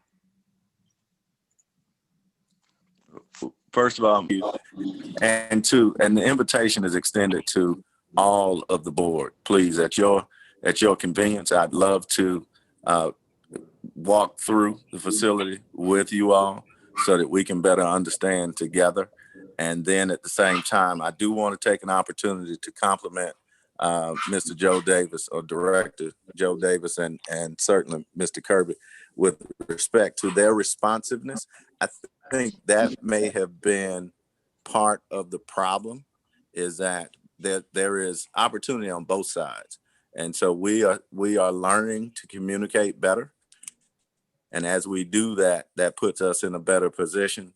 And so I do want to give them a compliment, but there are some things, and as a board, we need to be able to discuss that. All right. So the motion was on the floor for a substitute motion to amend the budget to include the sheriff's needs. And at this point, we have $6.8 million as what the sheriff is saying that he needs immediately to meet his constitutional obligations. And so does that change the motion, since the total amount has changed? Okay, the motion on before that has been made, properly made and seconded, was to increase the proposed budget by 15.2 million. That's what's before us now. So I'll make a motion to amend, a substitute motion to amend that to $6.8 million. Just change it, the same motion to 6 point change us from 15.2 to 6.8. All right, so the motion then before us, been corrected, properly moved and seconded. Has it been agreed to? And who was it? I think Commissioner Abdul was a seconder. Do you object? Are you okay with going from 15.2 to to 6.8? Yes, Chair, I agree to the 6.8. Okay, so that motion then, the motion before us now is to amend the proposed budget by increasing it by $6.8 billion, properly moved and seconded. Any further discussion at this time? All right, let's vote. Mr. Houseman, Yes, I'll support it. Mr. Ellis, No. Mr. Morris, No. Mr. Hall, Vice Chair Hall, Yes. Mr. Harrington, Yes. Commissioner Abdul Rahman, Yes. and I vote no. And the motion passes. Motion 4 yeas, passes. 3 All right. nays. Next item. We're still on the budget. No, we're still on, that's one, we're still on the budget. Anything else? Vice Chair, you still have the floor. I'm sorry, I couldn't hear you. For some reason, it's wavy. Listen, you still have the floor. That motion was approved. We've increased the budget proposed budget by $6.8 million. And Madam CFO, you will have to work that magic that you've been, you're gonna have to come up with it in some way. But Commissioner, Vice Chair, you still have the floor. Can you hear me okay? Yes, now I hear you. Thank you so much, Mr. Chairman. I have no further questions. Okay, Commissioner Houseman, you were next. Yes, thank you, Mr. Chairman. My item seems somewhat insignificant compared to the last request, but it's very, very important. For about as many years as I've been on the commission, my office has received numerous complaints about how long it takes to be served if you need probate services. As you know, we now have a new probate judge, and she is willing to add staff and services to accommodate the needs that we have throughout the county. In North Fulton, the area that is designated for her services is not adequate. There's not space. She has visited our facility at Maxwell Road and is agreeable, if we are agreeable, to providing her space at Maxwell Road to put in some operations there. It's my understanding that she's going to increase services at the South Annex as well. So my request is for the capital needs, in order to give her space to operate and have more services in North Fulton. Mr. Adams has given me a rough estimate of $250,000 to accommodate that expansion. And so I would like to move that we add the funds to the budget to provide space for probate services at Maxwell Road at $250,000. I'll second that. Second, all right, any questions or comments? Let's vote, please. Just a question. Yeah. Where will that money come from? We're going to leave that up to the CFO too? Well, I want to get back to that because before we adjourn today, we're not going to leave here with a budget that's not balanced. So Madam CFO. Mr. Chair. Yes, just a minute. Okay. But we're going to balance this budget today. So whatever we do, Madam CFO, I hope you have your pen and pencil out in the other room and let us know where you plan to get that 6.8 from and this 250 plus and any others that may be forthcoming. So Commissioner Ellis. Yeah, I just would say that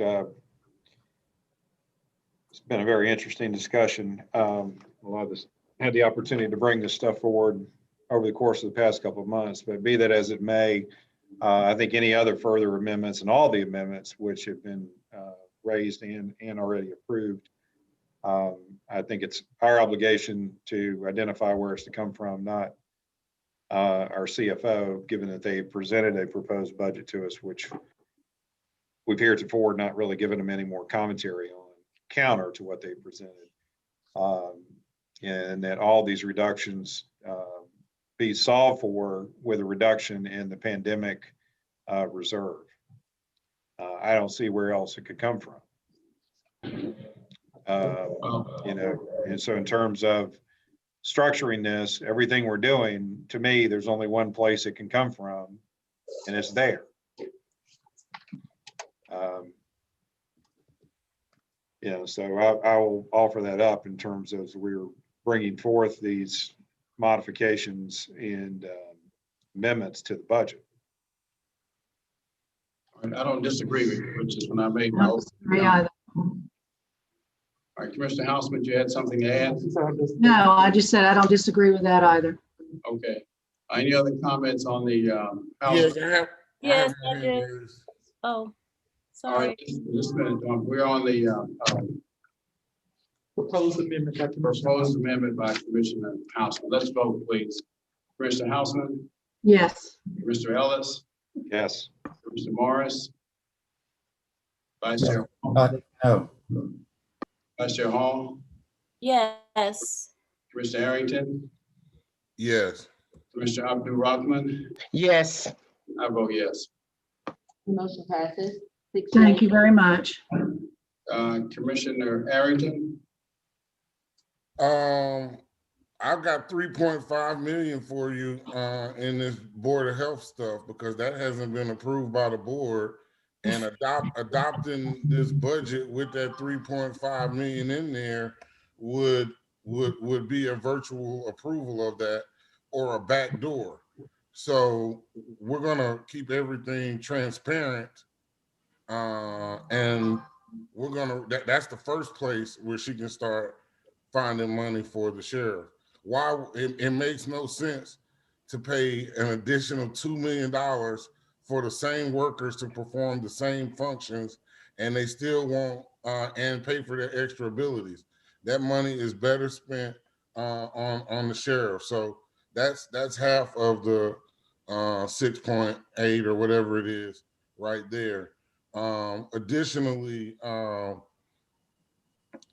you know, I'm certainly big on the arts, as Commissioner Hall talked about before, and so I wanted to make sure that we that we had 250,000 allocated for Fulton Films.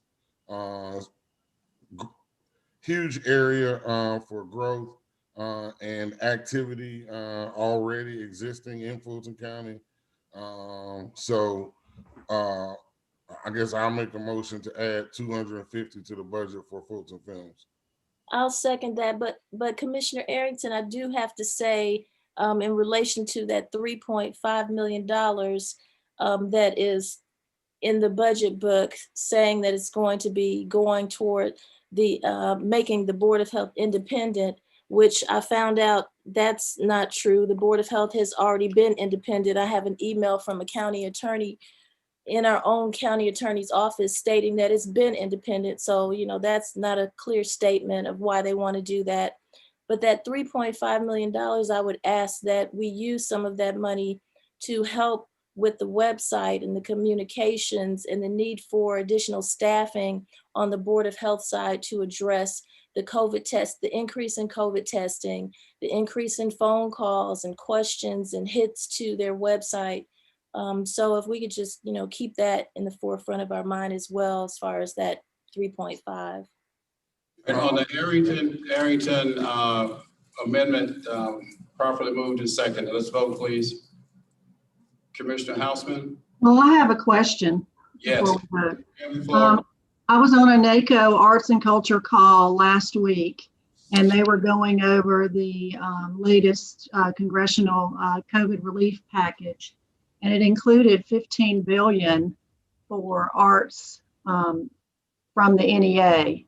And I don't know if we are looking into that program, if we're eligible as a funder of the arts to apply, but has anyone done any investigation on that?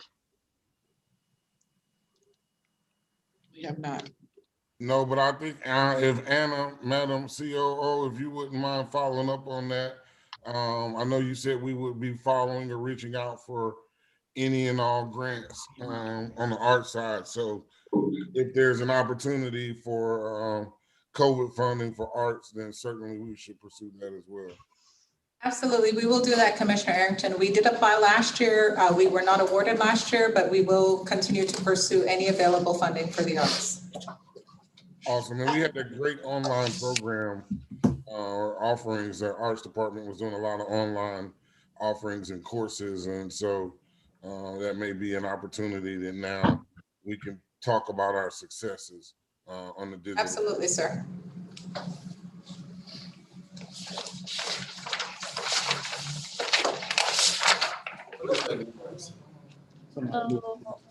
Okay, Commissioner, let's vote, please. Commissioner Houseman, No.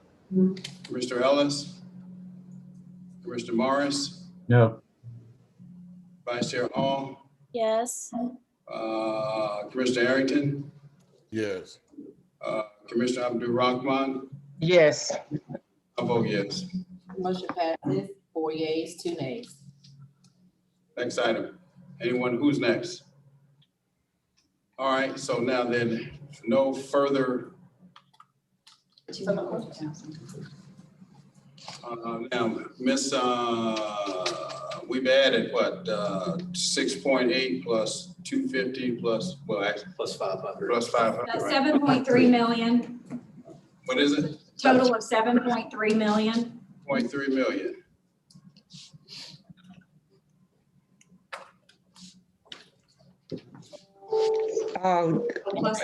Chairman Pitts. Yes, sir. I respectfully ask, has anyone actually spoke or was there a discussion with the needs of our Fulton County DA, Funny Willis? Whether it was supplemental or anything that may have been denied? Can anybody speak to that, please, sir? Mr. Adams, are you with us? Yes, I am. I'm happy to. Commissioner, we've had, just as a little bit of background, we started meeting with the sheriff and DA Willis back in August in anticipation of their transition, and also understanding there wasn't ideal communication. And so over that period of time, we've had a number of discussions about her needs. We've had meetings regarding her need for supplements, which the board approved in the last session. Last week, we went out and looked at some properties associated with her desire to have a new evidence facility. And as you know, there was a discussion, I think, at your break regarding the cancellation of some leases. So yes, we've had discussions with her. I believe that at this point in time, we've met most of what she needs. I do believe, however, as we've had the discussion with the sheriff, that there will need to be a mid-year discussion as she finds out more about what she needs in the office.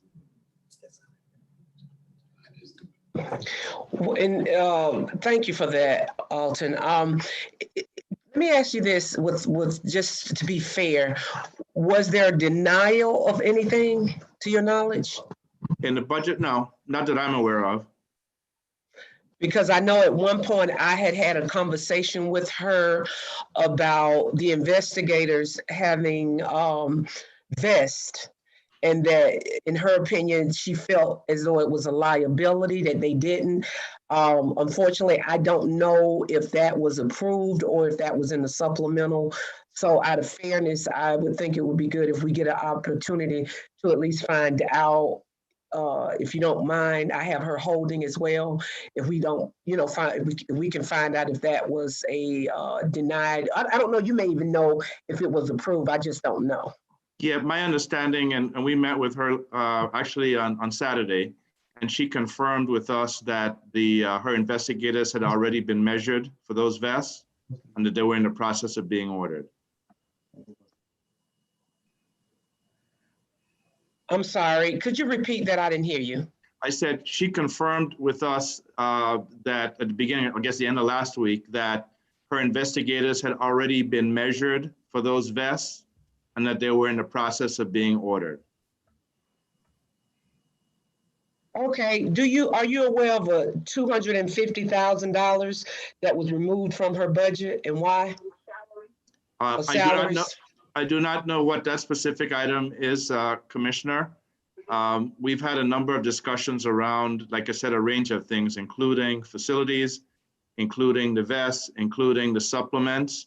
And as you know, like I said, I think the biggest issue from a compensation standpoint, as I understand it, was the desire to make sure that we were able to provide those supplements for the individuals for her assistant district attorneys, which was approved at the last meeting. Can I make a suggestion that we allow DA Fonnie Willis on, because I can't speak on her behalf, and there's some little misconceptions or misunderstandings. So can we do as we did, forward it to Sheriff Labat to allow our newly elected DA to be able to come on and clear up what I see as a misunderstanding or maybe some clarification? Just a small amount. We're not talking about a large amount.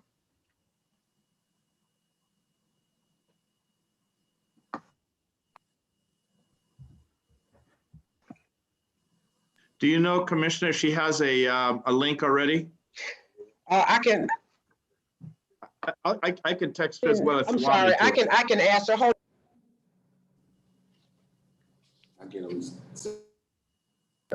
I'm sorry. My chief of staff is trying to see if she got a link. Hold on one second.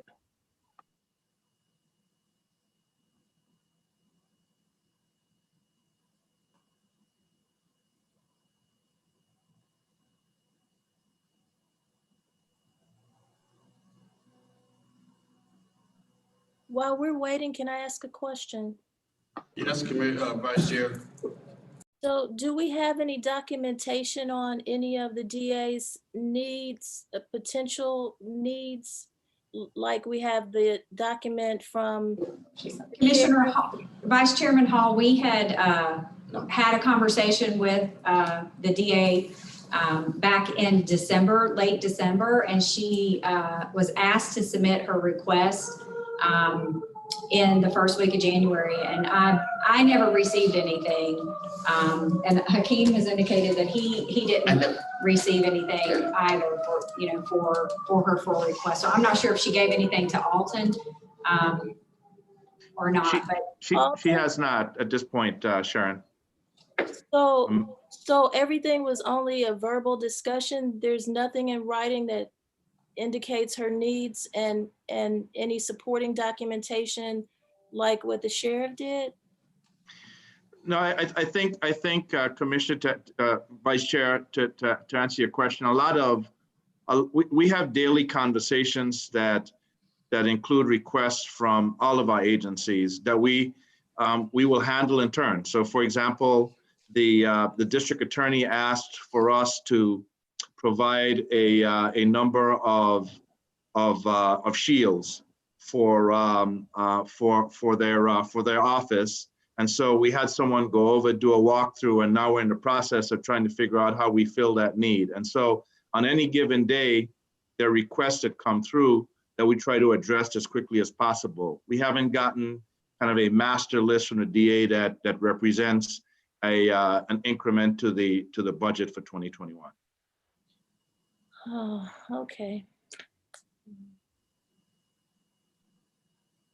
And I think that Commissioner Abdur-Rahman had asked about the unfunding of positions. As Hakeem mentioned earlier, we did not refund the Project Level Up program, which had positions associated with it. Those are the only positions in the general fund that I'm aware of associated with the DA's office that were not refunded.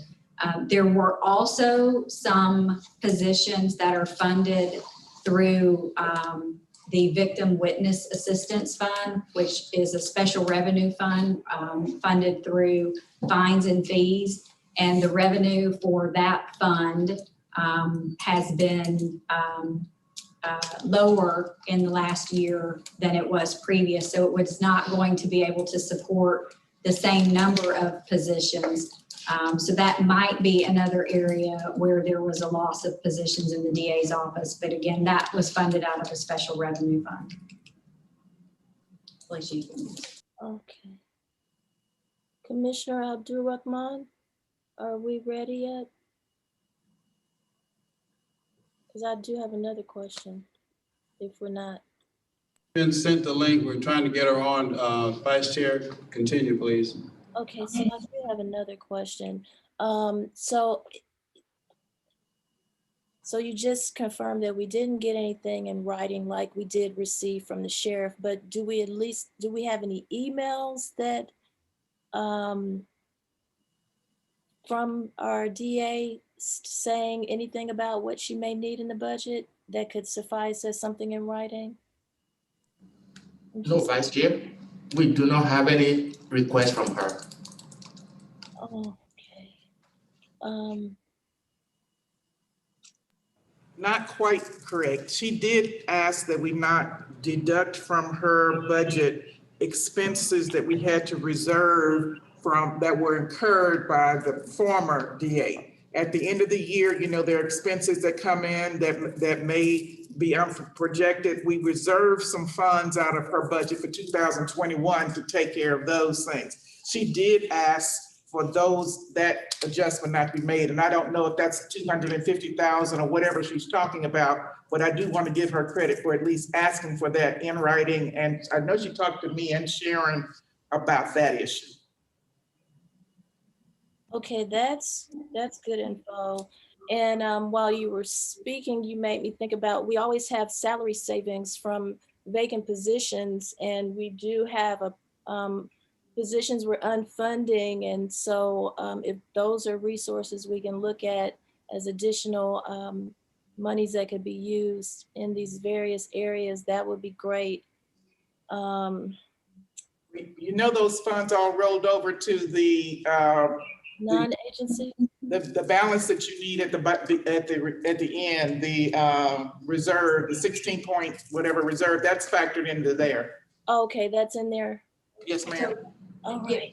Yes, thank you, Patrice. I was just going to say that any unused salary funds from last year dropped to fund balance have been carried forward.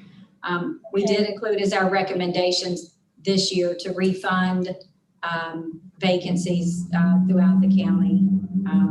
In the district attorney's office in particular, the human resource department and finance have been working with her as she works through her hiring process and fills her positions. And so they have a rolling process in place, where as positions are vacated, they are refilling them rather quickly. And I believe the DA has a goal in mind for filling her positions by the end of the first quarter. Yes. I believe it's by the end of the first quarter that we're trying to get through her full recruitment process.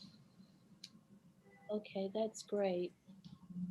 Do we have her, is somebody working with her to get her on?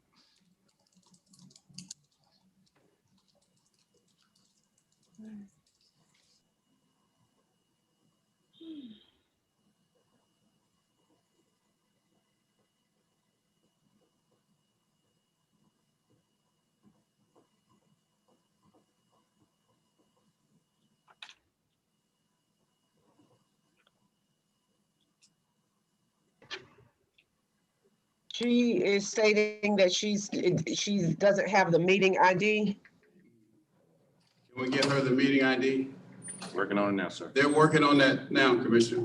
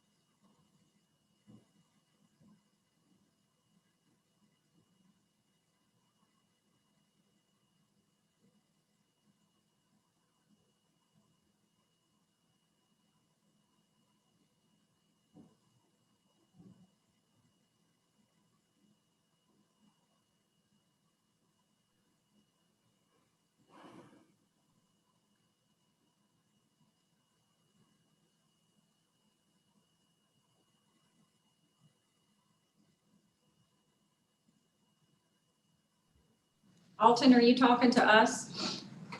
You're muted. I'm talking to the DA, trying to sort out getting her on right now. Okay, thank you. Commissioners, we have provided Ms. Willis a link, just working, I think Alton is working through some technical difficulties. Thank you, Jessica.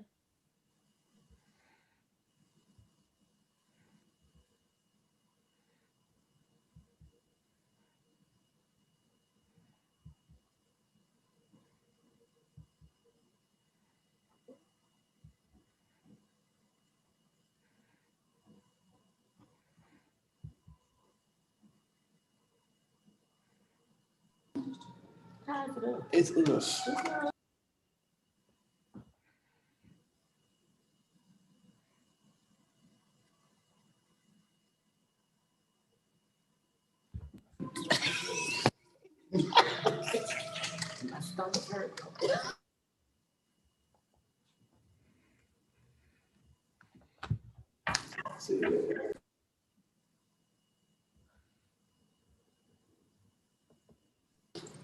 They can text it, so I don't want to put it over there.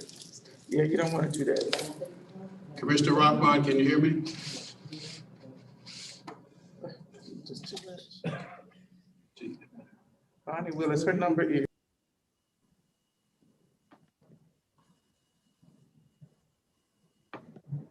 Yes, Chair, I apologize. I was on the phone with her and she was trying to look up the link and the phone call dropped.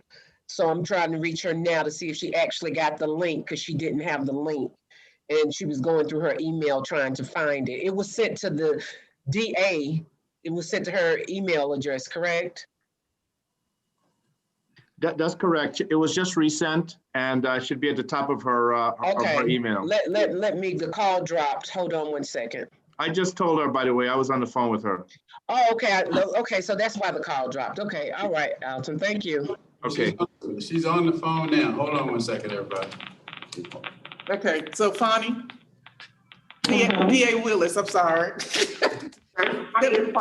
Okay, this is County Attorney Perkins Hooker. I'm trying to get Commissioner Abdurrahman asked for you to be given an opportunity to speak to the board about your request for funding that she said she informed the board that had not been addressed.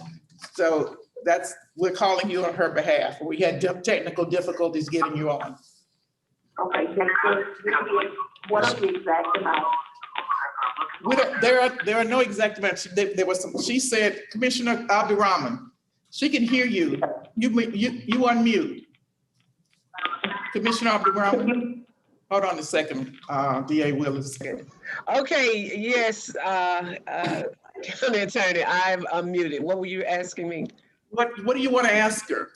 Oh, yes, what I wanted, DA Fonnie Willis, what I wanted to know, one, did you request any supplemental? Did you make a request for what you needed? I know at one time we had a conversation about the investigators and their actual vests that they needed to be out in the field in.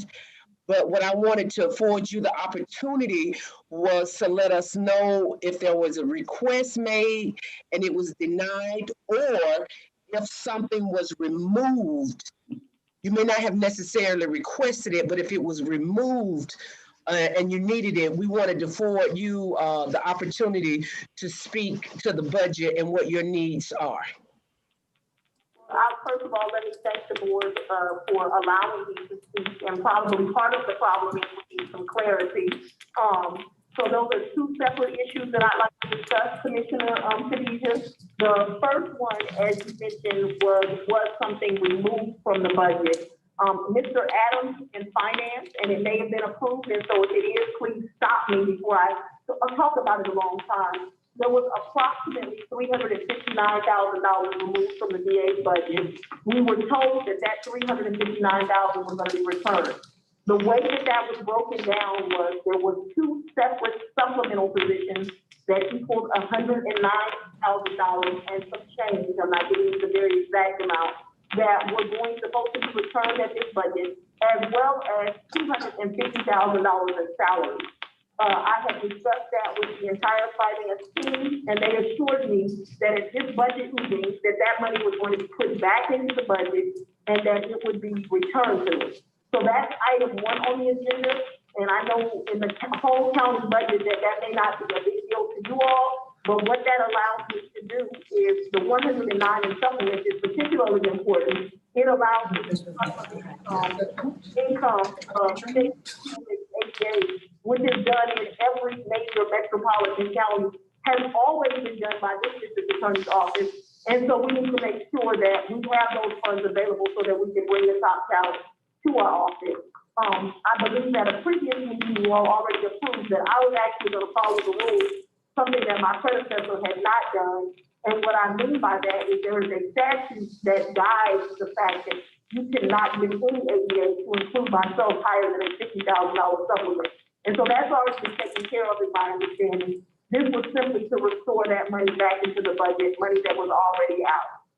The second part of that, as I said, was approximately $252,000 was taken away from us in salaries. I was assured that money was going to be restored to us. And so I'm not there in the room with you all. If it has already been done, please, I apologize for wasting you all time. I know how precious it is. If it has not been restored, I need to make sure that it's restored. So that is item 1. Item 2 is something that I had specifically addressed with Mr. Adams and the county attorney, who is kind enough to get me on this call. I thought there needs to be emergency money given. I am not sure that the commissioners are aware, but I am sure they are aware. We need best for my investigators. Paul Howard actually has these investigators serving subpoenas in some of the most dangerous communities in our county without them being armed with vests. And I had spoken to Ms. Perkins Hooker before I even took office, and to Mr. Adams, that I thought that this was a public health crisis, that they had my people out in the streets without vests on. And so I asked for my budget to be enhanced by what is really not much money. It's about $900 per person. We already have contracted companies that provide investigators with vests, but I was asking for enough vests to put on 60 men and women who serve this county every day. And so that was the additional supplement. So all in all, it was not a lot of money, but it's very important money.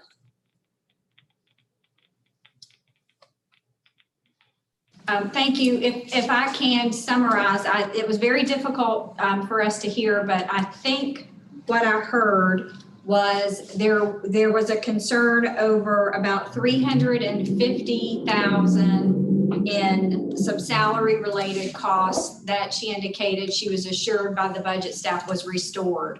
It was probably about $359,000, but yes, ma'am, that is absolutely correct.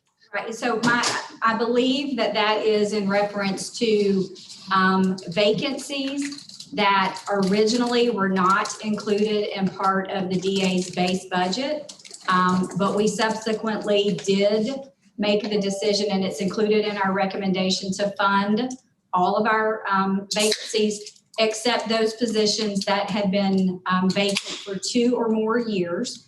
So those funds were restored. The next item that I took note of was approximately $250,000 in other salaries. I believe that those were the level up positions that were part of a non-recurring funding source, and it was a pilot program, and those monies were not restored to the DA's office. And as for vests for investigators, there was no specific funding amount set aside in the 2021 budget, but I thought that we were looking at being able to fund that out of the 2020 budget. So I'm gonna need, and I understand from Alton that the order has already been placed, so I actually need to research that one. But those are the comments that I have on the salary items. Do we know about the Felicia? You can mute it. Did you hear her, DA Willis? Yes, what I understand her to have said, and I hope that we're hearing each other clearly, is that the $359,000 that we talked about, the 109 in supplements and the 250 or so in salaries were going to be restored. The only salary money that was not going to be restored is Project Level Up, which I made clear to everyone. I do not intend to maintain Project Level Up, so that is understood. I thought that I understood her with the best. She wanted an additional opportunity to, she thought that that was paid for out of the 2020 budget. It was not. And so now she wants to research exact costs. I hope that's what she said. That is, you heard her correctly. Okay. And I am happy to go with the county vendor. I just want my men and women safe. I have a question because I couldn't hear half of what was said because there's some crackling noise on the DA's line. And so I just want to, I only heard a couple of figures and I wasn't sure what they all were. $359,000, and I don't know what you said after that. $250,000 in salaries and the $500,000 that was for Project Level Up. So and I did hear you say you turned down the $500,000. So that's why they didn't give it to you to use for anything. But if you turn that money down, then where is the $500,000 at this point? And can we now use that $500,000 to take care of some of these needs that you have? Commissioner Hall, the funds for Project Level Up were not included in the 2021 budget. Those funds were previously split. A portion of them were in the district attorney's office, and a portion of them were in community development's budget. It was presented as a pilot project, and the funds were not reappropriated in the 2021 budget.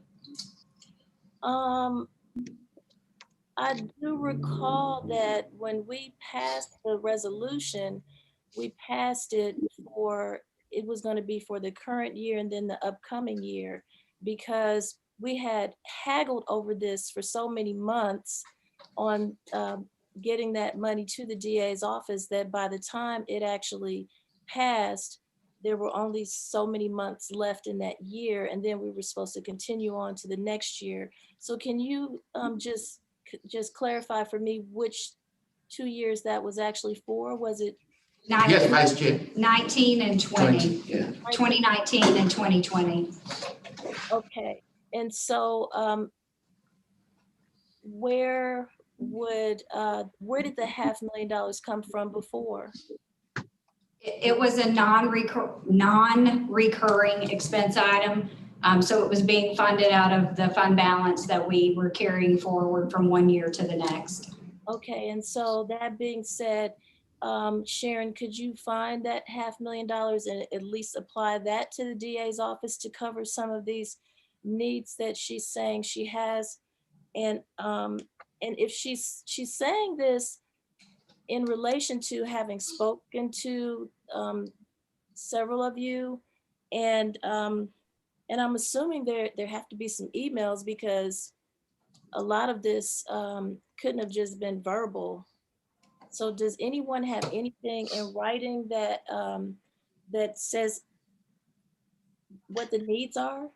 Vice Chair Hall, I think if I can maybe restate what Sharon was saying, Okay. I believe some of the dollars, I don't have the numbers, it refer to the supplements that you approved in the last session that were being requested. And then I think a portion of that was vacant positions that are now being funded as part of the go forward budget. The only item that I think we need to research is the vest. And yes, the DA did in fact indicate that she needed to have the vest. I believe the last communication was looking for verification exactly how many individuals needed to be fitted so we could go forward and develop a specific number associated with that. So I'm not a law enforcement expert, but even I know that the vests are very important. And so how much was the cost for the vest? Excuse me, Madam Vice Chair, DA Fonnie Willis was dropped from the call. She's trying to get back in. So I don't know what happened, but she was dropped from the phone call. Okay. We have her, we've got her. Yeah, I've got her. Okay, thank you. You're welcome. Good, because I just asked the question that she can probably help answer. And is she on yet? Yes, she is. Yes, I'm here. Okay, so Paul, I'm here. DA, can you clarify what the cost was for the vest that you needed? And Sheriff Labate is still here to confirm that what I'm telling you is accurate. The vests range about $900 a person. We did actually, I heard someone say something about get it fitted. As I made aware of the county attorney and Mr. Adams, this was a priority of mine. And so I did it the very first week that I got into office. So I had the company actually come in and fit them. And of course, because I didn't want any additional confusion, I used a company that was already with the county. And so what I'm telling you is that you have to do the math, but for each vest is approximately $900, and we asked them to do 60 vests. So, okay. So the only people that got fitted in my office was I got fitted and all of my investigators got fitted. yeah, so here's what I hear. Everything that the District Attorney Willis has asked for has been funded. Period. Have my vest been funded? Yes, that's what I'm told. Alton, you said that you were getting the vest, right? Yeah, so Vice Chairman, Vice Chair, 2020. Paul, if I can, because you made a point that I think is important, which is that when public safety is concerned, there shouldn't be any issue about getting the funding for that. Right. And I want to use an example. On Thursday evening, Sheriff Labate said he needed gas mask for his officers associated with preparing for the protest. And he gave us a PO, and those masks were ordered on Friday evening, and I believe they were delivered on Saturday. Whenever we have a request for things associated, whether it be tasers, whether it be vests, it is the highest priority. What we don't have right now, as I understand it, is a purchase order for us to be able to take the next step to figure out how to get this paid for. When we get that, we are able to make it happen as quickly as possible. So we own that. I will take responsibility for following up with the DA's team and making sure we have what we need to start to get that process. But I agree with you 100% that safety is paramount, and it's our #1 priority when it comes to finding money to get things done. Thank you, Alton. I appreciate that. So I just want to be clear. You're saying that you have the funding available without us approving additional funding in this budget to go ahead and take care of the DA's needs. What I'm saying is that we have been able to use a combination of either, in the case of the sheriff, he had a line item that we were able to refer to.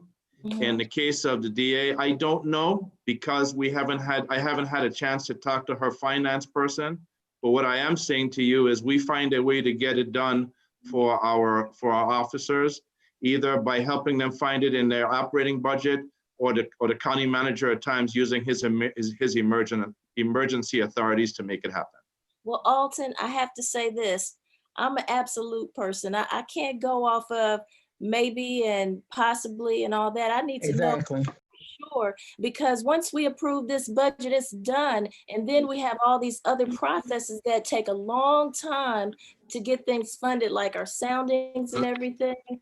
And so I want to make sure that we're covering what the DA needs right now. And if you can't be absolute to give me a positive yes, that the funding is available to cover those needs, then we need to address it right now as far as I'm concerned. That's my personal input. Ladies and gentlemen, listen, what we're talking about here now, we spent probably 30 minutes on this. Everything has been taken care of that the DA has asked for. Every department can come before us now and say what they want it. However, everything that she's asked for has been taken care of. There is some discussion or uncertainty right now as to whether or not the money is in place for 60 vests. Each vest costs approximately $900 according to the district attorney. If you multiply 900 times 60, that's only $54,000. Right. So we can get that out of somebody's back pocket. Vice Chair, we did provide the DA with $50,000. So you gave her 50, I'll pay for the 4. We got to move on. Right, so we did provide the DA with 50,000. Okay, so I want to hear from the DA if that's all that is needed for her, because she said she came in with a list of day one needs. And so, Madam DA, can you please, is she on?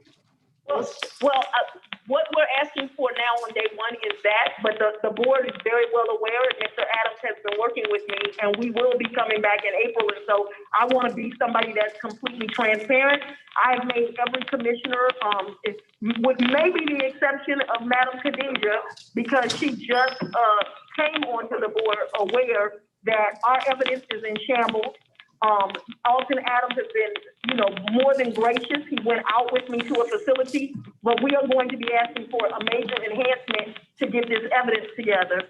And so that is not a today request, but I do need the board to be aware that as soon as the county approves us having an appropriate warehouse, that's going to be requested. But yes, for today, that is everything. Okay, that's everything today. And if we're $4,000 short, I'll pay for it myself. Okay, and I'll take your $4,000. Okay, we'll go to Hal's and I'll pay for it myself. Okay, who's talking, so be sure. Okay, so where are we now? Chair, that's the chairman talking. Yes, I'll pay for it. Okay, thank you, Chairman Pitt. Yes, ma'am. All right, well, at this point, I will get out of your meeting and off your call. Thank you. Thank you, Madam DA.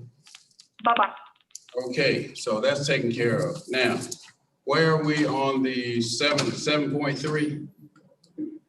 Yes. Madam CFO?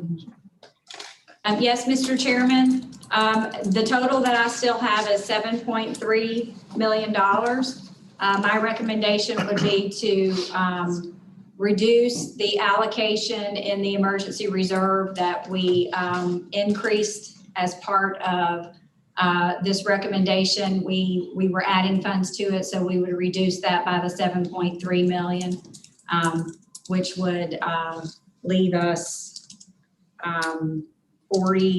roughly 46 million. 45,700,000 in the emergency reserve.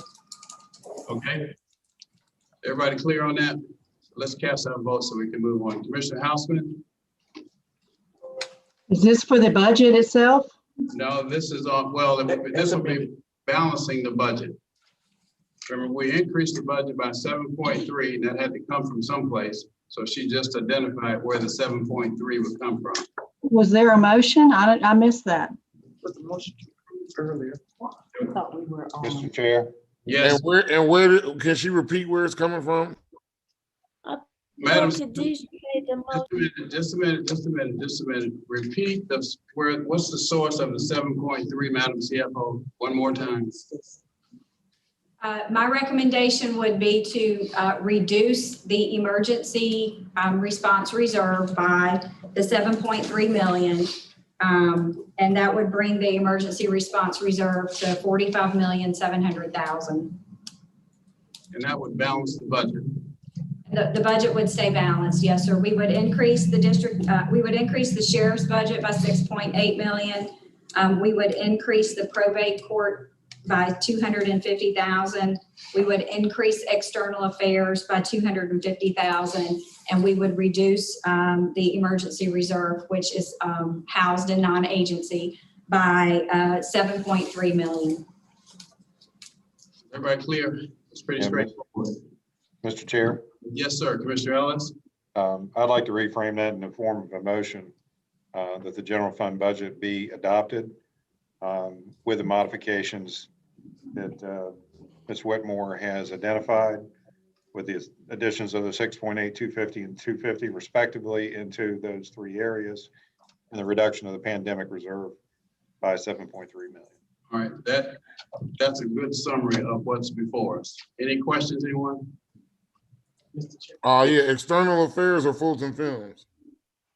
External affairs, Commissioner Arrington, Fulton Films has been operated out of external affairs, out of that department.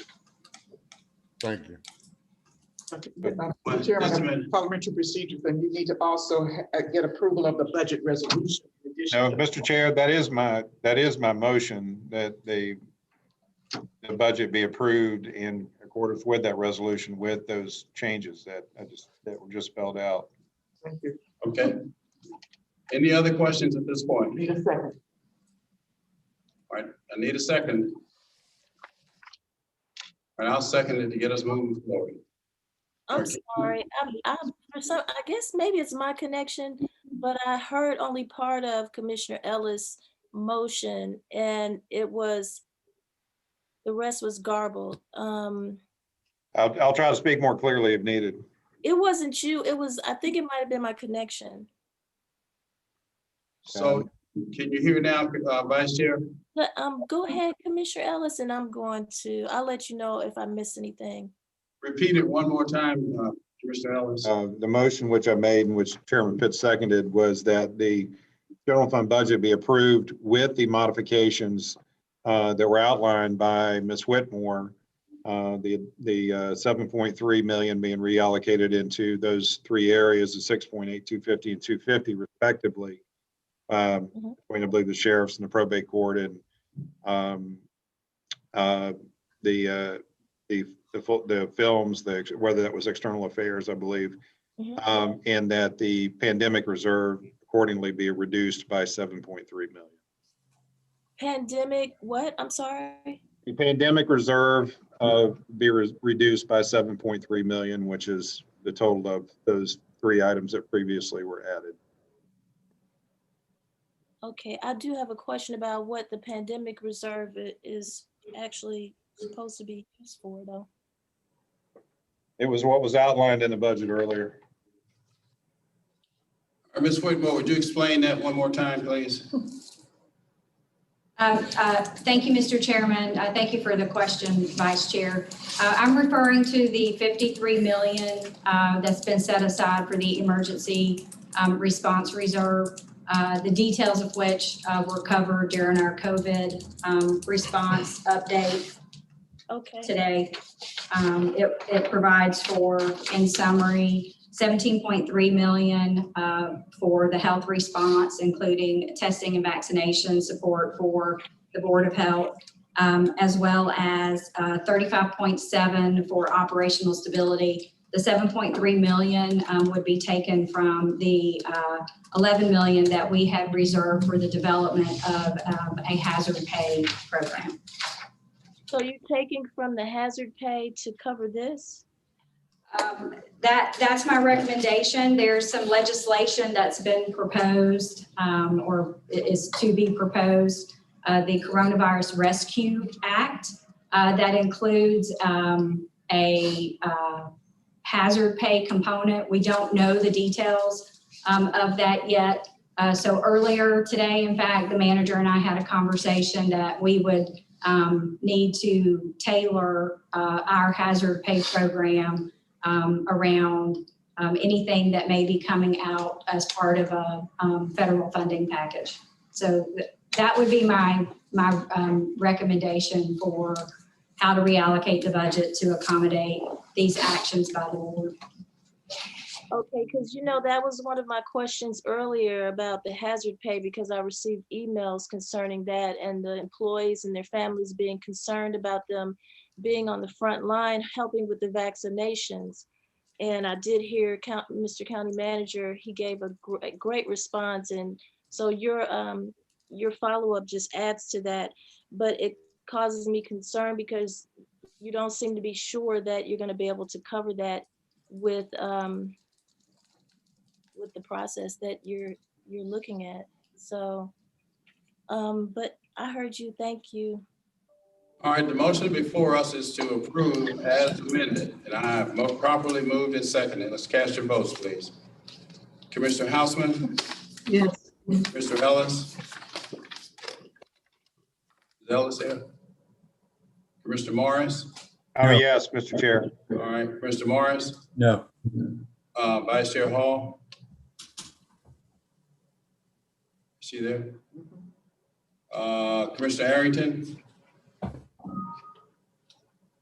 Commissioner Abdul Rahman? Yes. Yes. Did you hear me? No. Commissioner Hall? Me? Oh, I said yes.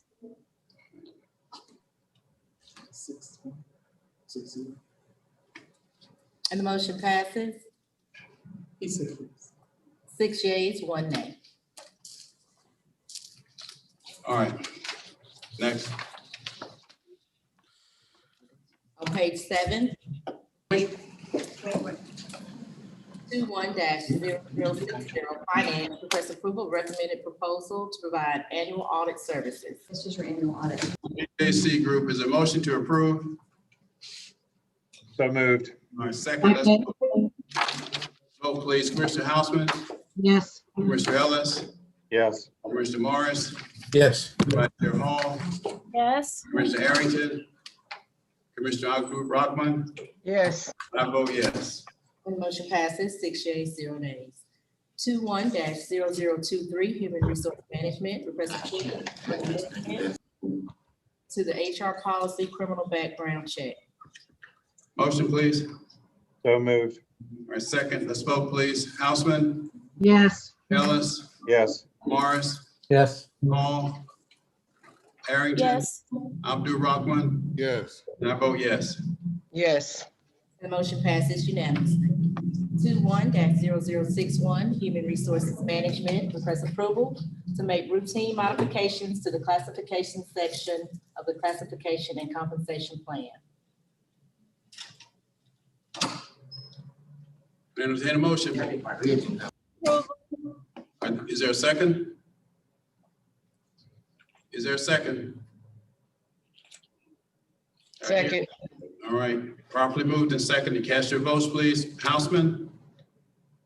Yes. Ellis? Yes. Morris? Yes. Hall? Yes. Harrington? Abdul Rahman? Yes. And the motion passes 5 yeas, 0 nays. Continue. 21-0062 Purchasing and Contract Compliance request approval of a resolution to extend emergency purchasing authority of the chairman and county manager for COVID-19 related purchases. Is there a second to March 31st? Second. March 3rd, rather. Properly moved and seconded. Houseman? Well, Yes. hold on, I got this. It said the chairman and the county manager. I knew we had passed the county manager. I did not know that we had included the chairman. That's the first time I heard that. We've been doing it all along. Yes, that's the way it's been written since the beginning, last March, Commissioner Harrington. The only thing that changes, you change the limit to be every 30 days. I guess my memory's getting bad. All I remember is the county manager. All right, it's properly moved and seconded that it be approved. Commissioner Houseman, have we called a vote? Yes. Ellis? Yes. Morris? Yes. Hall? Yes. Harrington? Abdul Rahman? Yes. Yes. I vote yes. And the motion passes unanimously. Maybe I shouldn't vote on that since I'm in it, yeah. 21-0063 Tax Commissioner requests approval of the Fulton Industrial Community Improvement District expansion as certified by the Tax Commissioner. Move approval. All right, properly moved and seconded. Let's vote. Houseman? Yes. Ellis? Yes. Morris? Yes. Hall? Yes. Harrington? Yes. Abdul Rahman? Yes. I vote yes. The motion passes unanimously. 21-0064 Real Estate and Asset Management requests approval to extend an existing contract to provide continued repairs and alterations to the exterior facade at the Fulton County Juvenile Justice Center. Move approval. Second. All right, properly moved and seconded. Cast your votes. Houseman? Happy to vote for a contract extension that has no additional funding. Yes. Ellis? Yes. Morris? Yes. Hall? Yes. Harrington? Abdul Rahman, Yes. I vote yes. And the motion passes 6 yeas, 0 nays. 21-0065, real estate and asset management. Request approval to extend an existing contract to provide continued exterior hardscape and landscape development at the Street. Second, All right, properly moved and seconded. Let's vote. Houseman, yes. Ellis, Yes. Morris, Yes, but we might need to add $1, Commissioner Hausman. all right. The Hall, chairman has $1. I heard him say so. I do. Hall, I'm not. Arrington, Abdul Rahman, Yes. I vote yes. The motion passes 5 yeas, 0 nays. On page 8, Health and Human Services, 21-0066, Public Works. Request approval of the lowest responsible bidder to provide water meter testing and repairs. Move approval. Second, Properly moved and seconded. Let's vote, please. Houseman, yes. Ellis, Yes. Morris, Yes. Hall, Yes. Arrington, Abdul Rahman, Yes. and I vote yes. And the motion passes unanimously. 21-0067, Public Works, request approval of the lowest responsible bidder to provide rip wrap crushed stones.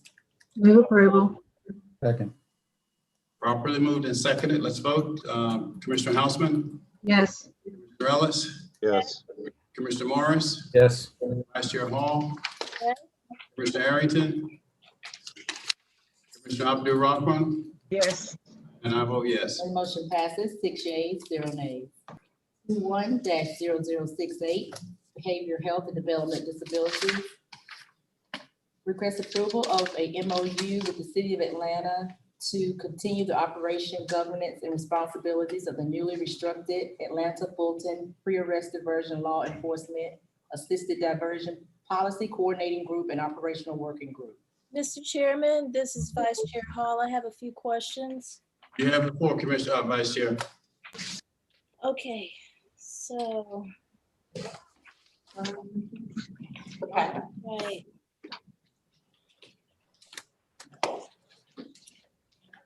This pre-arrest diversion, what is it? Well, it's creating 2 bodies. And is anyone here to speak to these questions?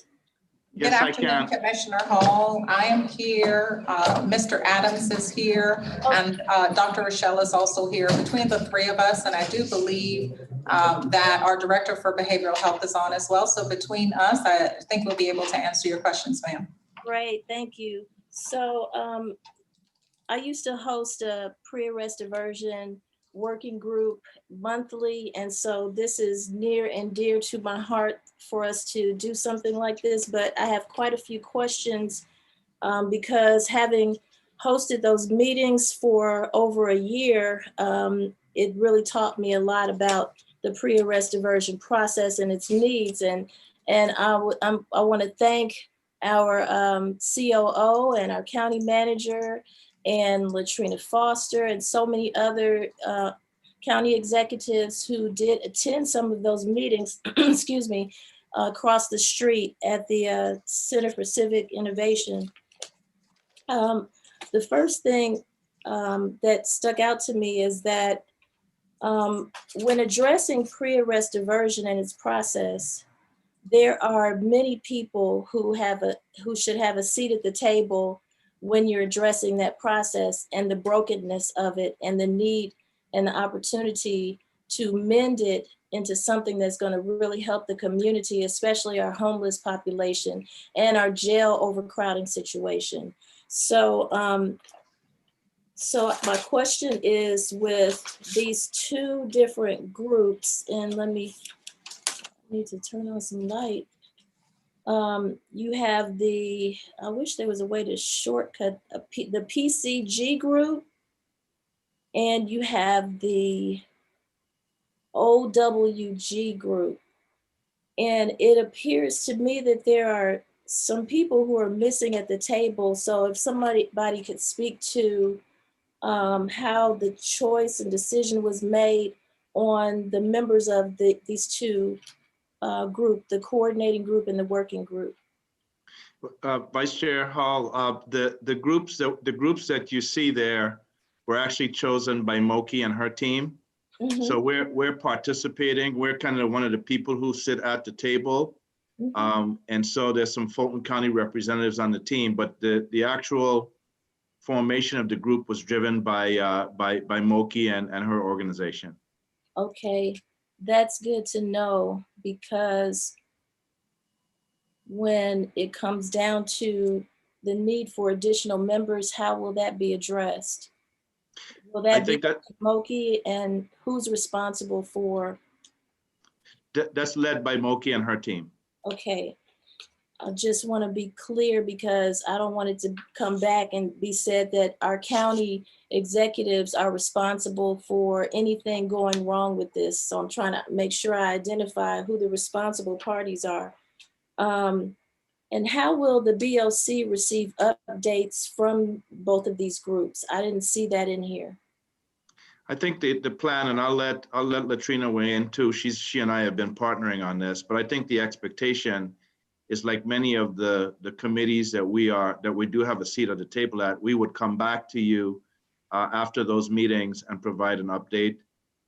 So as you can see, there are a number of people from the county who would be part of that work, both of those groups. So I think your request and your ask is something that we could certainly plan on doing as those sessions start. Okay, so the responsibility is going to lie on the county executives to report back to the BOC any findings and support for further initiatives. That's correct. Okay, that's down. And all right. And then were any of these entities that are mentioned in these groups consulted prior to putting the groups together, and prior to this, putting this resolution together? Did all these groups have a designated person who reviewed this resolution and had some sort of input and said that they would actually provide a member for these two groups? Here again, I would defer. I'd have to defer to exactly how the groups were chosen and what type of communication they had with them. I will tell you that we have been obviously in constant contact with Moki. Latrina and her team worked with her on a grant that's going to help fund our participation in the future. So we certainly have been in regular communication. I can't comment on Moki and her team's communication with the other parties. But you're saying that no one from our side contacted anyone from any of these, the City of Atlanta Police Department, the Fulton County District Attorney's Office, Fulton County Solicitor's Office, and so on and so forth, to get an absolute yes on if they would designate somebody to these groups? Well, those individuals, those groups were actually represented in the pilot that ended last year. And so I think when the groups were put together, or when this resolution was put together, the expectation was, and I do know that Moki has had conversation with the solicitor's office. Obviously, we have a new DA, but she has been in communication with them, and the expectation is that they would continue to be involved. I think the public defender may be there as well. They would continue to have representation. Okay, great. So because as you know, and I know, many times people think that when we put these resolutions together, that this is requiring people to come to the table, and it does not. It doesn't force them to do anything. It's basically urging them. So I want to make sure that it's clear that just because these agencies and elected offices are on this list, if someone hasn't contacted them and gotten a solid yes on we're going to designate someone, then this means nothing. I noticed that the document, the resolution names the city quite a few times, and I'll give you an example of that. Like on page 4 of 12, at the top, you can see where it says, the city is committed to providing support, and it goes on to, say what that is. Who is this referencing at the city that is going to be committed to doing these things? And there's a lot of that through this entire resolution. So who is that is taking responsibility from the city? Our discussions with the city have been almost exclusively with Moki, who, as I understand it, is really the point person on behalf of the city of Atlanta when it comes to this particular initiative. And so that's been our point person. And so when you talk about quote unquote the city, our understanding is that the representative is in fact Moki. Okay, so everywhere that it says the city, it should really say the executive director of PAD. I would imagine, yes. And so I would ask that for a Just a minute, county attorney is saying that's not. No, it's because they don't have any money. They are funded by the city. So it's not them. This is a program that was jointly developed last year or year before last with the county and the city. And it just so happens that this entity, the Atlanta Fulton County Pre-Arrest Detention, runs it, but it's the city of Atlanta will approve it and the mayor of the city of Atlanta will be executing this MOU. Okay, so this MOU is going to go to the city for the mayor to execute it is going before the city council for a vote? Yes, ma'am. That's what it did the last time. Okay, and so let me go back to the original question because you completely flipped that around from what Alton was saying. So when it says the city is committed and all these other statements that the city is supposed to be doing, is not the executive director of PAD Moki, it's the mayor's office? It actually is the city of Atlanta buying through its police department, which has this program called PAD. And so the PAD program is under the police department. I don't know if you can see me, Commissioner. It's under the police department. Okay, it's under the police department. And so the mayor of the city of Atlanta approved the contract with the city council and the mayor signed off on this last time. And we're doing the same thing again. It was a pilot when we first did it and we just put it together for a longer term. So you just went back to what Alton said. It is the executive director of PAD who is the city in this resolution, in this MOU.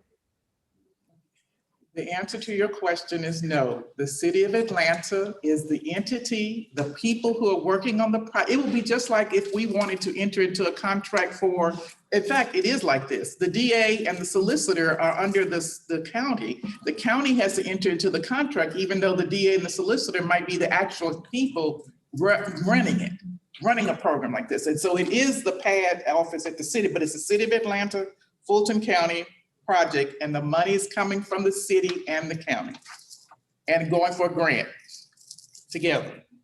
Okay, maybe I'm missing something, but you just said the same thing Alton said.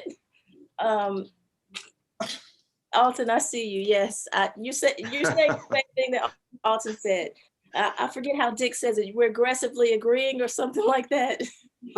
In violent agreement. Yeah, we're in violent agreement. Yes. You were trying to say that the resolution was an error because it mentioned the city rather than PAD. About an error, I was asking a question. Okay. Anything else? All right. So my next question is, what is the county's responsibility in this MOU? Because there's a lot of, and who is responsible? Because it has in here that the county manager's office will do a lot. And has the county manager approved all of this? Yes, I have working through Alton. Great, okay. And that addresses all my questions. Thank you so much. This is gonna be great if. And anything else? Thank you. Okay. Motion. I had one quick question. Pardon me? I had one quick question. Yes, sir. Commissioner Ellis, you have. Has this been approved? Has this been approved by the city of Atlanta? Our joint attorneys, their attorneys and our attorneys have gone back and forth on red lines. this is the language that they have both agreed upon. So I don't know, I don't know if it's gone before their city council yet for approval or been signed in advance of us doing it. So I don't know the answer to that question, Commissioner, but I do know that the respective legal departments and who they report to have agreed on this language. Okay, well, They have not approved it. It has not been presented to the city council. Generally, we get both sides, we agree on the language and we submit it to our respective governing authorities. yeah, okay. Well, it seemed like more from an order standpoint that it should be approved by by the city first before us, since they would appear to be the lead entity with this. I guess if they don't approve it, I guess, and we do, it de facto is not approved. Thank you, Commissioner. But it's just sort of from a procedural standpoint, can you speak to that? It is okay for either entity to do this particular agreement because they're governmental entities, which means that if either party does not agree to it, you don't have an agreement. So the fact that our meeting occurs before theirs is fine. Now, if it was a contractor, we generally like to have contractors sign things before we do, but we still approve them before we send them out to them. So it's okay. All right, thank you. Okay, I hear a motion, please. Approval. All right, I'll second. Let's vote, please. Commissioner Houseman, Yes. Commissioner Ellis, Yes. Commissioner Morris, Yes. Commissioner Hall, Vice Chair Hall, Yes. Commissioner Arrington, Commissioner Abdul-Rahman, Yes. and I vote yes. And the motion passes 6 yeas, 0 nays. Under Justice and Safety, 21-0069, Superior Court Clerk, request approval of recommended proposals to provide technical and consulting service. Move approval. I have a question. Now second, and Commissioner Vice Chair Hall has a question. Okay, when I was looking through the supporting documents for this, I noticed that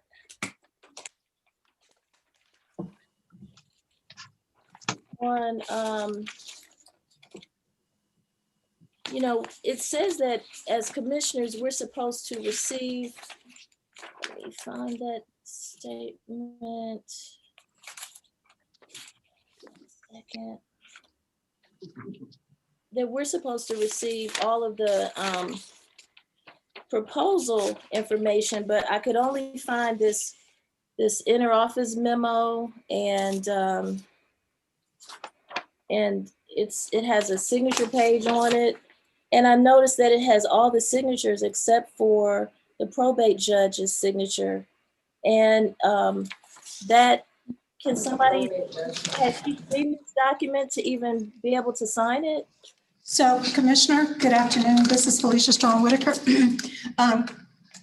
Judge Kenya Johnson was out when we had to submit this into the document. She has submitted her scores.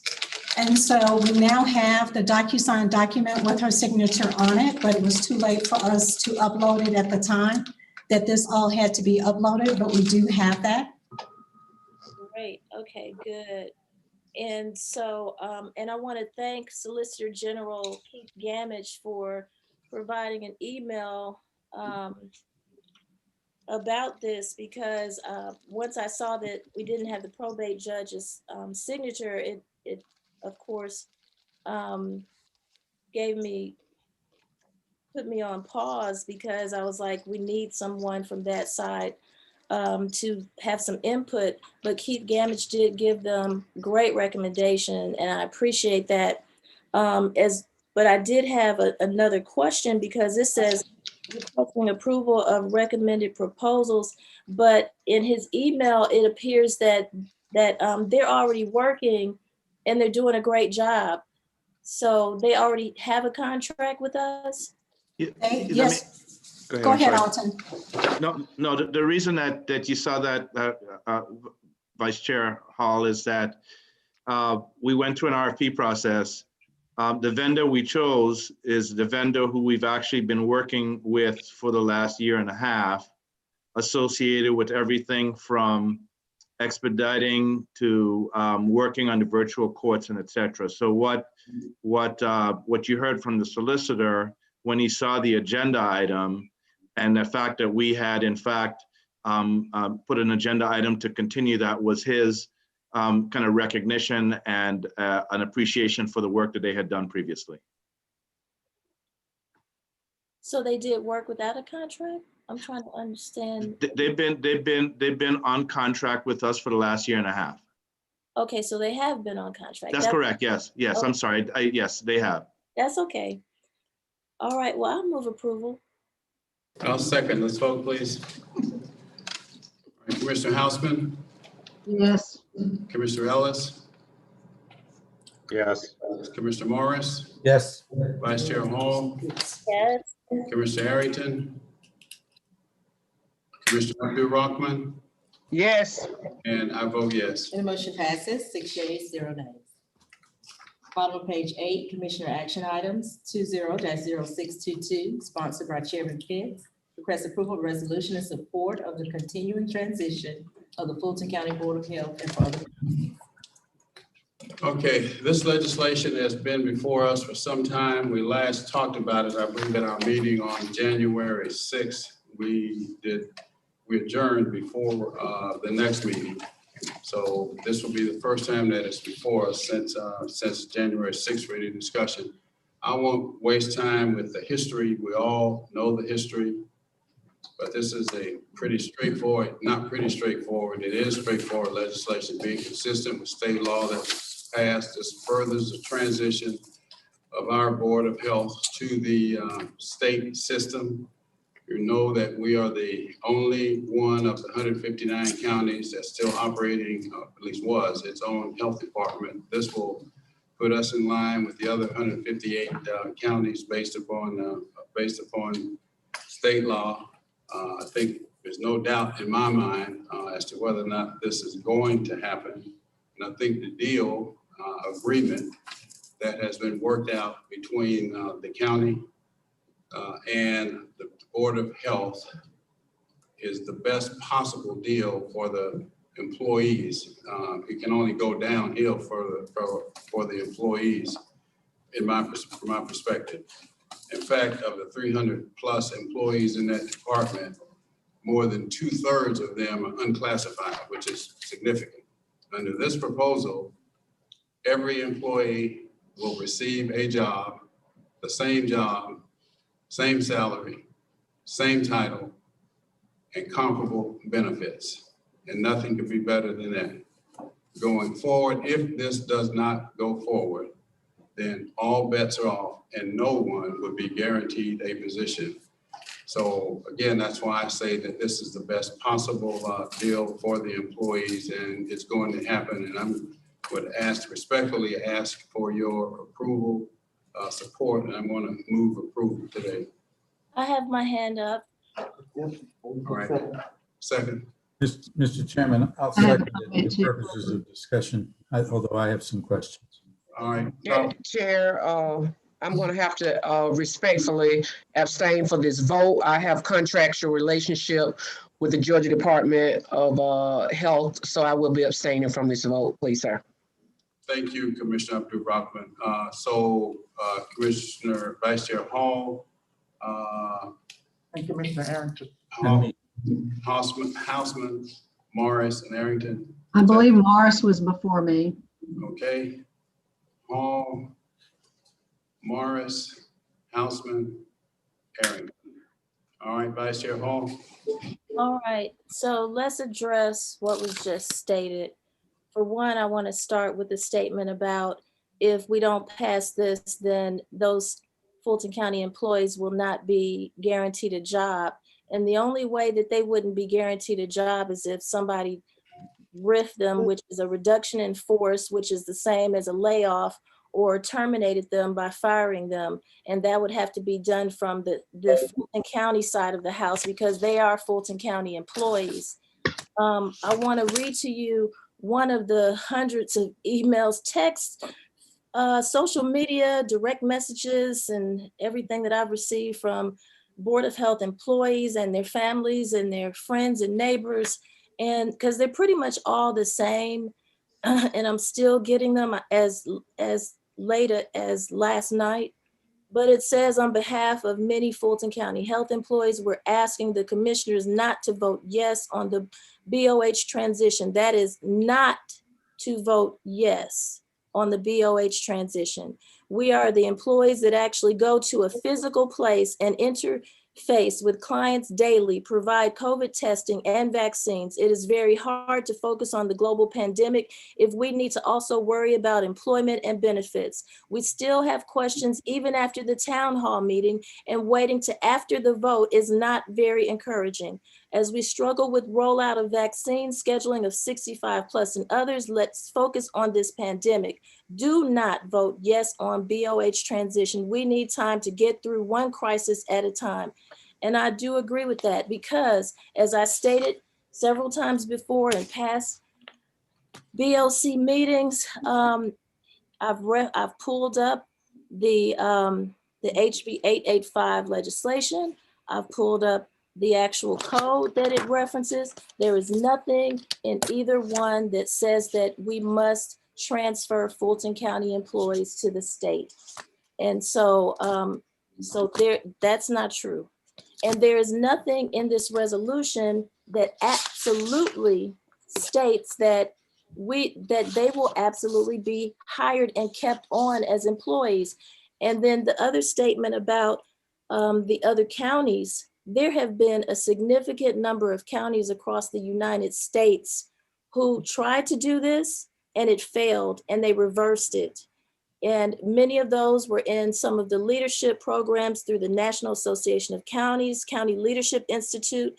There were ones that I spoke with there, as well as the Bill and Melinda Gates Economic Mobility Leadership Program, where there were other county commissioners who spoke against this and said it was a terrible, terrible idea, because it puts us in a situation where we no longer have any authority whatsoever over what happens with the Board of Health, but it has the Fulton County name. And just because it has the Fulton County name creates a situation where the constituents believe that anything that goes wrong is the fault of the commissioners. And unfortunately for my friends across the United States who are county commissioners, many of them had constituents run against them and win, because they simply used the problems that occurred due to the change in transferring their employees over to the state, who does not get on the ground with our voters and know how to service those voters. Also, I'm going to go to the document. Let's see. Because I was told that it said that they would absolutely be hired, and it does not say that. It simply says that we will ensure. That is not saying that we will absolutely hire these people and keep them on. So there is no absolute, and there's no need for this. The other statement that had been told to us several times was that this has to be done. So I want to ask our county attorney to please tell us what would happen if we did not pass this, because we haven't passed it. It's like the chairman said, it's been on the agenda numerous times now and nothing has happened. Nothing has backfired. Things are moving forward, and we really need to help use some of that $3.5 million to ramp up the staffing for the vaccinations, for the testing, for the call center, increase the website bandwidth, and other things that are needed to address this pandemic and this health crisis that we are unfortunately so enthralled in, because our numbers are increasing, and we saw that through the COVID-19 report. So, Madam County Attorney, can you please answer that for me? As I've indicated before on numerous interrogations on this issue, the issue is that the Board of Health has the ability to go to the legislature to get the process altered such that their transition that was mandated, but we entered into an agreement pursuant to that legislation, which gave them 50 years to complete the transition. It has not worked, according, not to me, according to 3 Board of Health executive directors and their board. And now one of those executive directors happens to be the Department of Health from the state director.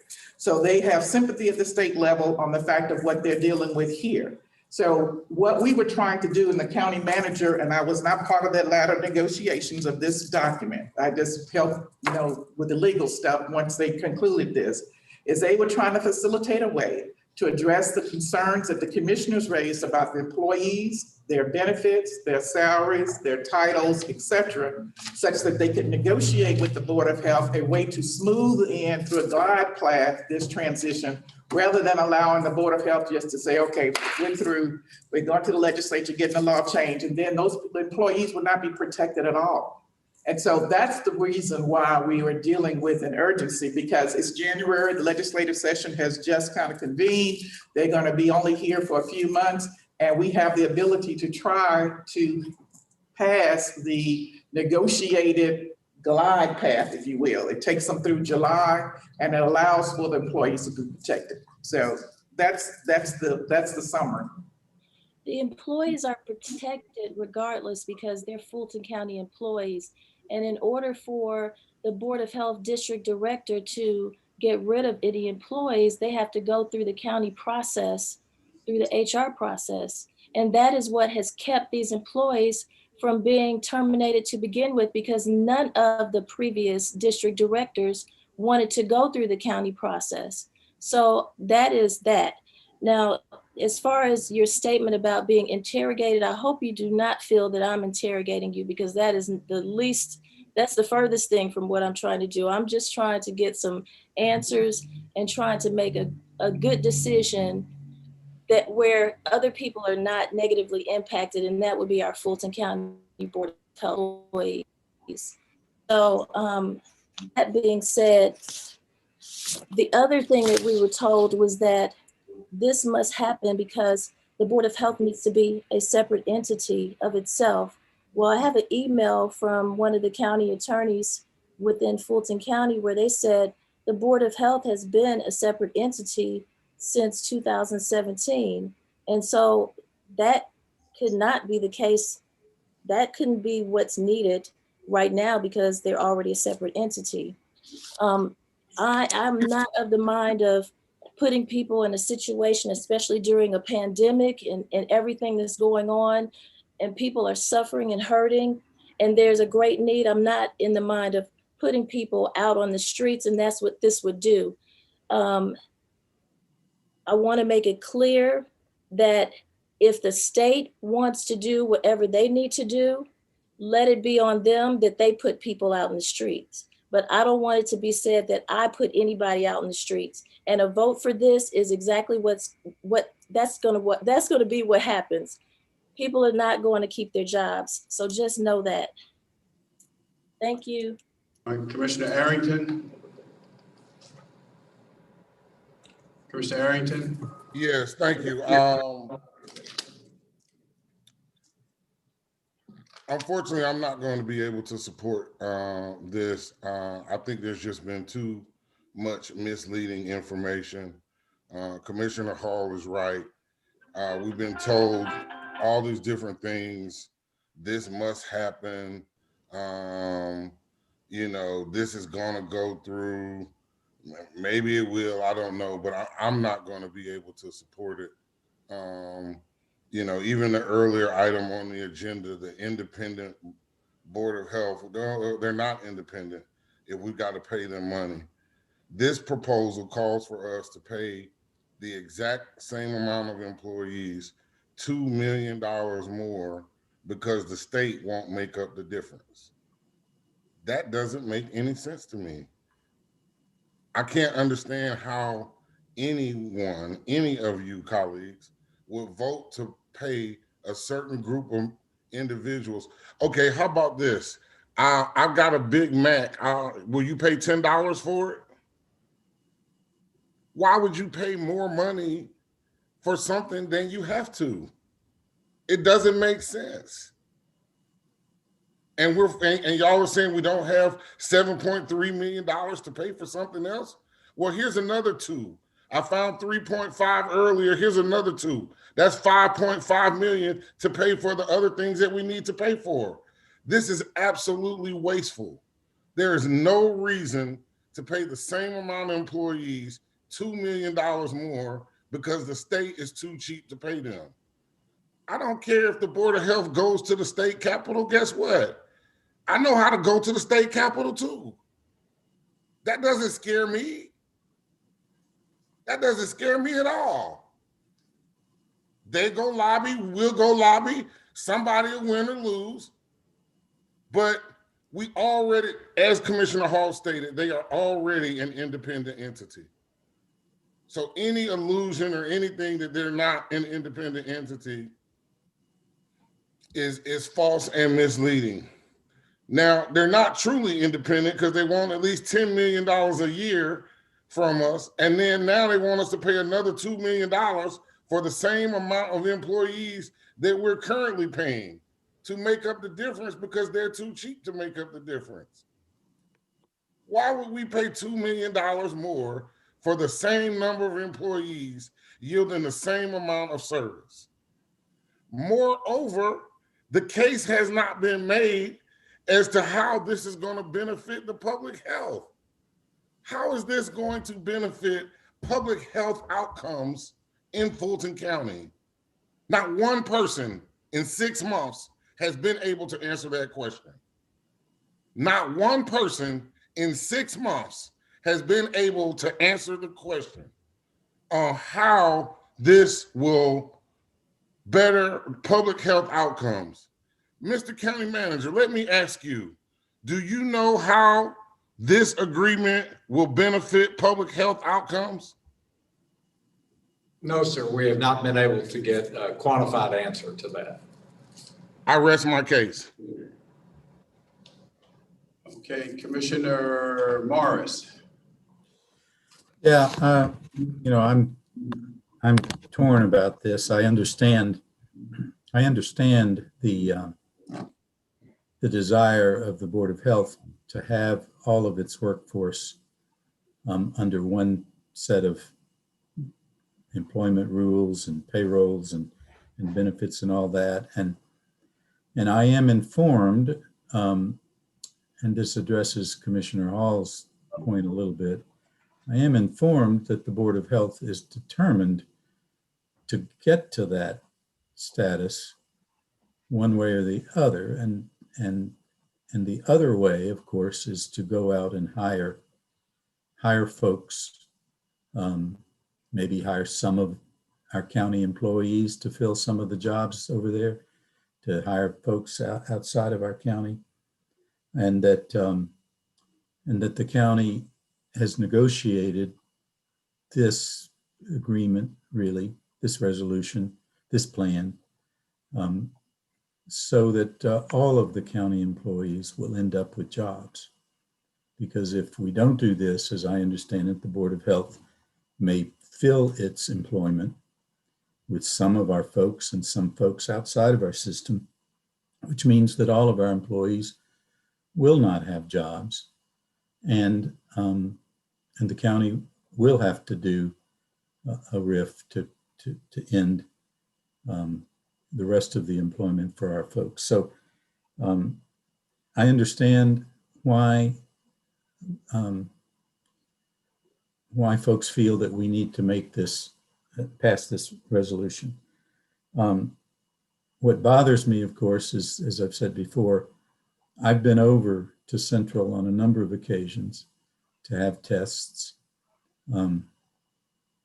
I've seen these folks working in 98-degree heat out there. I've seen them all bundled up when it's very, very cold. And these folks are the ones who are seeing and testing and dealing with an awful lot of sick people who may have COVID, may have a lot of other diseases, and they're face to face with them and truly on the front lines in tough situations. And I've heard that the problem is partly that the state benefits really arguably aren't comparable. that the match for the retirement plan is 3%, not 10%. That folks who've been with the county a long time and have built some seniority with 3 weeks vacation are going to start over there with 2 weeks vacation. And a lot of these folks who have through an incredible work ethic have not taken vacations throughout this pandemic, and their vacation is rolling over to sick leave. They're going to go over there and start with 0 sick leave. And that's tough for me. And I'm going to suggest a possible amendment to the resolution to see what my colleagues think about that. But first of all, and the county manager and I have talked a little bit about this, there's some concern from some folks who've been employees of the county for an awfully long time, who, when transferring over to the state, will not be there long enough to retire under the state system and end up with retiree health benefits. So they're wondering if they need to retire from the county to lock in their retiree health benefits. But they're a little afraid if they do that, if they retire here at the county, then they're not certain that the language in the agreements and resolution, and I hope Patrice is still there, that they won't be guaranteed a job at the state, that they in effect have to be here employed and get RIFed in order to have that guaranteed job. I think, County Manager, in our last conversation, you said we can make that clear. And if that isn't clear, I would propose an amendment to the resolution to make that clear. That again, if someone retires here at the county on June 30th, in order to get those retiree health benefits, that they will still be one of the folks who will go over to the state with a guaranteed job. And I would make that amendment. And then I've got another one, if that one gets a second, and we vote on that. My other one will be. Commissioner Morris, can I address that one? The reason that we were doing the RIF was to protect and preserve everybody's pension benefits, because under the RIF, you get your pension benefits automatically. So we were declaring the RIF, but transferring the employees over to the state. But by declaring the RIF, they get everything that they're entitled to under the current pension plan. So if they have benefits from medical, they would get the benefits from medical, and they'd still be able to go work at the state without any problems. I just want to answer that question for you. So can they take, just to clarify, they can take their retiree medical, their ancillary retiree medical. Right, when they get. Even if they don't retire from here, is the kind of the rub. Right. That's the question that some of them are raising. They have to retire here. But they're going to be dealt with as a RIF for the purposes of being deemed retired here, right, Sharon? That's why we did it. Yeah, so the RIF would be declared, and then pursuant to that RIF, they would be able to retire and receive, like in the case of the 401A plan participants, it would be the RIF that would allow them to be 100% vested in their benefit plans. For the old defined benefit plan, it's the RIF declaration that then provides for some additional options to be able to retire and defer actually taking your pension, meaning defer when you start to draw your pension until you age into the requirements that would allow you to have an unreduced pension, and you would then at that point be able to begin to receive your be eligible for your ancillary retirement benefits as well. So the declaration for the RIF is what triggers, to Patrice's point, is what triggers those actions. I think that there was some concern maybe around the language about if they retire from the county, does that prevent them from being considered for transition to the Board of Health? At least that's what I thought part of the concern was around the language in the resolution.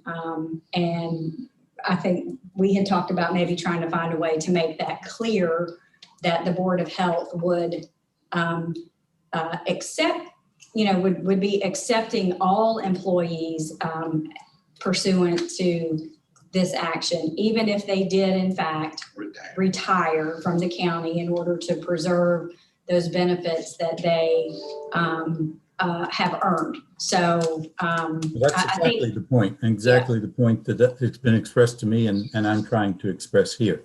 Right. And if the county attorney is guaranteeing that folks in that situation who get RIFT can choose to retire, defer their benefits, but be entitled to retiree health benefits someday down the road under the county's retiree health benefits, and still be one of the folks guaranteed a job at the state, then that's fine.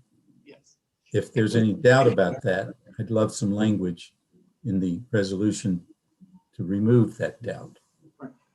As long as they are entitled to those benefits on June 30th, 2021, by virtue of, age or years of service, they don't have to complete the age requirements because of the RIF. They would be entitled to whatever they're entitled to by virtue of their years of service, as though there was no penalty for them leaving before they reach a certain age.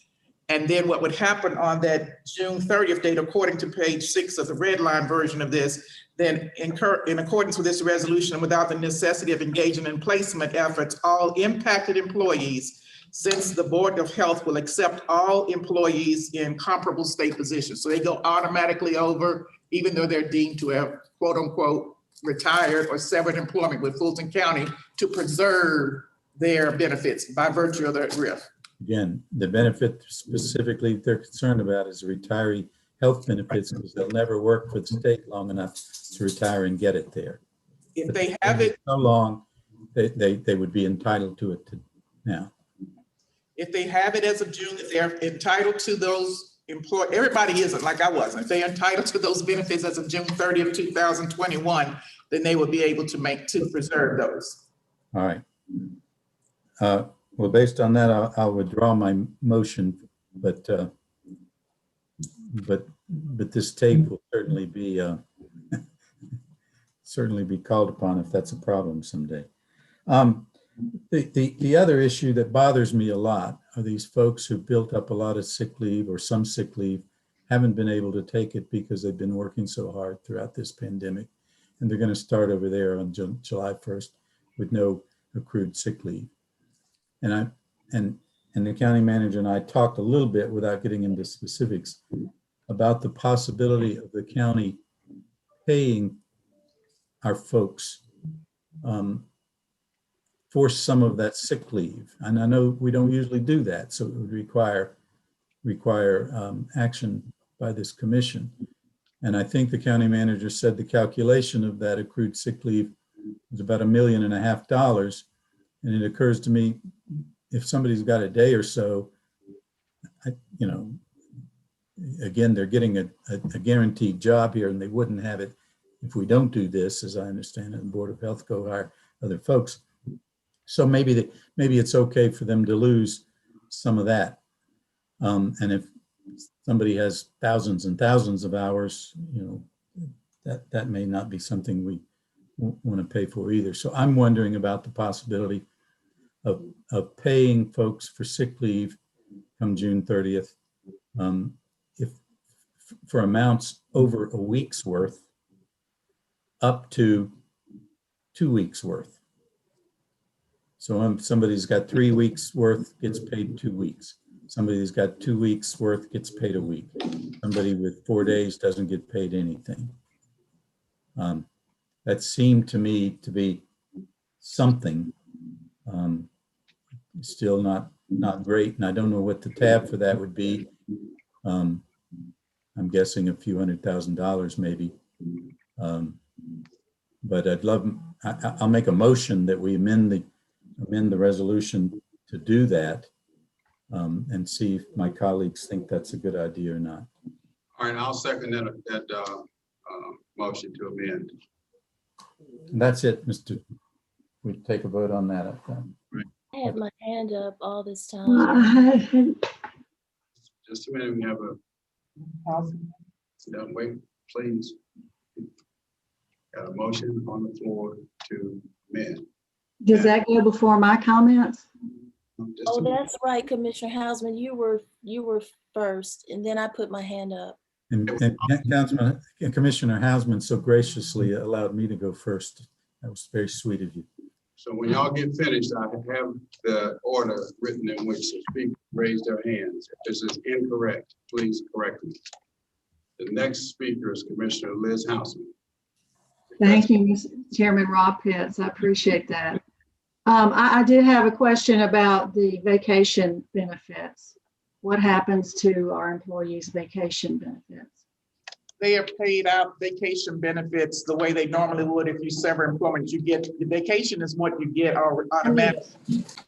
Okay, so none of that rolls over to the state, should we do this?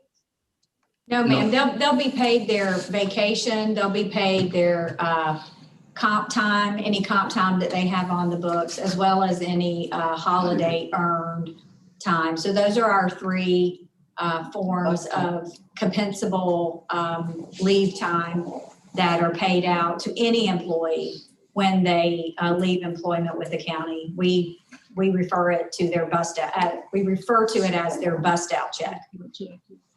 Okay, I just want to make sure that that was still a factor. As you know, I've been torn about this as well, and did not really think that the timing was ideal in the middle of a pandemic, as has been stated many times. However, in the last couple of weeks, I've had the opportunity to have a meeting with Board of Health members. Thank you, Mr. Harden, for meeting with me. Dr. Paxton and others. I've also spoken to Dr. Toomey, and just with the timing and the deal that's on the table, which I do think is in the best interest of the employees, if we do make the decision to move forward, it seems to me that if we're going to do it, we should do it now. That being said, my concerns of responsiveness to Fulton County, if we make this change, remain. And I'm not just referring to what we're dealing with now with the pandemic. I'm talking about routine matters. You know, over the years I've served, I've helped folks getting pool permits, inspections, and a lot of times there are issues, and we sit down with the health department folks and we work through them. I want to make sure that I can still help my constituents with those types of matters. Health inspections of restaurants are very important to us all over Fulton County. When a local restaurant has an issue, I want to make sure that I've got someone that I can refer them to, so they can get the help they need. So can someone speak to that piece of your operations to let us know what we should expect should we make this decision? Dr. Paxton on the line. Mr. Harden is. Mr. Harden? Dr. Paxton. Oh, Dr. Paxton? Dr. Paxton? Yes, sorry, it took me a while to get my, get off mute. Did you hear, yeah. did you hear the question? Yes, I did, absolutely, I did hear it. Yes, you know, our, I would say not only our primary, our sole reason for being is to be here for the constituents of Fulton County. So that won't change at all. It doesn't matter, you know, whether or not we're under the Fulton County rubric, Fulton County system or the state system. We're here to serve. So there will be no change in that philosophy. So I'm just, you know, I just want to assure everyone of that. So we won't get lost in the state system. We'll still have, you know, ways that we can communicate directly and easily. Absolutely. Okay.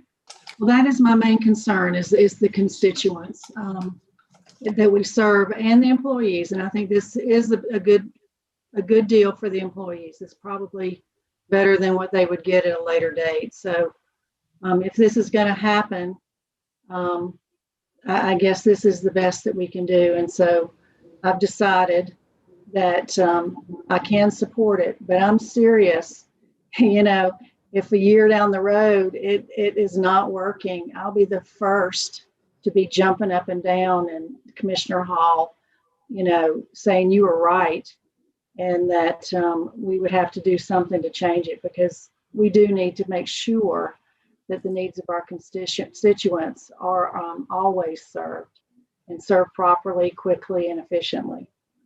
So if the commitment can be made that that's still going to be the situation, I'm willing to move forward. Vice Chair Hall, I think, wants to be heard again. Yes, so Commissioner Hausman, you said if it doesn't turn out that way, I don't want to take a chance on the backs of our employees and their families, their children, their parents. I don't want to take that chance in putting them out in the streets. And based on this resolution, there's no guarantee in here whatsoever that these employees will get hired and kept hired once they transition over to the state. And I've had enough conversation with other commissioners across the US to know that it has not happened like that in other cases as well. And as far as concerns about retirement, the concerns that I've heard from the BOH employees who are eligible for retirement is that they will get over there and they will be forced to retire when they're not ready to retire. And nobody wants to be placed in that situation. Also, you know, the Board of Health Director said that there will be no change, that, you know, customer service is, we know, number one for all of us, but, you know, their hearts are in the right place. But as we heard from the COVID-19 presentation earlier today, and from the input from many of you, of my colleagues on this Board of Commission, that has not been the case. They have not been able to meet the demand and the requirements to provide efficient and effective customer service. We've already heard it.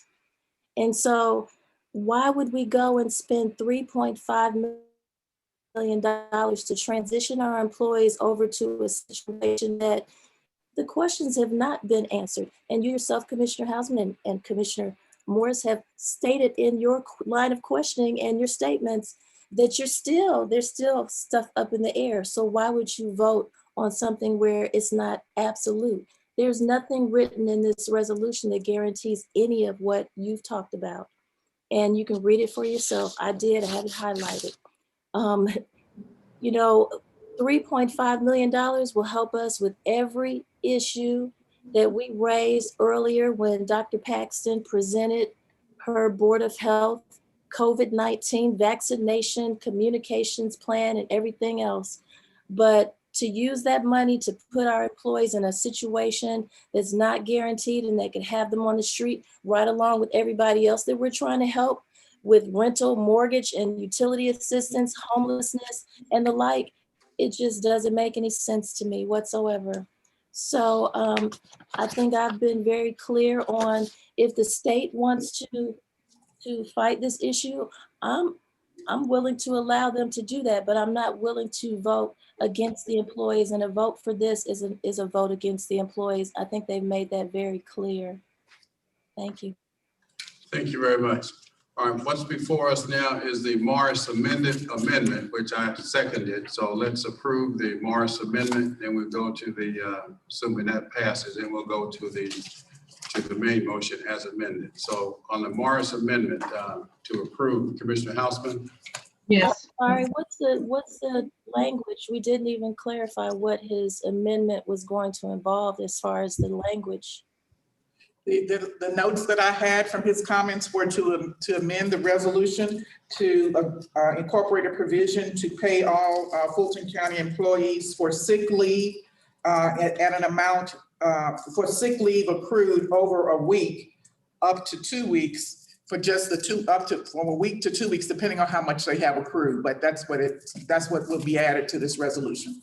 That's all? Okay, so there's still no guarantee. Okay, thank you. All right, Commissioner Ellis. Yes. Commissioner Morris. Yes. Vice Chair Hall. No. Commissioner Arrington. Absolutely not, but I've got $110 Big Macs for all of you. Okay, Commissioner Abdul Rahman is abstaining, and I vote yes. The motion failed. Did you call Commissioner Hausman? Yeah, I'm sorry, Ellis. I said yes. Okay, Yeah. so it's four, Yeah. four votes, so the motion passes. Motion, all right, the amendment passes. Now on the main motion, on the motion as amended. Commissioner Hausman, Yes. Commissioner Ellis, Yes. Commissioner Morris, Yes. Vice Chair Hall, Commissioner Arrington. Absolutely not. All right, Commissioner Rockman abstains for reason of possible conflict. I vote yes. The motion passes, 4 yeas, 1 nay, 1. Next item. On page 9, 21-0070, request approval of a resolution amending a resolution to establish a new local salary supplement for Fulton County Sheriff, sponsored by Commissioner Evans. I have my hand up, Mr. Chairman. Vice Chair Hall. All right, so this is a supplement to ensure that we're paying the sheriff an adequate salary, is that correct? Is that what this one is? Well, it's my understanding this will set the idea is to set the sheriff's salary at the same amount as that of Superior Court judges. 95%. 90, what is it? 95% of the Superior Court judge's salary. Okay, and well, I agree with that, but I have a couple of questions. Is this the only salary that we have looked at that falls under this? Because what about the Solicitor General and the Justice Partners and their salaries? Have they been also looked at? You want to answer that? Sorry, Commissioner Hall, I need to correct something for you. It's equal to. It's Right. equal to the judge's salary. There was a previous version that had 95%, but this one is equal to. I just wanted to correct that. Okay, so my question was, thank you, Madam County Attorney, but my question was, have we also looked at other justice partners who would fall under this, who need a salary supplement as well? Like, for instance, our Solicitor General, who I know for a fact, the Cobb County Solicitor General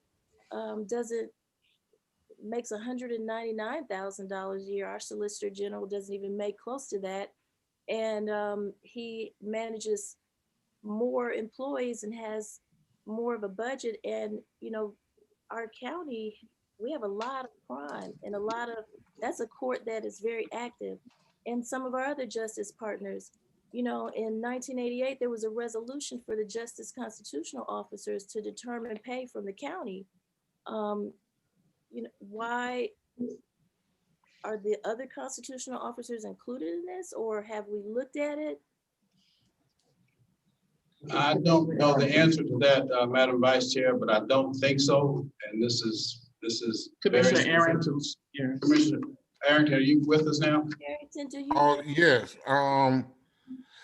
I was going to ask Sharon if this was revenue neutral, but the sheriff requested that I add this. I thought that this was similar, very similar to the resolution that we passed at the last meeting for the DA's office, and that the money was included in the budget, so the item would be revenue neutral.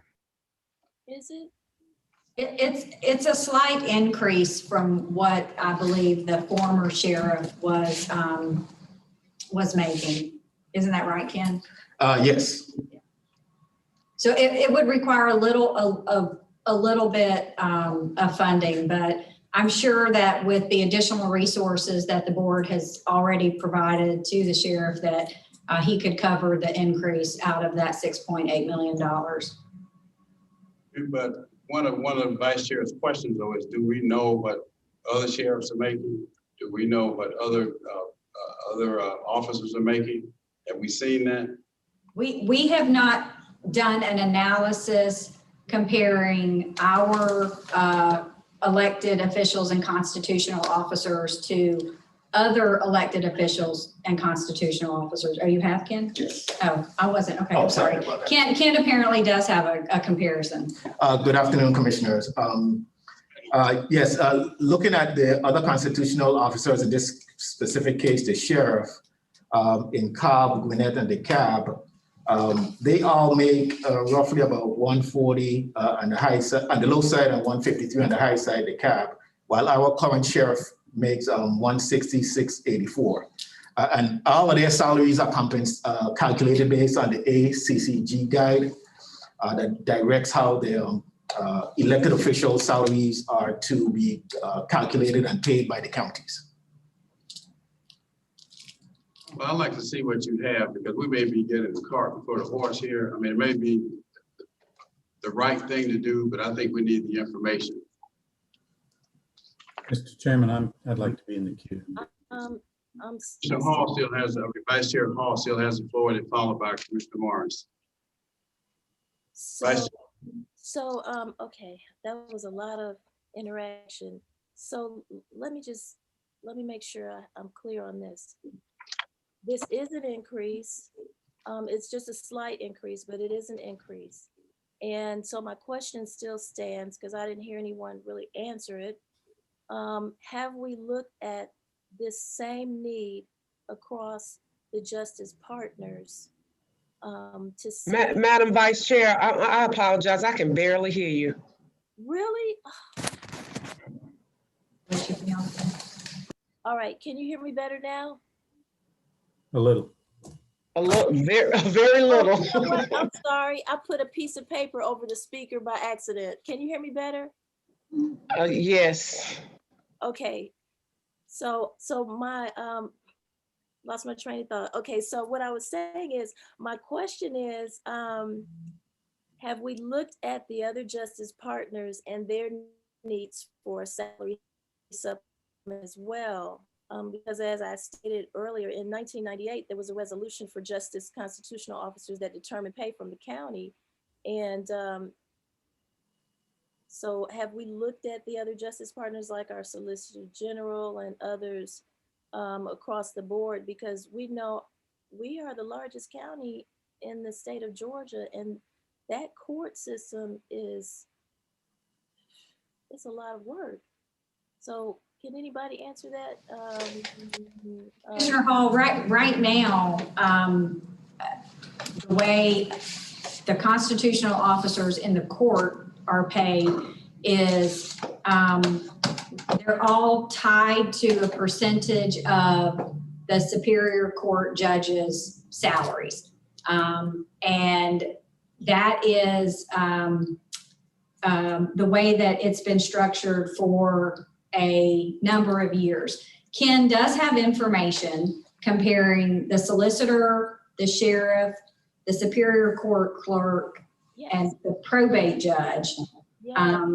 I believe 2 years ago, the state court judges saw legislative action to increase their salaries, and their salaries were, again, a percentage of the Superior Court judges. Superior Court judges receive their base salary from the state, and the county supplies them a supplement, and that supplement was set by state statute. We have not studied that, if you will, in a number of years. I can't remember what year the Superior Court judges supplement was set by statute. I think it was in the early 2000s sometime. So in order to provide you with the analysis, we would probably need to summarize all of that, show you what the Superior Court judges are making, show you how everyone waterfalls off of the Superior Court judges, and then show you that information compared to what other judicial officers in other court districts are making. So we don't have all of that information. We do have some information comparing certain positions, but not all of the justice partners.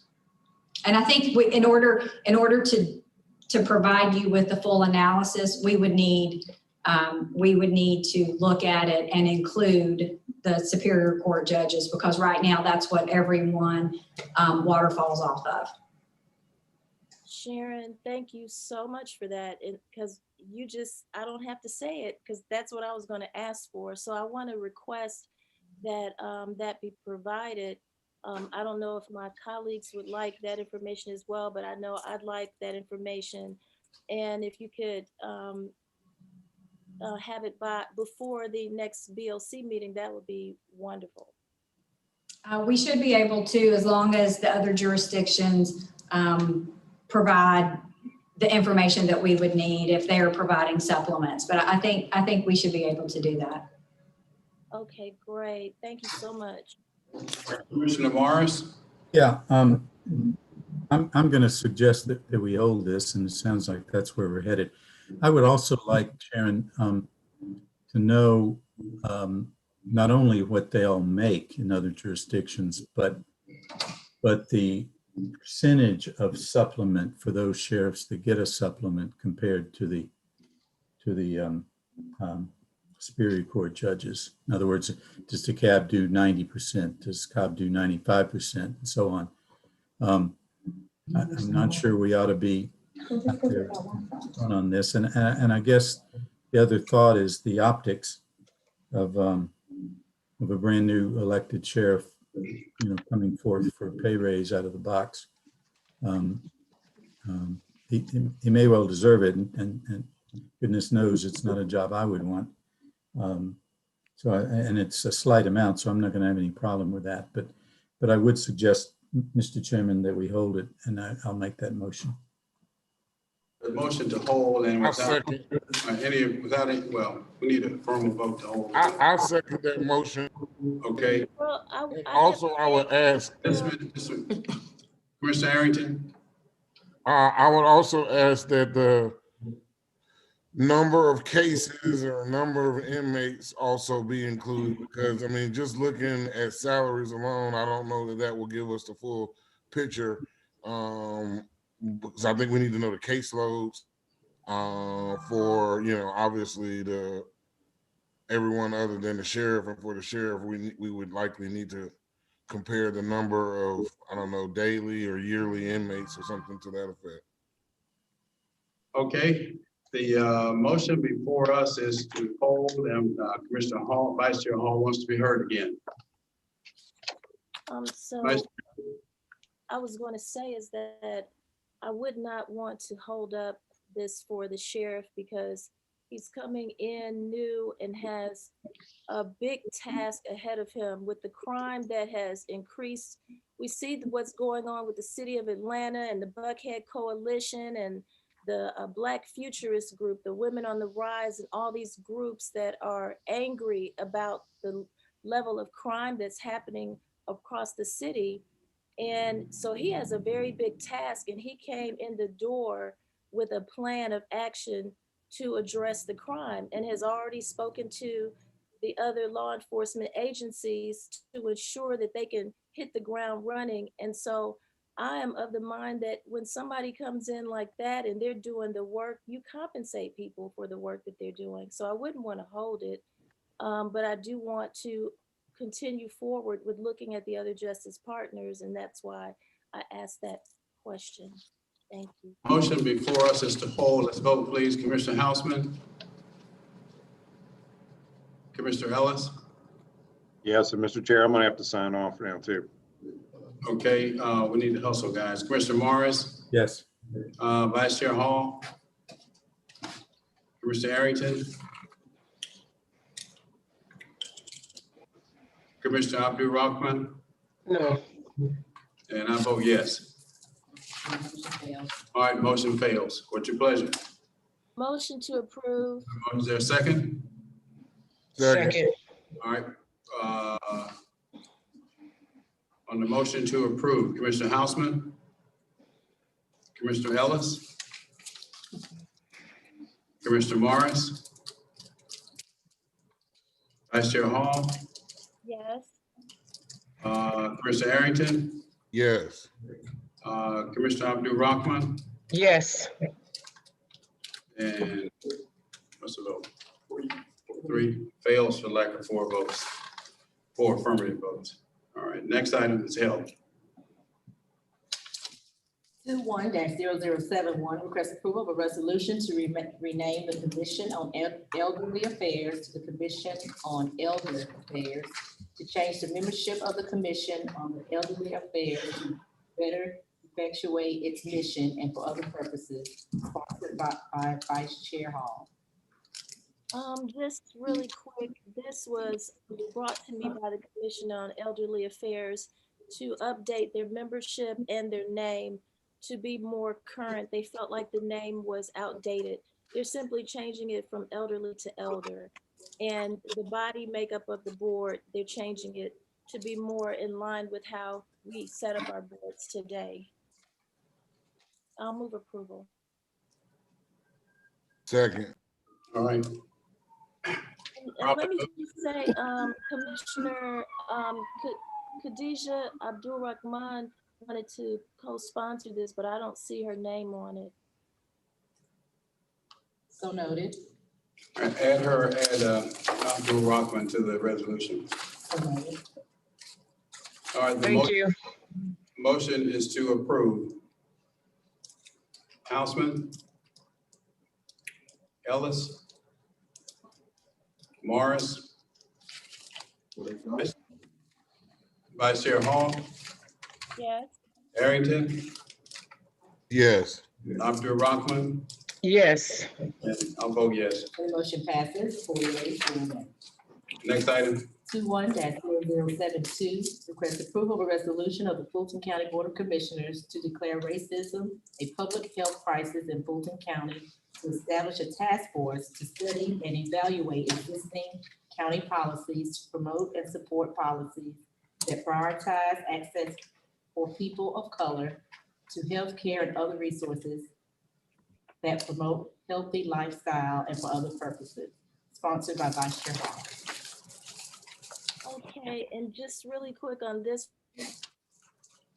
This was brought to me by the organization who has gone around the country and had other counties and cities pass the same resolution declaring racism as a public health crisis. What I did that is different from those other counties and cities is that I added a component where we create an actual task force that will look at review and then also evaluate and bring to us their findings and their recommendations on how Fulton County can do a better job of ensuring that we aren't doing anything that is promoting racism in any of our practices or our services or programs or policies. And the makeup of this task force would be one member appointed by each commissioner from who's a resident of their district or works in Fulton County, the director of behavioral health and developmental disabilities. And we have several organizations that have literally said that they want to appoint someone to this task force. The head of the NAACP Atlanta chapter has requested, and they are on this list, Georgia Coalition for the People's Agenda, the Southern Christian Leadership Conference, as well as the King Center, the Martin Luther King Jr. Center for Nonviolent Social Change, and the Center for Civil and Human Rights, and the Concerned Black Clergy of Metropolitan Atlanta. And as of this morning, I had some other confirmations that I want to, I'd like to make a motion to make an amendment to this and add these other organizations that would like to be a part of this task force. That would be the Bremen Jewish Heritage Museum, and it would be the Latin American Association, and the Georgia Latino Alliance for Human Rights.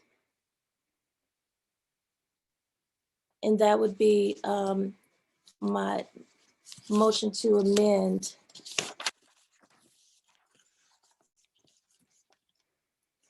Any questions? One more time. The I'm name. sorry. The names of the last ones that confirmed this morning? Yes, ma'am. Okay, let me go back. I'm sorry. Oh, there. Okay, there we go. The Bremen Jewish Heritage Museum, Thank you. and the Latino American Association, Okay.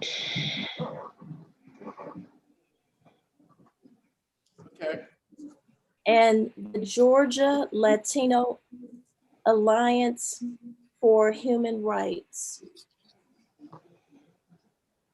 Thank you. You're welcome. In the hall, will the commissioners have appointees or this? Yeah. Yes, that's what I was saying. Each commissioner will be able to appoint one resident or someone who works in your district to this task force. Awesome. Any other questions? Move approval as amended? Second. Cast your votes, please. Excuse me, Houseman, Ellis, Morris, Vice Chair Hall, Yes. Arrington, Yes. Abdul Rahman, Yes. and I vote yes. The motion passes 4 yeas, 0 nays. We passed the same resolution at the Board of Health. Next item. 21-0073, External Affairs, update of the 2021 legislative agenda. Good afternoon, commissioners, or good evening, I should say. We can go through this really quickly in light of the hour, but obviously we are now into the legislative session. We did have an opportunity to talk with our delegation last week. Next slide, please. We're just going to quickly go over a few of the items that are here. Ms. Calhoun is also on the line. Again, this slide, which we will include in every presentation, gives a very high-level overview of our legislative priorities that were adopted by the Board of Commissioners.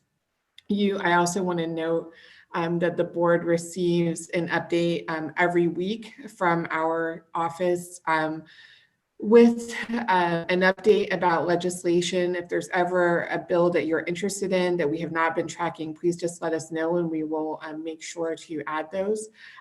We are really focused on those items that are among our legislative priorities, as well as legislation that's tracked by ACCG. ACCG provides a weekly update on Fridays at 9 a.m. If you're ever interested, they have those on their Facebook Live, and you're always welcome to join those, and we watch them as well. Next slide, please. So again, the session convened on January 11th. Last week, the governor provided his State of the State address. And of course, you can monitor the session online. The governor, of course, highlighted education, the ongoing COVID response, and the state budget among top issues. Next slide, please. Here we go provide some information about the state budget. Medicaid and Peach Care increases are among those, transportation, and again, education is a top priority. We are very carefully tracking the funding that the county received for behavioral health case management services for the partnership work we are doing with Partners for Home for individuals who have been long-term homeless and are now in permanent supportive housing. Next slide, please. One of the things the governor has talked about is using CARES Act funding to provide supplements for teachers and school employees. Broadband initiatives in rural Georgia is another major initiative. I think the pandemic has really highlighted the disparities in broadband access in parts of the state. And of course, we're very fortunate to have strong access. The Appropriations Committee has been meeting this week. One portion of that you may find interesting was Dr. Toomey gave an update on the vaccine program yesterday to this Joint Appropriations Committee. And of course, that's very much related to some of the things you all have talked about today. They will continue those hearings through tomorrow. Next slide, please. As we mentioned previously, elections are one of the major areas of legislative activity. You see a few pieces of legislation here, one of which is one of our priorities, House Bill 77, introduced by Representative Bruce.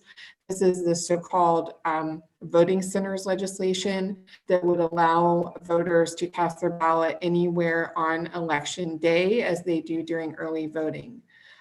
House Bill 59 would make some amendments related to ranked choice voting for instant runoff elections for active duty military and overseas. We do expect to see additional legislation related to absentee ballots. That was a really hot topic, as you all know, during this last election cycle, and we're expecting to see additional legislation. There's also a new special committee on elections that is here in the House that is hearing legislation. Additionally, House Bill 62 is, to be quite candid, targeting Fulton County among some other counties and would prohibit boards of registration elections from accepting grants, gifts, quote unquote, or funding from parties other than the federal government, state government, or Georgia cities or counties. Also legislation related to deaths of candidates before nonpartisan elections. There's also legislation that was introduced yesterday that will affect voting rights of felons and reinstatement of voting rights. Next slide, please. So we will continue to track election legislation. Again, there are some priorities that you all have supported that have not yet been introduced, and we'll be working on those as well. House Bill 66 is also very relevant to Fulton County. This would allow taxing authorities who are affected by a tax abatement bond validation to participate in those proceedings. Currently, only the jurisdiction that is proposing that abatement is allowed to participate. So this is, of course, related to a number of these financial incentive programs. So this is one that we do need to track very carefully.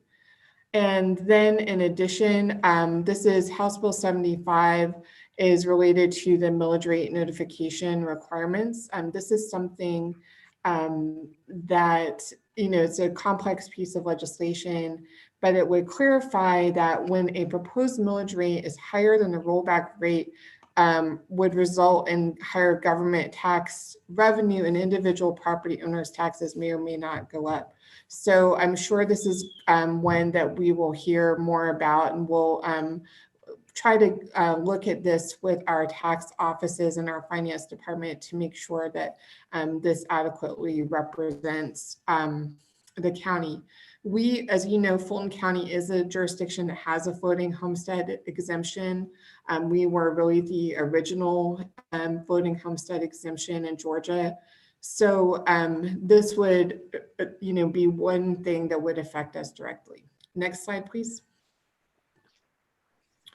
We do have several of our delegation members who are leading some Senate committees. So we have those listed here.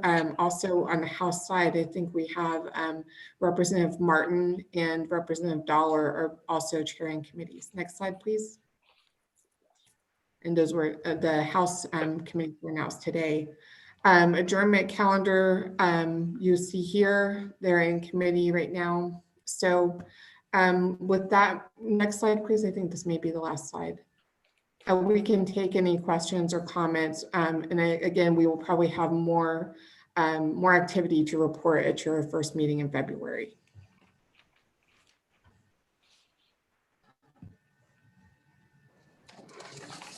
Say it again. Who?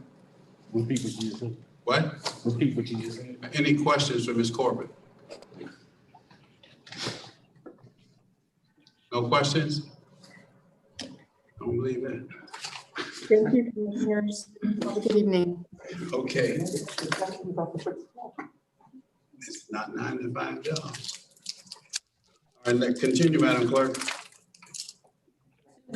21-0031, discussion, resolution amending Article 2, Division 2, Subpart B of the Fulton County Code of Resolutions to amend subsection 118-50 regarding membership and qualifications of the Board of Directors of the Development Authority of Fulton County and for other purposes, sponsored by Commissioner Arrington. Mr. Arrington? Thank you, Mr. Chair. I brought this up at the last meeting. We kind of ran out of time at that meeting as well, but the reason that we voted to give APS a slot on the board was because they were a directly affected taxing entity. To the extent that they are successful, along with the city of Atlanta, in restricting the development authority's ability to do deals in the city of Atlanta, then that would remove the need for them being on the board. I've spoken with the APS chair as well as with Atlanta City Council member Matt Westmoreland, and my recommendation is going to be that we do a joint task force, possibly with 3 members from either the board or the board's appointees, and the same thing, and 3 members from APS and 3 members from the Atlanta City Council to discuss options going forward that would allow us to work together better and not to try to restrict the development authority's ability to do deals within the city of Atlanta. So I'll make that my motion. Okay.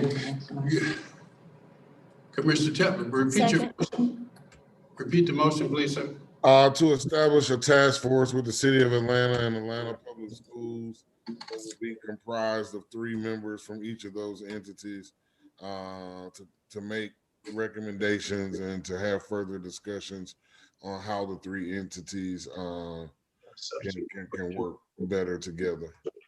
Okay, so what you're suggesting is a substitute for what's on our agenda. Is that correct?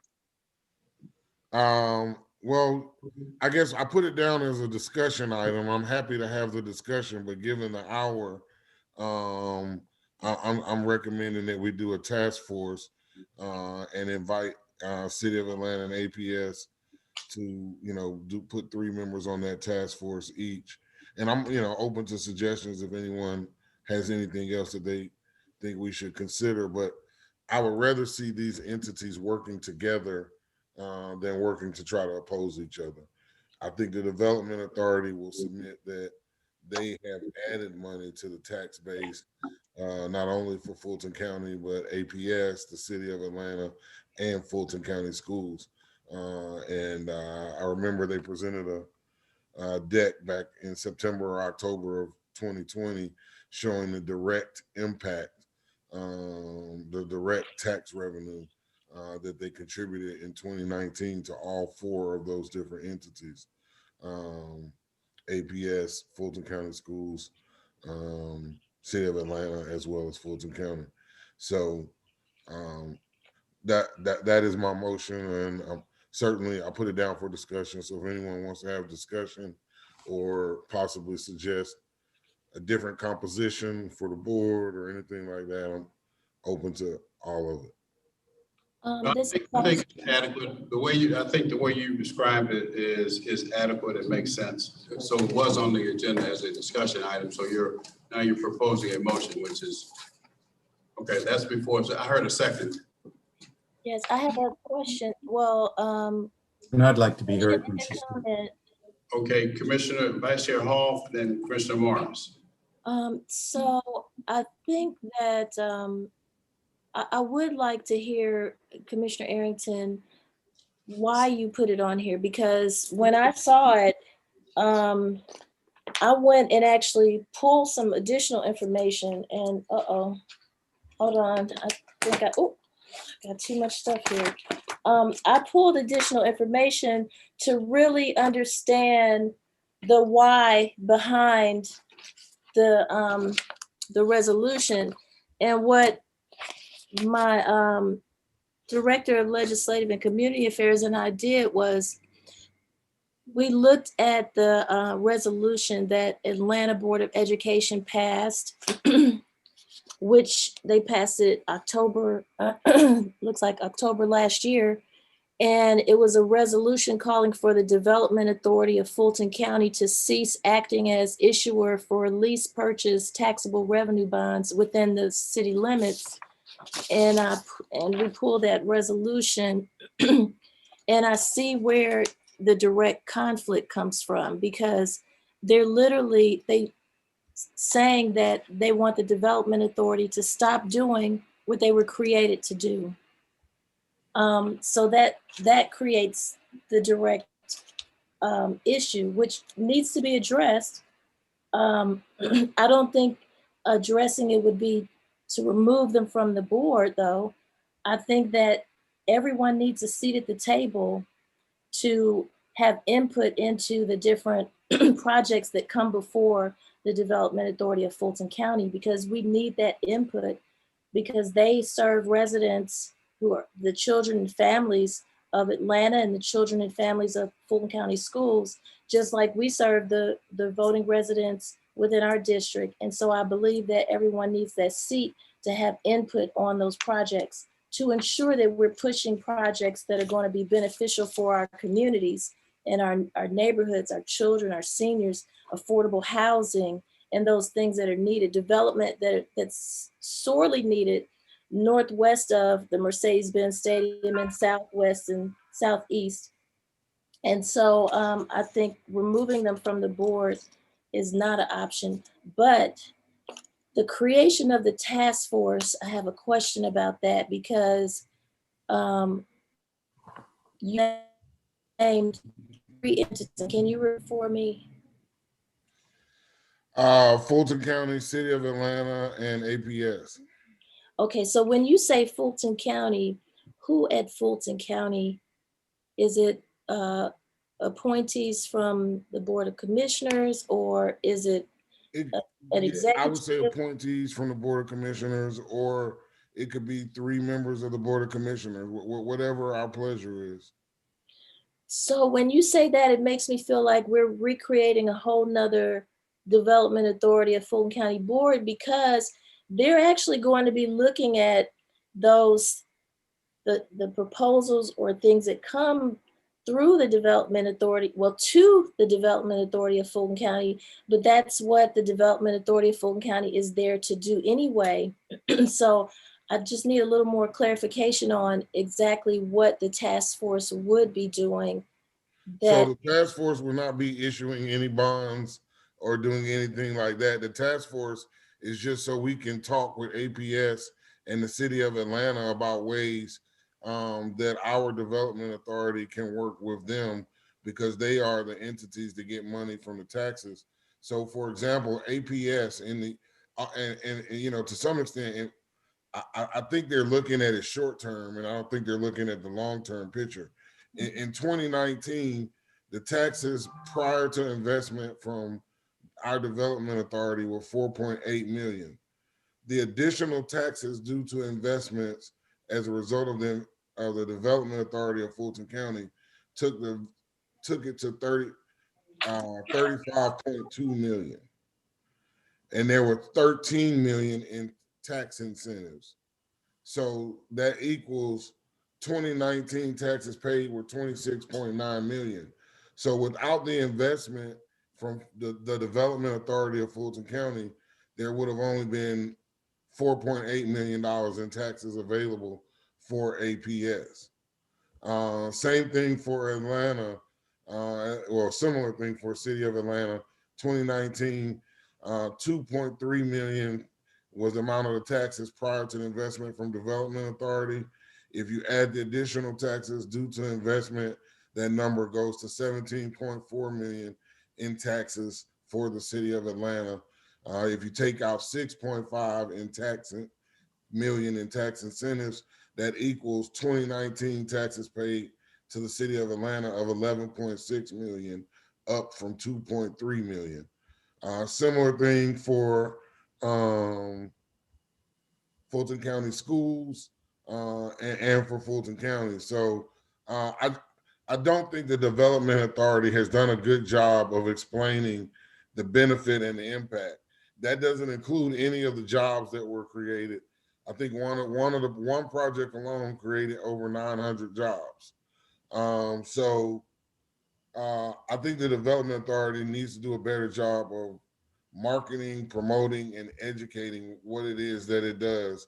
And I'm hopeful that by us having discussions, and the board could decide to appoint 3 members from the Development Authority to be our representatives for this task force. So, certainly I think the chair of the Development Authority would be a good person to appoint in that regard. So is it safe to say that this task force will simply come together and create recommendations and a proposal of how the Development Authority can move forward and what they should really be looking for as far as projects that that they would, use? Well, I don't really want to tell them what to do, but what I would like to do is for the 3 governmental entities to have better communication and, make recommendations, I think, as to a path forward that is acceptable to all 3 entities. Okay, but that doesn't make it where the Development Authority of Fulton County Board has to listen to anything they say. They can they can meet all day long, make recommendations, but what is going to press the members of the Development Authority of Fulton County to utilize their recommendations? Because the Development Authority of Fulton County has vote members and their votes. The task force is really just going to be saying, well, this is what we think you should do. Well, I think, maybe the best thing to do then is to make the 3 members from the Development Authority and let them appoint the 3 members that they want. But, my thing is to just, number one, educate everyone, because I don't think everyone sees the full picture. I think they're looking at a short-term loss, but they're not looking at the long-term gain. So if we can get all of the parties talking in the same room about ways that they can work together better, then I think that is better than them going to the legislature on us, because I guarantee you, let me say this, everything you said in the beginning, I agree with, right? That's why I voted to let APS have a board member. But if they are successful and if the Development Authority no longer is allowed to do any deals in Fulton County, then there's no more reason for APS to have a board member, because they're no longer directly affected by it. Well, I just don't see where the task force is going to help us meet the need and address the situation of APS being in direct conflict, because their resolution alone makes it where they're in direct conflict, because it says that they want the Development Authority to cease doing what they were created to do. And I would just want to be clear, because I had a lot of phone calls myself and text messages and everything. And one thing that I realized I consistently had to communicate to each person is that the Development Authority of Fulton County was created by the state. not the Board of Commissioners. And we have some input because we are allowed to appoint members to that board. So that's why they would even have to go to the state to try to dismantle it in the first place. I guess all I'm really suggesting is that there be some discussions. And certainly I would love to see recommendations or proposals come out of that that could come back to those groups and talk about a plausible way forward for everyone. Okay, I agree. If there's some way to do that, I would love to. But I think maybe we need a little more detail in this. Well, the only reason that I would like to go forward, I'm certainly willing to add more detail. I mean, you know, the session is underway. They're right now trying to get this undone. So I think we need to move quickly. I hate to see us wait till, you know, 2 weeks to get more detail and then start. And, you know, I mean, again, I want APS at the table. That's why I voted for them to be there. But again, if they're successful, then there's no longer a reason for them to be at the table. And so, you know, to me, it's important that we at least send a message to APS and the city of Atlanta that we want to sit down and have discussions about a way forward that makes sense for everyone. Well, I had my discussions with many of them over the past couple of days, even up until 1 o'clock this morning. And my point was you're in direct conflict. Not only does your resolution put you in direct conflict, which was passed in October, but also the 2021 legislative priorities that the Atlanta Board of Education, and you so graciously included that in your packet with this resolution. It shows that even their legislative priorities are in direct conflict of the Development Authority of Fulton County. But can we get a commitment from the Atlanta Board of Education that they will remove this and continue to work with us by having those seats on the Development Authority of Fulton County Board? That's where they have the seat at the table to make the discussion and have the input on what's coming before them. So I guess what I would say to you is I spoke with Mr. Estevez about that, the APS board chair. And from that discussion, my next step was to come to the board to try to make a formal offer, because I think they were not willing to remove it from their legislative agenda Okay. with you know, with empty promises. So let me say this. You said he's the chair, but as we know from our own Board of Commissioners, our chair is one vote. Is that chair, does that chair have a veto vote? Because does he really speak for all of the Atlanta Board of Education members? Because some of the ones that I spoke with were very willing to make that amendment and have that seat at the Development Authority of Fulton County Board. So Jason Estevez, does he have veto power? Oh, I have no idea what their rules are. I'm just trying to help facilitate a discussion to allow the Development Authority to still be able to act within inside the city of Atlanta, its largest city. Yeah. You know, and so I think that by making this formal gesture, that will put them in a position where they have to respond. Because those members that you're talking about, sir, if their meetings are like ours, then they can just add it to the next agenda. So why don't we do this? It sounds like you and I are in agreement that it is important to have them at the table on the Development Authority of Fulton County Board. And I don't know, I allow our other colleagues to have their input, but it sounds like we could have our own meeting, our own discussion with the Atlanta Board of Education about their legislative priorities and their resolution, and see for sure by talking to each one of those members where they are in wanting that seat on the Development Authority of Fulton County Board, and or moving forward with this legislative priority packet, which puts them in conflict of having that seat on the board. And then maybe after, if we could do that meeting before the next BLC meeting, then we'll know if we should just come back and pass the resolution or not. I mean, I'm certainly open to that. Let's hear what Commissioner Morris and Commissioner Abdul Rahim have to say. All right, Commissioner Morris and Commissioner Abdul Rahman. I'm sorry. Well, thanks. Well, I think it is important that we sit down and talk to APS, and I think it's important that we sit down and talk to the Atlanta City Council because they passed an identical resolution unanimously.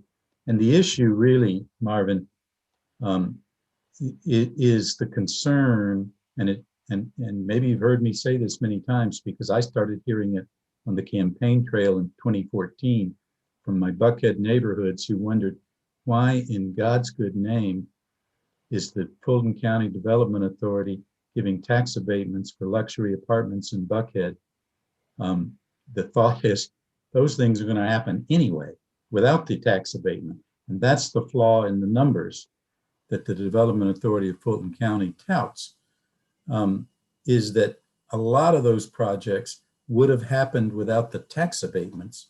So what we really did was give away APS's money and City of Atlanta money and Fulton County General Fund money that wasn't needed.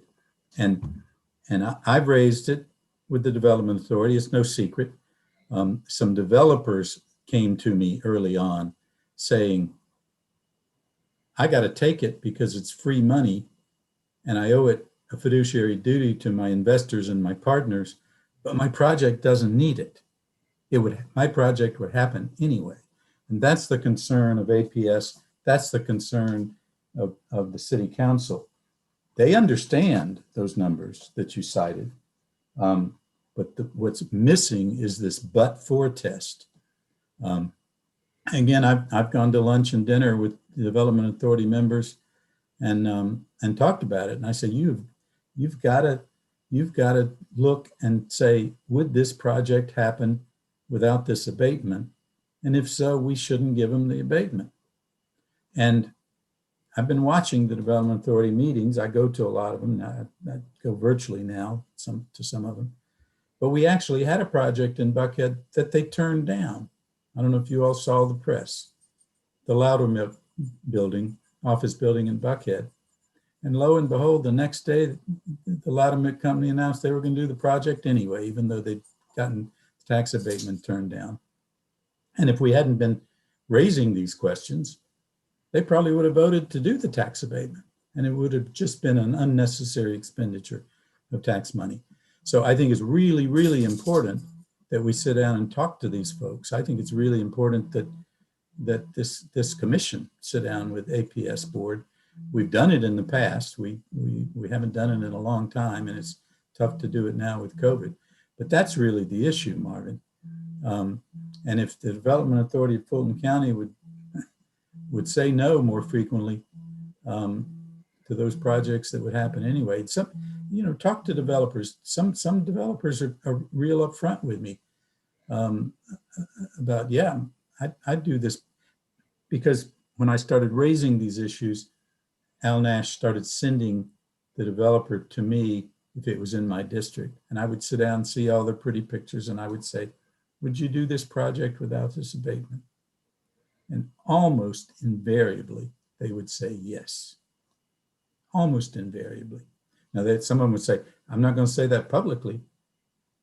And someone would say, well, I'd probably have to take the facade off the parking deck that the neighborhood wants on the side facing the neighborhood. I wouldn't, I'd have to cut some money out of the project. But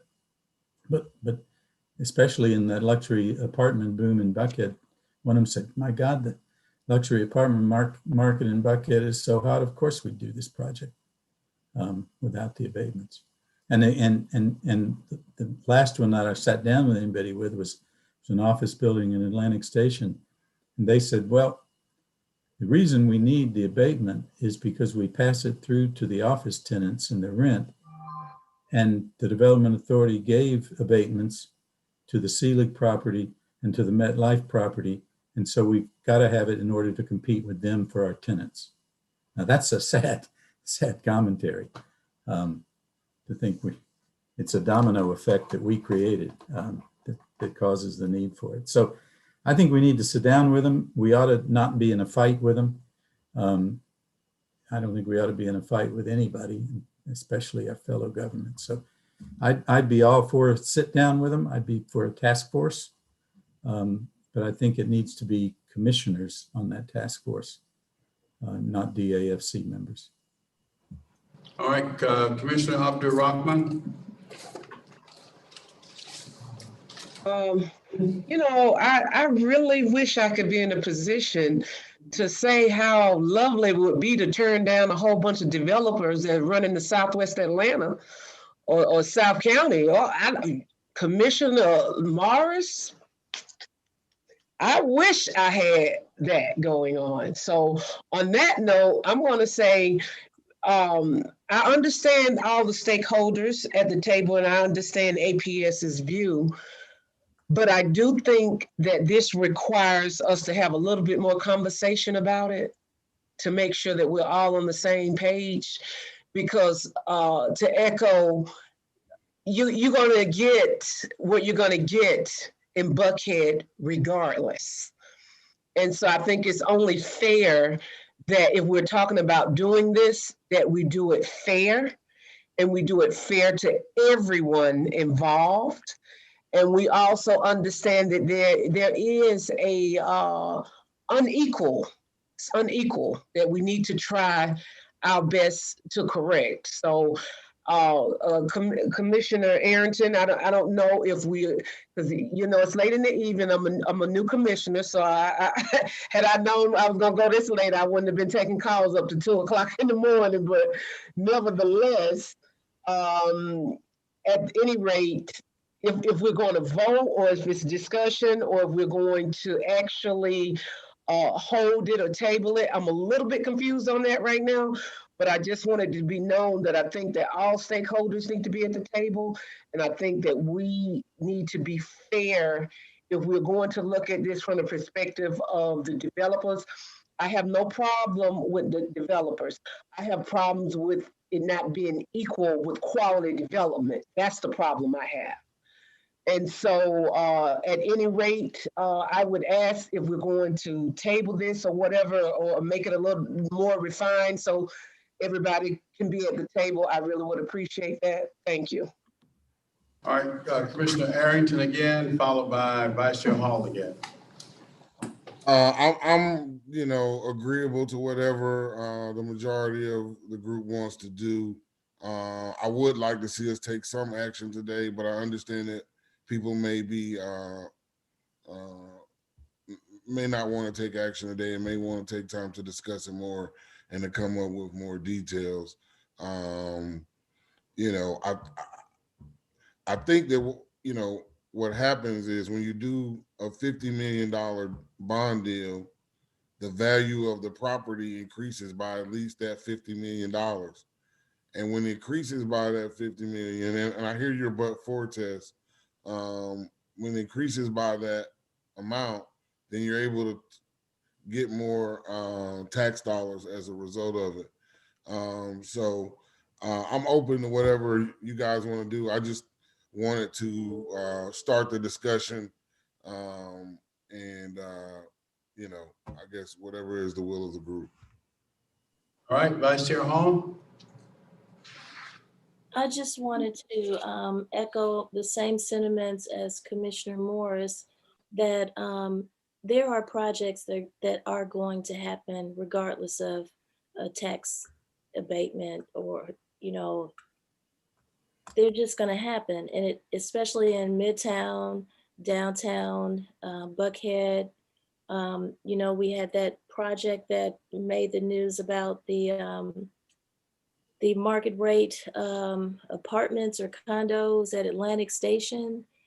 projects like that don't need incentives, but we need to incentivize those projects that are going to help our neighborhoods that are in dire need of development.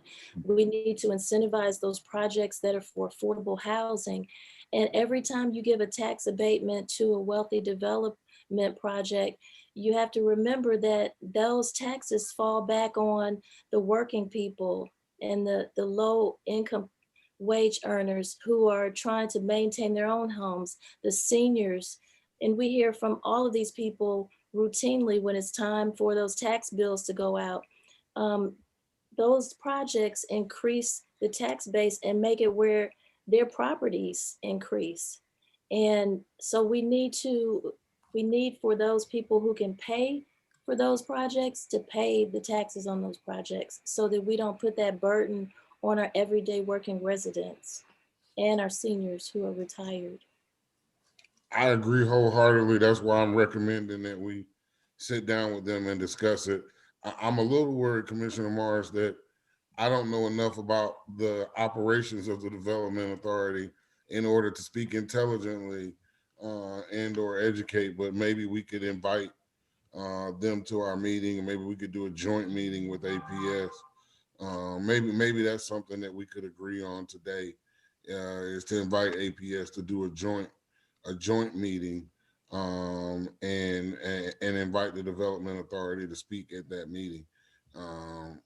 Maybe that's something that would be agreeable to everyone, at least in the short term, and we could still continue discussions about other long-term or medium-term options. Yeah. Well, Sounds Commissioner good. Arrington, the way that we meet with the mayors of Fulton County, I think it would be great if we had a meeting with APS and City of Atlanta in that same manner. And, the topic of discussion would be this very topic. We can, of course, we would have to publicize it to the public, but I think it's worth doing. I'm open to it. I don't know if it makes sense for us to do both of those groups at the same meeting. Well, separate meetings, definitely, because they're large bodies. Yeah. So I guess I'll make that my motion then for today, that we meet with APS and with the City of Atlanta Council in order to discuss options regarding the Fulton County Development Authority. Okay, when you say we, Commissioner Arrington, you want three members of the board or what? No, the Fulton County Board of Commissioners, the entire board. Based on what I heard, okay, I think the commissioners will feel more comfortable themselves having those discussions. To invite each body to meet with us. Is that what you said? Okay. I'll second that. Any objections? Let's take a vote on that then. Where's my list? Commissioner Houseman, Ellis, Morris. Yes. Vice Chair Hall. Yes. Arrington. Yes. Drew Rockman. Yes. And I'll vote yes. The motion passes. All right, so Madam, would you poll the board and we'll figure out a time we can do it. I guess time is of the essence, so we need to do it quickly. And whenever we can get a quorum of our body, then that's whatever, okay? Do you have any dates in mind? Just ASAP. I mean, whenever we can get forward, but quickly. All right, next item. 21-0074, discussion, Invest Atlanta Board of Directors meeting summary.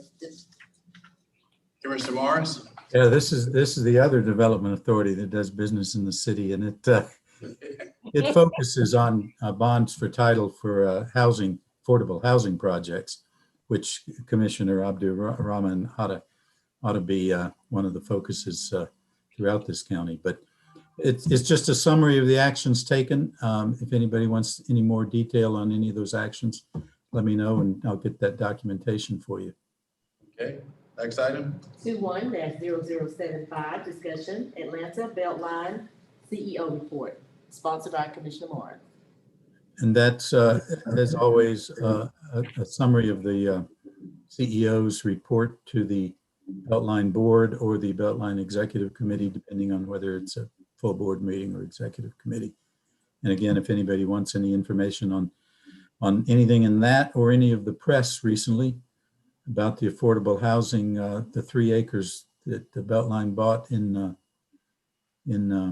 Buckhead for affordable housing, perhaps along the Beltline, or any of the other projects.